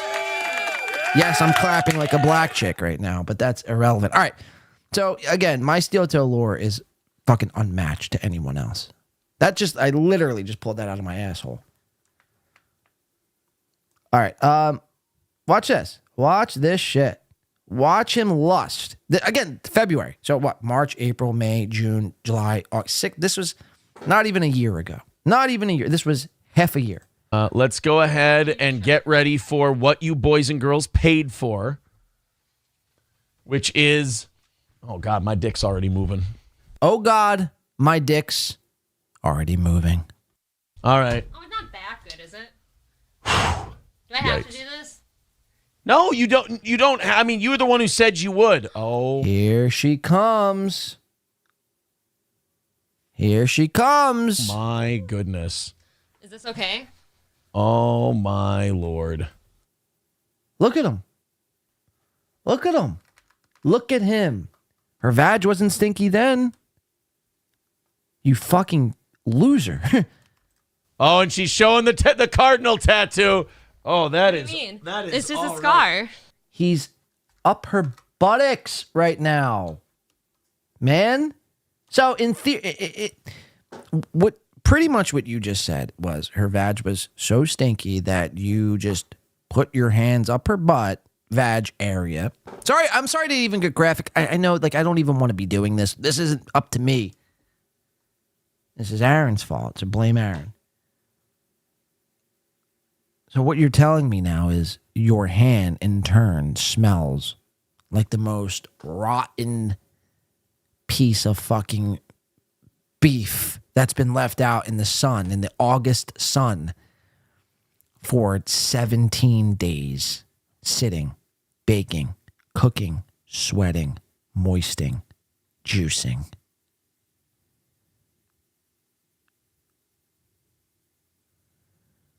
But you're completely fine putting your hands up it, right? So what does that make you? Oh, yeah, it's just a big scar. It's just a really big scar from some really sexy guy in Texas. Look, there he goes again. Tattoo artist. There he goes again. His hands are up her shitter. I mean, one can only imagine if the vag smells like a dead fucking deer carcass. The shitter probably don't smell any better. I mean, let's be real here. If we're going to get real, let's get real. All right, y'all paid for it. I went with a classic black one with a not classic bottom. Oh, my God. Helgi says, "Do a full turn." Yeah, see, they're never going to be satisfied. And he's horned up. His dick is as stiff as this fucking whipped cream canister here. Not as. See, this is why I can't wait for her to come out and be like, he had such a small penis. His dick was probably the size of the cap, and that's even being kind of generous. Again, you're willing to stoop so low to say your ex-wife was stinky. I mean, that is so like, bro, that is so like, like sophomore year shit. You know what I mean? Like, there's a certain time where you need to grow up. But see, Aaron never grew up. He was never forced to grow up. Ever. Everything he says about Nick, about the same thing. Oh, Nick just has mommy. I'm not saying Aaron has mommy and daddy money, but Aaron has never actually had to go out and get it in his real life. So, he wouldn't know what the real world was if it hit him right in the fucking face. Watch this. He's going to go back for fucking thirds, fourths, fifths, and sixth. Full turn? I don't know. Knock out tomorrow's goal and I'll turn around for 30 seconds. I'll stand there with it. Laundry room says, I got blood flow. Or lack thereof. It's all in one spot. That's really cute. You're built like a 12-year-old boy, says Hobo. Thank you. Hobo. What's that say? The comeback queef member for 4 months of the stub toe. Courtesy of shout out, kudos to the comeback queef. Kudos to me. Kudos to Win by 2 Radio. Yeah, Chris has pimping April out for the goal. Right. She wasn't stanky then. Doctor of Madness says Hobo was spot on. You can go back and fact check any of my episodes from last year, from when we first started covering Steel Toe. Everyone was like, dude, I totally would smash that. Win by 2 always pumped the brakes on that and said, hey, man, like, just because she's a chick on a screen doesn't mean you have to say the words I would. Ever. I was always hesitant about April. Like, she's a YouTube maybe 5 and a real, like, if I saw April out in public, I would just keep walking. Like, I wouldn't even turn my head. Ever. So that would make her a real, if she's a YouTube 5, that would make her a real world 2. Kudos to me. Kudos to Win by 2 Radio. I know, so. John's neglected cat says, suck it in, piggy. What? I'm fine. I am a Here, cunt. I'll suck it in. I am a cunt. My PP did a Hitler salute. Is this okay? Did I do okay for all of you? Cowpoke called it. Monetize that body. Said balls and wieners. No, here's the thing. I've done 2 hot tub streams. I don't care anymore. Right. Now, remember, all last year, they would never, anytime OnlyFans would be brought up, hey, when's April going to start that OnlyFans? They would always deny. This was, you heard her say it, their 3rd time she was in a bikini on camera. This guy's in the neighborhood says, I would. That's a fucking fact. That's a fucking fact. Yeah, I would not. Sky, you could do it. Sky, hey, Sky, you could go ahead and do it. The stank and all. And let me know how it is. All right, I'll live vicariously through Sky. I think that's fair. Hail the Paul Queen. All right, let's keep watching. Roots Calhoun says, for just 15 cents a day, you can help feed a starving April. Balls Deep My abs gifting. are phenomenal, I know. Balls Deep gifting a membership. Thank you very much. Look at this. Look at it. Look at it. Look at it. It's too far away, so I can't really see Look, it. But he's back for more. Remember, it stinks, guys. This stinks. have you ever seen this bottom? Ew. Do you know that? Ew. Like his hands are caressing her asshole. This was the first really sexy bottom I ever bought from Victoria's. Look, it gets so bad she's gonna have to say something here. Secret back when they were pretty risque. This is from. He's literally fingering her. 2014. Team YouTube. What's your fucking policy with host and co-host fingering each other?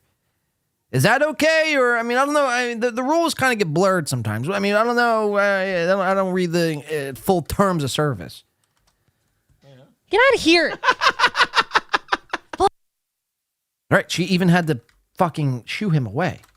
From 20. Look, he's a child. He's a child. He can't resist.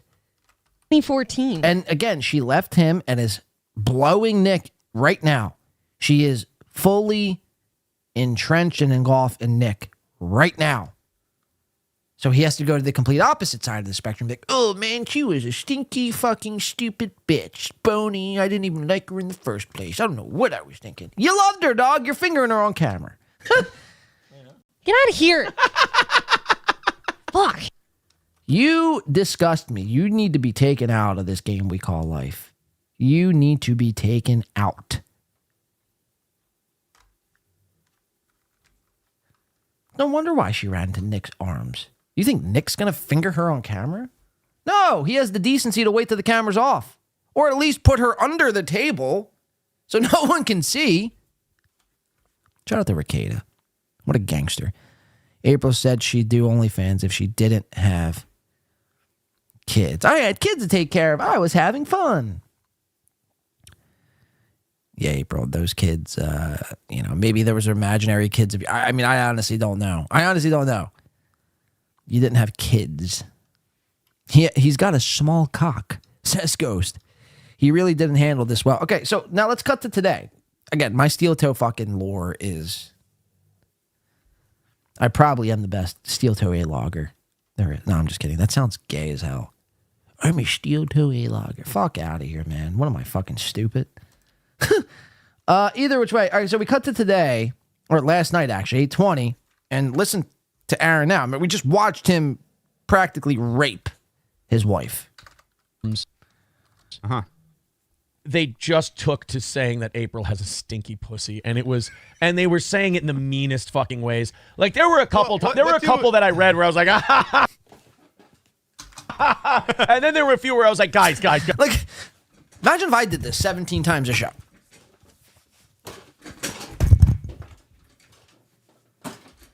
I mean, what the fuck, bro? Oh my God, he can't control himself. He's like jumping out from the gym.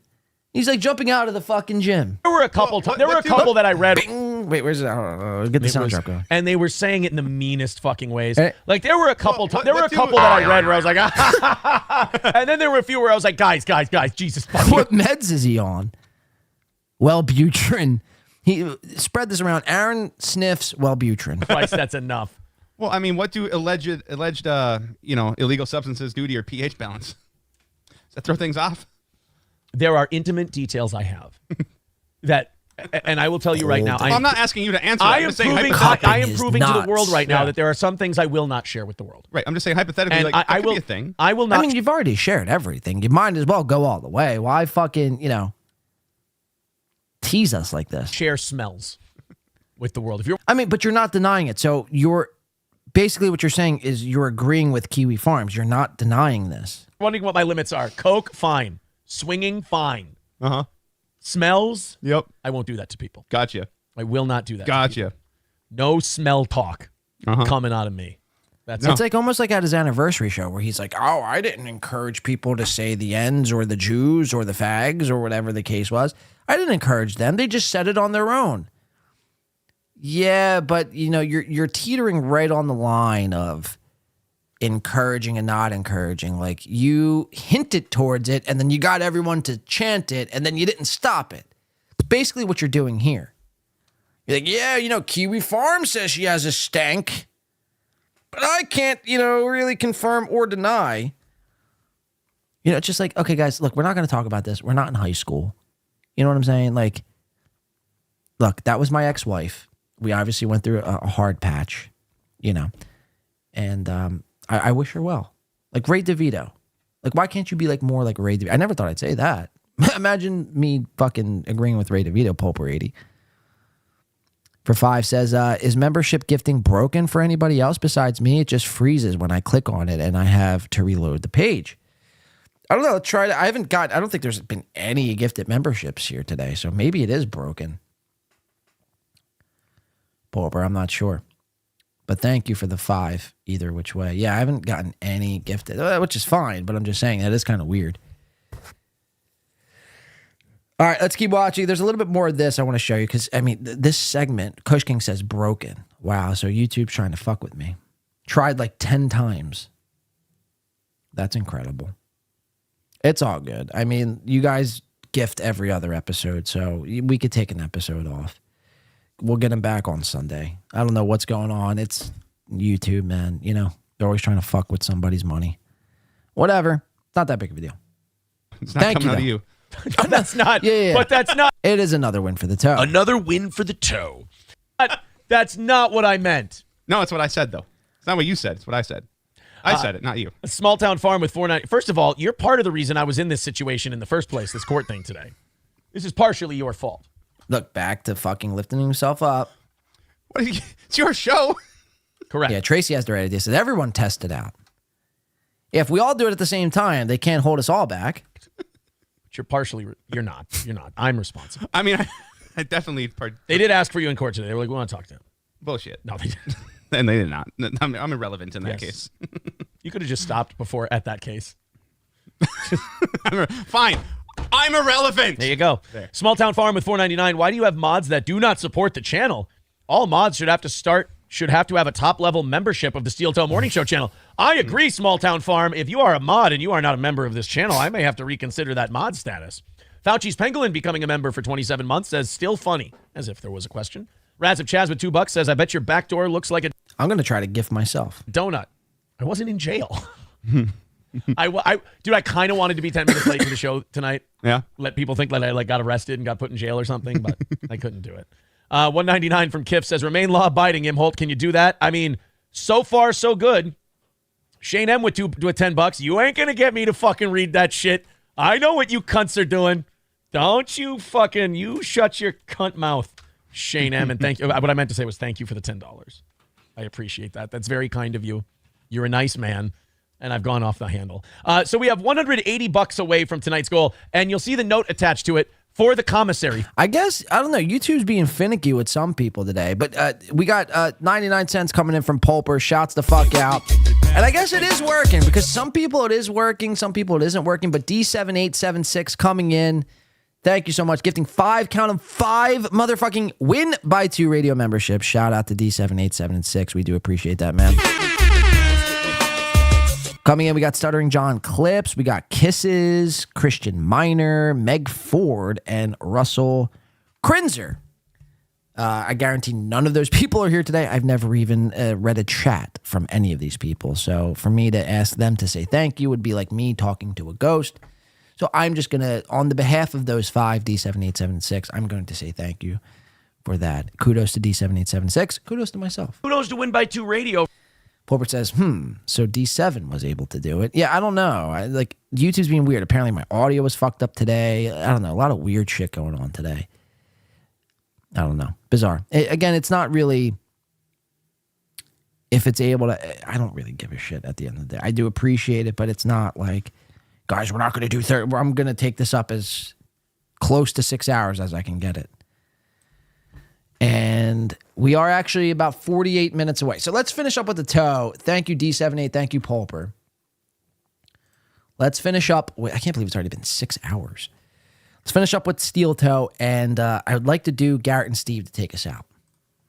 Fun. Mm-hmm. I mean, I could read his and give him advice, right? You can read that. Go ahead, Shane M. $10. The mother of my children also screwed me over. Any advice on this topic? Find yourself a good attorney. Pay him lots of fucking money. That's my advice. Steven Bravo coming in for the Win by 2 radio gifted motherfucking membership. Brax Hall, not to be confused with his cousin Breece Hall, who's the starting running back from the New York Jets. Which, again, football will be starting in about a week and a half. So, again, Sunday episodes will be moved to Saturday. We'll be back to Wednesdays and Saturdays for the remainder of the football season. Thank you, Stephen Bravo. So it's working for Stephen Bravo and D7876. I guess some people, I don't know. Maybe it's an Apple thing. How many people are using Apple who usually gift memberships? That's why Android's the best. You hear that? It's why Android is the best. And I've never been in such situations, so I don't know. That's just what I've heard you have to do.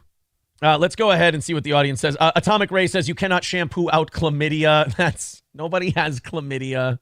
09 Canyon says there's a difference between pH balanced wash and douche. Right. Stop. All right, Citizen M. Jesus fucking Christ, dude. Atomic Ray says it is probably the water that smells. She'll never get it clean until she gets clean water. Oh, D78 says it is Apple. Okay, so maybe it is Apple, and Android does, in fact, fucking suck. Anonymous says her and Kayla share it. Atomic Ray, does Summer's Eve remove rust stains?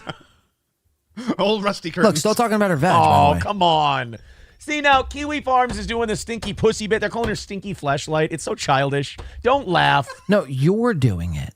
You're doing it. Matt, what are you laughing at, you fucking rooster fucker? I mean, I can't with these people. I can't. Don't Why laugh. would you say it? You know who you're sitting next to. Don't laugh at stinky fleshlight. It's just mean-spirited. It's fucking nasty. Why would you read it? You know what was really creepy today? What's that? Yeah, these are like two children giggling over like something ridiculous at the lunch table that was said.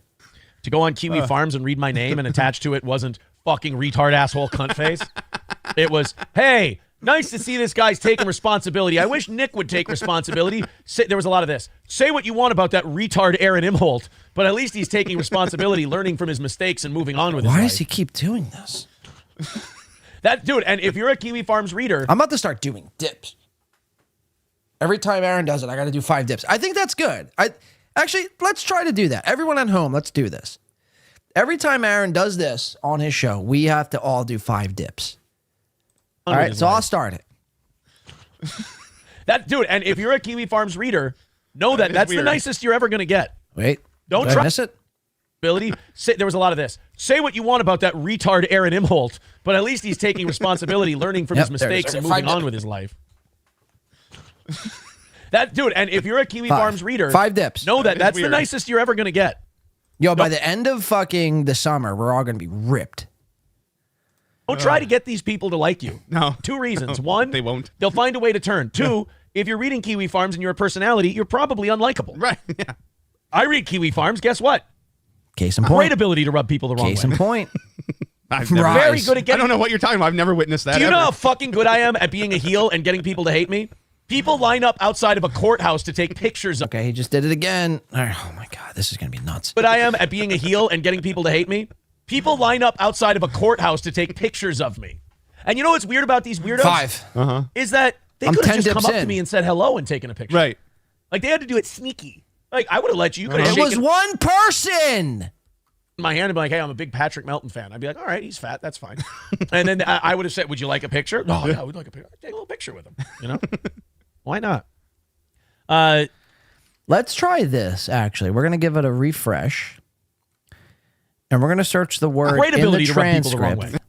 We're going to search in the transcript the words vajij, vajuj, vagina, China, Virginia, Gina. Just kidding, Gina Bobina. Not you. I was just thinking of words that rhymed with orange. All right, so Vagina. Why is it only one instance? Hey, let's see what this is hitting for. They were both white. If you want to know color, they were both white women with white vaginas. Aren't they pink? Well, on the inside. Okay. Or was Plankton he with calling it a 499 says, pussy? I'm from a law enforcement family. You do not fuck with the Bureau of Criminal Apprehension. Think of the FBI, but professional and terrifying. Snatch? Not even kidding. Well, he's not fucking with the BCA. The BCA has to Here test we go. Here we go. the Here's- pH levels off in a woman's snatch. I'm not going to talk about smells today. You've already have for 27 minutes. Not going to talk about smells. Anonymous says, bullshit, Aaron. You haven't seen the Baldo? I have not seen the Baldo. I've not seen it. And if you would have taken it out, I would have said, you put that fucking thing away or I'm cutting your dick off. And he would have said, I'm going to put it away. Now bend over. No, you're not putting your balls in my butt. Won't fit. My sphincter is too tight. Vidam says, That's why the tip is tapered. having more than one partner will make the pH levels off in a woman's snatch. She's probably using lubricant with Kayla and Nick, which could mess up the pH level too. Not going to talk about smells, bro. Silverwolf says 30 minutes to Foley. How the fuck are you getting all green lights on Division? No, 30. Yeah, Beloved Chair says they lined up. One dude did. One dude sat on a bench and took a picture from a flip phone. That's it. But Aaron has to sell it as there was like 97 people out there and a press conference pursued to happen. And it's like, okay. Ray Sad Treadmill says, good or bad, kind, no matter, toe crave, attention. It's true. Yeah, so it's almost like we're stuck in between a rock and a hard place because you don't want to let this guy go and continue to commit verbal and real life crimes. But at the same time, it's like he feeds off of all of our coverage and all of our hatred. I say that term hatred loosely. It's not really hatred. It's just we're watching him and making fun of him as he continues to spiral in live time. I think that's where we're going to put a pin in Aaron actually today. So it's like, what do you do in that situation? Do you just not cover him anymore and let him actually bleed the fuck out and go back to doing his fun little fucking stupid quirky show? Or do you watch every single fucking second of it for times like this? Now, again, he had a court date. We're not going to get to all of this episode here, but he had a court date today. He maybe talked about his court date for maybe 10 minutes, tops. The entirety of this episode was Nick Rekieta. He did a weird thing and he was threatening Rekieta at the end of this episode. He's talking about, for literally an hour, he was talking about April's stinky fucking, like, I can't even say it anymore, man. It's making me uncomfortable. This guy just willingly throws his ex-wife under the bus. King Kong Dong says, did April's snatch have a before and after drug smell? I'm not talking about smells. This way, if I keep saying I'm not talking about smells, it doesn't sound like a yes or a no. Just not talking about Just not talking about smells. So you could say no. That's like saying, were you with this person during the time of 7:30 to 10:30 on the date of August 21st, 2024? And when you're like, I can neither confirm or deny. That's practically yes, because if you weren't there, you would say, no, I wasn't. Now, again, I don't think April actually did. I think this is just Aaron trying to be a dick, and this is why I can't wait until April can talk. And, she could let us know that Aaron has deformities from his waist down. Reverend Billy says, John, you're on fire. Thank you, brother. No problem. Thank you, Reverend Billy. We do appreciate that, man. Being a member for 3 whole months. Who knows to win by 2 radio? Aaron just pisses me off beyond belief, man. Vince Griswold says April's a dirty girl. Kayla mentioned 28 times Nick over. Oh, in that episode? Yeah, just search the transcript and search keywords. Nick, April, Kayla, Vag, Vajij, whatever. Moose knuckle. And, it'll probably be an alarmingly high number. All right, so I'd like to do one more thing before we get out of here. I want to do this. I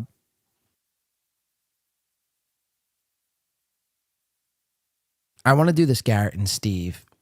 I have one clip. I'll save the Chrissy stuff. I'll save the Keanu. I'll save all of it. I want to do this, Garrett and Steve. I got to show you these guys because they're fucking incredibly bad. And I opened with that, so I'd like to close with this. This is going to be the last thing we're doing here on today's show, guys. Thank you for rocking with us. A round of applause for yourselves.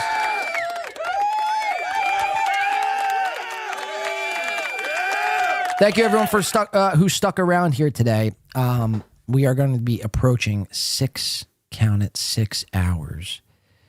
And we're going to finish with a little Garrett and Steve in the next 37 minutes. All right, let's just do it. Garrett and Steve.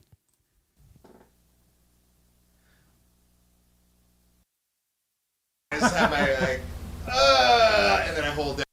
Okay, so we're already off to a rocky start. My shit always refreshes when I don't refresh it. All right, let's just watch it. Garrett and Steve.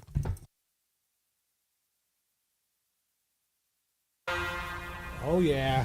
I get it every time now. That was fucking awful so far. Are we back? Yeah, well, now we're on. It's one stream, one place. One viewer.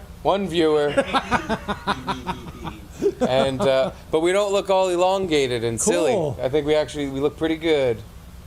Pretty smooth. So the audio sounds like complete and utter dog shit.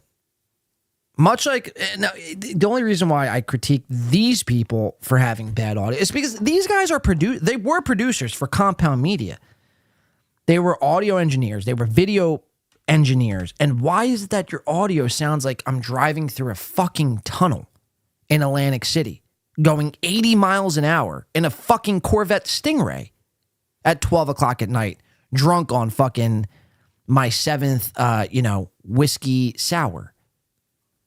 It's so extremely loud and disingenuous to your audience. And you're going to charge people for this and accept super chats on this behalf?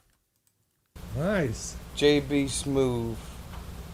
I just got to get rid of those other streams we did. This motherfucking stream right here is going really well so far. All right, now that we did it, I guess we're done. Cool. We'll see you guys Thanks later. for Thanks watching. for all the support. Appreciate it. And we'll eat some pizza and Eat talk some to you pizza. later. They're going to be literally doing just that. They're going to be eating some pizza. We'll go to 15:20. We're going to just jump ahead. We're going to make this quick. 50. I want to eat some pizza, but I would never eat pizza on my show. So that's the difference. T1000. I wish I had that all, but my only move was really just. So here's this guy, Drew. This is like, I do kind of tip my cap to this guy. He doesn't have a bad setup. This is his apartment. He's bought the cameras. He's bought the audio, but he somehow can't quite figure out, hey man, when I'm doing a show, I should probably turn my fan off extremely high so it doesn't sound like, bees are buzzing in my fucking eardrum as I'm trying to listen to a podcast. Good show. Thanks for braving the sewer and for the perv observations and quips. Can't handle more of them. Well, we don't have any more perv observations, or maybe, I don't know. We have Gino's feet coming up here. But I do tip my cap to Drew in a sense, but he gets weird here. So maybe this is a perv observation here. And we watch all these guys. Steel Toe, Shuli, Chad, a lot of these people, Ray DeVito, Joey C, they're taking their shirts off and they're exposing themselves in a way where it's like, guys, keep the fucking shirts on, man. Keep the shirts on, please. For the love of Christ, there's ladies, there's children, there's mothers, there's aunties, there's, other people besides, Jaquan G in the chat room. You see what I'm saying? Keep your fucking shirt. Nobody wants to see your fucking disgusting, hairy stomach. I just have my, and then I hold down my. They're almost like, in a way, they're like exhibitionists. And they get off, in a sense, by showing everyone them, exposing themselves to you people. So what was this? Look, he just willingly takes off his shirt, lifts his shirt up. Hairy as all fuck. There's no six pack. So what are you showing us? What are you showing us? Cruise? Look at this. Put the shirt on, Drew. Was it a Jews cruise? Was it a cruise? It was an This is why some people shouldn't have shows. all-inclusive in Jamaica. When you're lifting your shirt up as content, you probably shouldn't have a show. And let me tell you guys, things are not going well in Jamaica. Okay, we got to move ahead here to 1654. And you guessed it, this is the highlight of the show. It's pizza time. Look at these three sad sacks of fucking nothing. Yeah. Well, I don't even, I gotta rephrase. I don't even hate these people, but it's like, give me something, please. Your energy is really, like, you're extracting my energy. Like, when I view a Garrett and Steve show, I immediately think of, like, the most depressing time in my life of when I was the most saddest and angered and sweaty, which was actually, coincidentally enough, today. All three of those things happened today on this episode. Not all at once, throughout different times, but it's like, do something, man. Get a hula hoop. I'd almost respect you if you got jump rope and just started jumping rope, Gino. So basically, yes. Yeah, no, and they would like talk to us and be like, "Oh, you need any weed?" And I'd be like, "No, I have all the weed I need right now." Some? I brought a pen, which felt bad over time because I'm like, I'm like disabling the economy by bringing. Hey, it's Papa Jeans. Hey, Papa Gene. Jules, I'm dying. You gonna say the N-word and this N-word ain't. they're gonna kick you out of your own company? Oh, Killer Pie. This isn't the normal place we order from. It is. They just changed the box. Really? Again, this is a segment in their show. They're eating pizza. Yeah. This is Rosa Energy vampires, yes. They're succubuses. Parks Pizza? Where are the wings and shit? They're in another bag. I'll get them. All right. Oh, pepperoni? better make it I'm snappy. gonna have that one. I The other hunger. one. Oh, guys.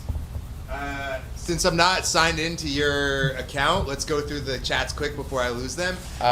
Gina Marie, $2. How do you accept money while doing a style of show where you just eat food? We have that in the right before cheerleader the season, so. cheerleader boobs. Yeah, we'll do. Look, Luby's practically sleeping. Garrett's like checked out. Steve's eating a fucking chicken wing. He's eating a fucking chicken. Guy, for audio listeners, I'm not joking. Steve literally has a chicken wing up to his mouth right now that he's about to ingest. I mean, are we like all observing the same thing here? Do like opening day or right before. And we have the comedy thing where You never know which camera. I'm at least sorry. it's like a I'll stop. description of Come on all in, the Gene. teams. Maybe we could pick our favorite team for the comedy season coming up. Look, we got mozzarella sticks here. I mean, it's a grand old party. It's a food party here. This is a podcast, guys. This is a podcast. Aren't you guys supposed to be the pros? Yeah. No, we have to do I that. love You don't eating. play the game right. That's Sabateo. Sabaccio, I lost that. That's gone forever. Sabateo never got. Because I'm probably not buying that again. Right? You got drunk, threw it away. I know. What I happened? threw all my stuff away. My microwave, my Buzz Ballads, my fucking all other bits and bobs I had sitting around. Everything's gone. My Frankie doll. Everyone's mouth is fucking filled. Look, I mean, what? I can't believe this. She's got a mozzie stick in her fucking gullet. He's got a fucking 7 chicken wings lodged in the fucking side of his cheek. He's actually taking some home for later. Taking some home. And feeding it to his children like a baby bird would. He actually chews the food and then spits it out into his kid's mouth. And Steve's just chowing down. Riveting stuff, guys. That microwave is second only to Devil's Advocate for the shortest lived fucking favorite character. Yeah, you know, this is how Anthony Cumia taught us to eat chicken wings. 2 runs. True, yeah. No wonder why. Again, and I said this last time, but no wonder why nobody wants to work with you guys. Look at what you're doing. You're making clowns out of yourselves. You have to Shout out to Hunk. bring it back. I made sure he was there for the last show. How many runs did in here and put that computer on this side here? Okay, I mean, this was basically the entire show of them just eating. 54 minutes. It's going to get worse. Just watch this. We're going to get a glimpse into Gino's feet. I'm running. Oh, Jesus. Do you see any? Do you get a pedicure? No. Well, you got like a French manicure going. I have nice feet. It's a curse. Sometimes, you know, I guess my frustration is sometimes I think, you know, I overly prepare. I, you know, make trailers. I'm watching shows all day after work, during work, before work. And maybe I just do it wrong. And maybe I just have to come to terms with this. Like maybe I have to dial it back. Maybe I should start eating pizza and talking about fucking, you know, my toaster oven for 2 hours. Maybe that's the move. No. Maybe that's the move. Maybe I should crank, you know, I have my air humidifier right here and I don't even turn it on, even though it would cool me down and probably keep me from not sweating. But it's so loud that it would sound like this. If I could fucking find the button. And maybe I should just crank it up. So you hear it? I mean, that's not even as loud as their fan here. But it's loud. I mean, you could definitely hear it.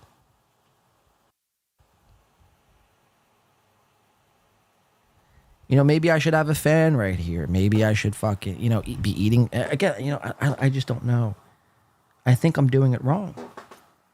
We're shutting that off. We're not doing that anymore. Gino's feet on full display. You know, next week on this Sunday, make sure to not miss this Sunday's episode of Win by 2, where myself, Blade, exposes the inner webs of my feet. It's going to be a 2-hour-long segment. Do you see any? That's why you're showing them off all the time. Do you see any tan marks on these toes? Drew, you got any toe rings? No. Ask Max Incredible. Rose. My mother used to wake me up by yanking on my toes. It freaked me out. That's pretty geek. I never liked anyone touching Wait, my your mother toes. used to wake you up by sucking on your toes? It's not important. It's an Italian thing. Oh wait, you would understand. But no, I never fucking. Gino, your feet are smelling like a provolone. I'm sorry, I can't help but popping them into my mouth. I wore a thumb ring once. But Garrett's on his phone. Steve is left out fucking doing terrible Italian jokes. Luby, she's just thinking about the next mozzarella stick she's getting ready to ingest. This is the show, Garrett and Steve. Let's go to 5855. Garrett, all the shit I talk on Garrett, Mr. All we do is bits. 58, where is it? 5855. Garrett is going to actually have a controversial take. About what, you ask? Well, you guessed it, it's about fucking chicken wings. 5855. Watch Shitty it. bone that you don't want to eat. This might be controversial. Or Steve, rather. Do you suck the bone dry? Or no, maybe it is Garrett. Not necessarily. Because I eat center mass. I get, the good chunks of breading and stuff off the bottom and the top. But people eat that chewy shit. And I'm like, on the top? Yeah, it's gross. Yeah. Fucking awful. If the wings are... So now we've pulled up a Venn diagram or a diagram of sorts of chicken wing parts. And here we can observe the drumette, the wingette, and the tip. This is the show, guys. We're literally breaking down chicken wings. Really good. I'll eat that part. But if you're going with breaded wings, I'll just leave it. Yeah, it's fucking shit. It's called the drumette, the wingette, and the tip. Yeah. Put that tip in my mouth. I put the tip in my mouth. How about I stick a fucking gun down your mouth? Pull the trigger. I'm just kidding. I would never do such a thing. But, I mean, how ridiculous. There it is. Like, the breading and stuff is good. But, that cartilage fucking... It's chewing a piece of rubber, and it's not like a nice, gummy I mean, this rubber. is insane. It's This is very hard and insane. awful. Sometimes it can be, though. Like, if it's small enough, it'll just be like a nice crunch. We're kind talking of. about chicken wings. Like celery in the tuna salad kind of thing. A little extra crunch at the end of your chicken wings. Mm. Well, anywho. Very funny. These people, I mean, really, they're so simple-minded. The words "anywho" leave someone else's mouth, and the other just loses their fucking mind. Chicken wings. Mm. Well, anywho. Him and Matt should start a fucking podcast, the Laughing Boys podcast, right? Where all they do is just sit around discussing chicken wings and laughing. All right, so if you didn't think the chicken wing take was hot enough, let's go to 1 hour, 14 minutes in where we're going to watch Garrett break some big WNBA news. I can't believe this. So when they're not talking about chicken wings, they're talking about the WNBA. I mean, how fucking insane is What are this? you doing? We pulled our starters and you kept your starters in. What the fuck? Actually, it's 1 hour, 14. Sorry about that. Here we go, 1 hour, 14. It's, Did you see the big WNBA news from last night? I am not up to date on my WNBA Caitlin or my Clark, Taylor Swift news. Caitlin Clark's team was playing some other team, whatever. Fever, is that who it was? Yeah. Caitlin Clark's, yeah, that's the Indiana Fever. Oh, Caitlin Clark's team, yeah. I don't Probably know. playing the Chicago Sky, maybe the Minnesota Lynx. LA Sparks. LA Sparks. What are you doing? New York Liberty. Well, I'm just naming some of the teams I know. Just because you're a chick doesn't give you the fucking pass to just show up and lounge around with no socks on your fucking feet, sweating, breath stanking like fucking greasy fucking meatballs. I mean, perk yourself up. I mean, if you got to do an Adderall, do an Adderall. I wouldn't even hate you for it. What's your excuse? Again, you guys are producers. This is what you think producing good content is? This is embarrassing. I'm embarrassed to show this. I'm surprised you guys have no shame where you're just like, okay, hey, this is our product, guys. Hate it or love it. We're just fucking the compound rejects. Give us money so we could buy pizza with it and eat it in front of you. Is this not the most ridiculous thing you've ever seen in your life? Gavin's kicking himself for exactly. Gavin. Fuck, man. I really made the wrong choice. I could have had this. I could have had pizza eating, chicken wing, fucking hot take, Caitlin Clark, fucking awesome WNBA insight. I could have Luby falling asleep. Fuck, man. Fuck. I wonder if they would accept my offer if I offered that to them today. Why did my table just go off? All right, there we go. Fuck, man. Yeah, Gavin is so upset. Gavin is what Aaron Emholt likes to say is seething.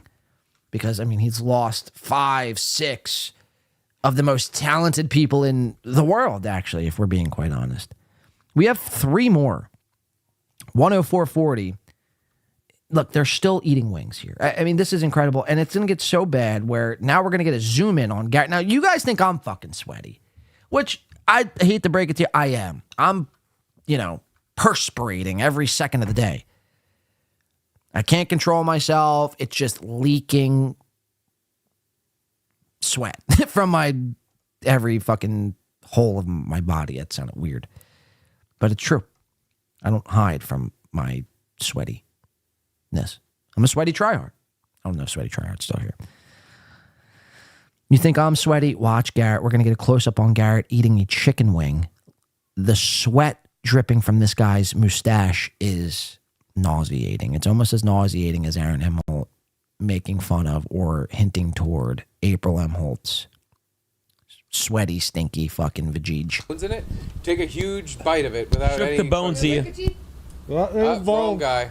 There's a bone. Hold on, show everyone your wing ball. Look at the sweat glisten. See, now you took Look at the sweat glisten. a bite of it. It actually as he's eating wings. looks more like Look at this. a wing. He's leaking. That's a nugget.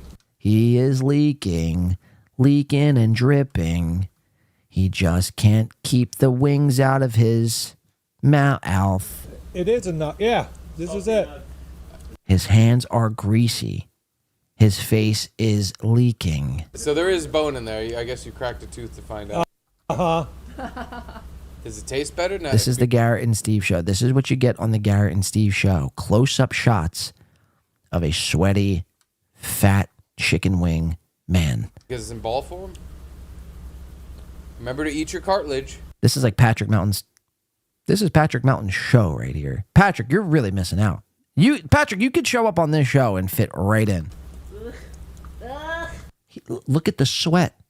I know I'm not that sweaty. This guy's, seriously, fucking leaking. Oh God. So chewy.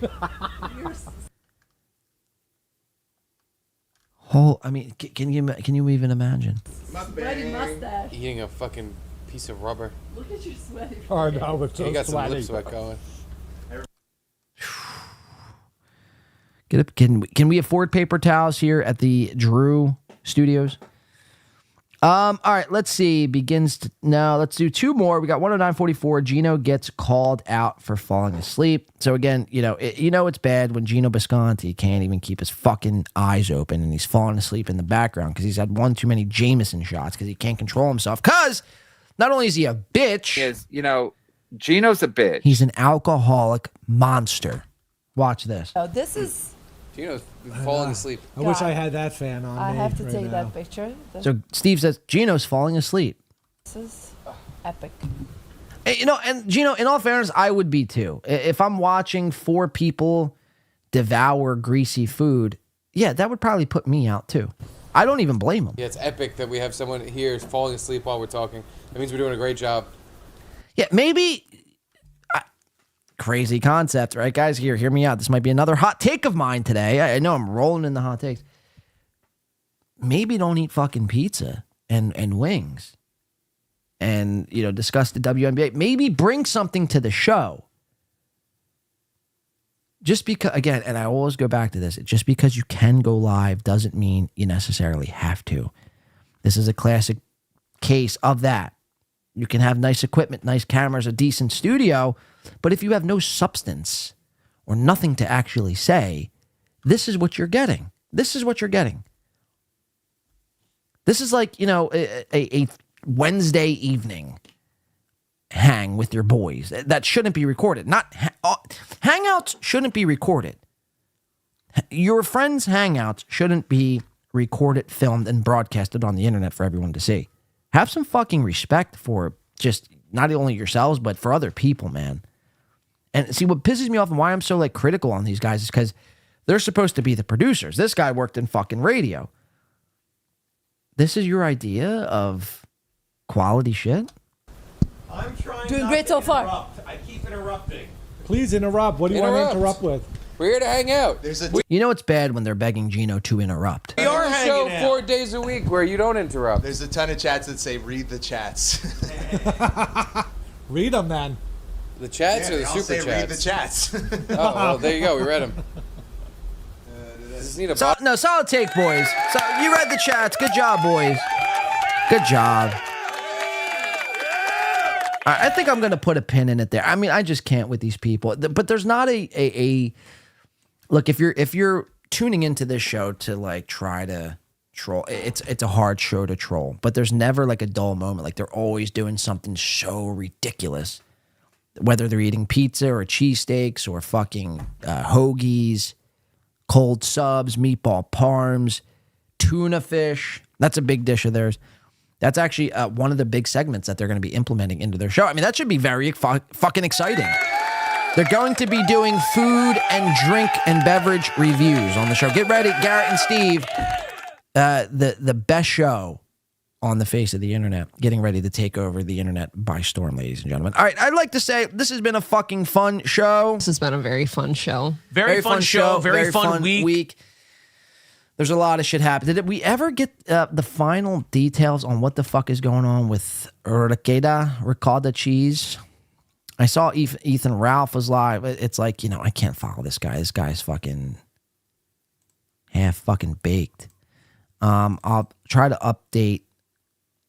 Wait, what's Melton saying? Scotland got me feeling like, look at Melton's tweet here.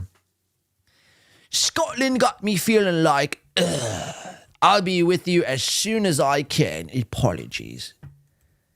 Melton's probably face down in a fucking bucket of wings himself. How insane. Steelto says, brother, Steelto is responding to Ethan Ralph. He goes, brother, I saw you deny your name to our fan today outside courthouse. If you're this afraid of getting hit, come see me tonight at 10 p.m. or tomorrow, anytime after 10:30 a.m. See, Aaron always has to set the fucking rules. At the downtown gym, and I can teach you some things. Go as hard as you want. I love getting work in. Incredible, man. Incredible stuff. Incredible stuff today. Aaron's also saying, bro, you're tragically bad. You aren't ready to fight for money. We can live stream the session. You can keep, fuck you, Aaron. I mean, I just can't. Live Ricada hearing update from an unbiased source, not Kiwi Freaks. This is a 13-minute, that was his live stream. Yeah, I don't know if what really came from Ricada, to be quite honest with you, but we'll keep our eyes on the prize.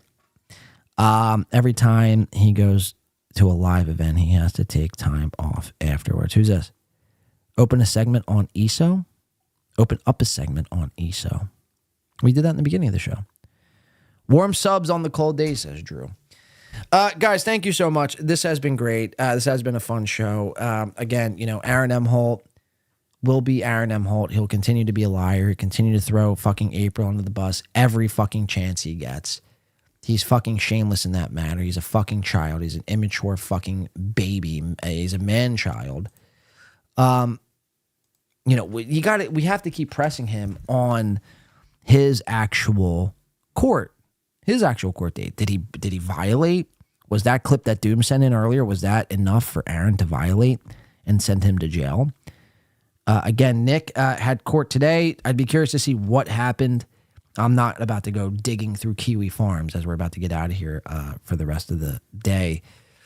SHULI'S producer, ESO. Again, SHULI'S going to deny and say he had no idea any of this happened. I'd venture to guess someone in that camp knew something was going on. But it will all come out in due time. It will all come out in due time. So I'm not even worried about that. Garrett and Steve, again, the best. if you want pizza eating, chewing, and tunnel sounding audio, tune into Garrett and Steve. I guess they're on every fucking day, chewing in your ear, which is phenomenal, by the way. I mean, what else do we do? I mean, there's a lot. We got done Sam Tripoli's new tattoo. Very interesting stuff. Carl Hamburger and Jenny Jingles on the fucking rocks. Jenny Jingles might have found a new man. The offer still stands with me. I'm still willing to sweep Jenny off her feet. Just a bunch of, and Rochester, obviously, we know is just a fucking shithole. People's cars were being robbed. I mean, how insane. Win by 2 for me. I'll be back this Sunday. Pulper 80 coming in says, shout out, Sweaty Crumhard. Thank you, Pulper. And thank you to everyone. Goes to Mr. P, $1.99 says, bad 2 when Gino keeps the girl keeps over you. Bad 2 when Gino keeps the girl keeps over you. I mean, I don't know what that means, goes to Mr. P, but thank you either which way. And let's give a quick little shout out to everyone who came in today. Again, even if you didn't super chat on today's show, it's not a big deal. I know people are saying they were having trouble with memberships. Again, just the simple fact that you were here watching, donating your time is all we ask for. One more round of applause. Actually, we'll hold that. Shout out to Funky Monk, NJ Ranger, Aaron the Rat, J.E., LL Cooley, Gabriel Archer, Beloved Chatter, producer ESO, Clubfoot Kodak Carl, Noga, Tigger 7474, The Kush King, Jacob Ryan S, Tracy, Flimsy Greenberg, Stephen Bravo, Jeff Closer, Skies in Neighborhood. Thank you so much. Krautcat, The Real Mommy, thank you. KF Sage, The Comeback Queef, Pulper 80, D7876, Stephen Bravo, Ray's Sad Treadmill, Reverend Billy, and the ghost of Mr. P. Now you may applaud yourselves. Thank you guys. And to everyone else, man, have a great rest of your week. Have a safe weekend, if not for nothing else. The summer's winding down, literally. Again, today was 53 degrees when I woke up this morning at like 5:30. So take care of yourselves. Stay nice. Be nice to each other. That's all we ask around here. Ken coming in for the $2 says, soliloquy, Regis. I mean, Ken, what are you doing to me? Grandelicant. I can't. It's too small. Ignominious. You're trying to trip me up, Ken, at the very last part of my show. Joke's on you, motherfucker. Joke's on you. Thank you either which way. Be nice to each other. Have a great rest of your week. Have a great weekend. We'll be back here on, I believe, Sunday. I always say I'll try to do a members-only show, but we'll see. Just look for thumbnails. That's all you have to do. Look for fucking thumbnails. And if there's going to be a show, you'll see a thumbnail. It's really quite as simple as that. But to everyone else who hung out today and spent their time with yours truly, Blade.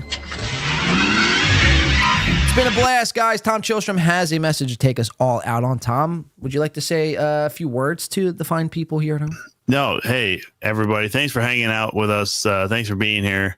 Pretty solid effort all around, I would say, mostly from Corey and I.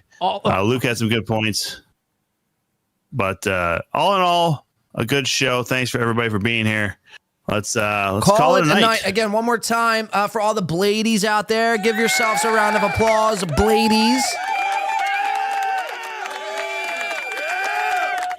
Yes, shout out to all the Bladies. We do appreciate you.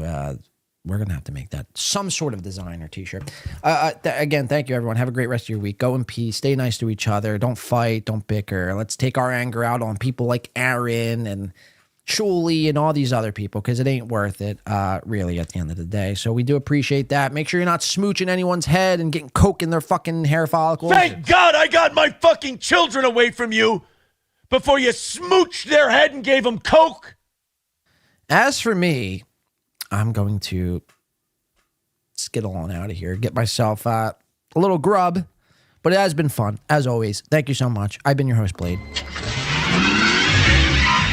Make sure to stay black, my friends, all right? All right, we'll see you next time. See you Sunday. Goodbye.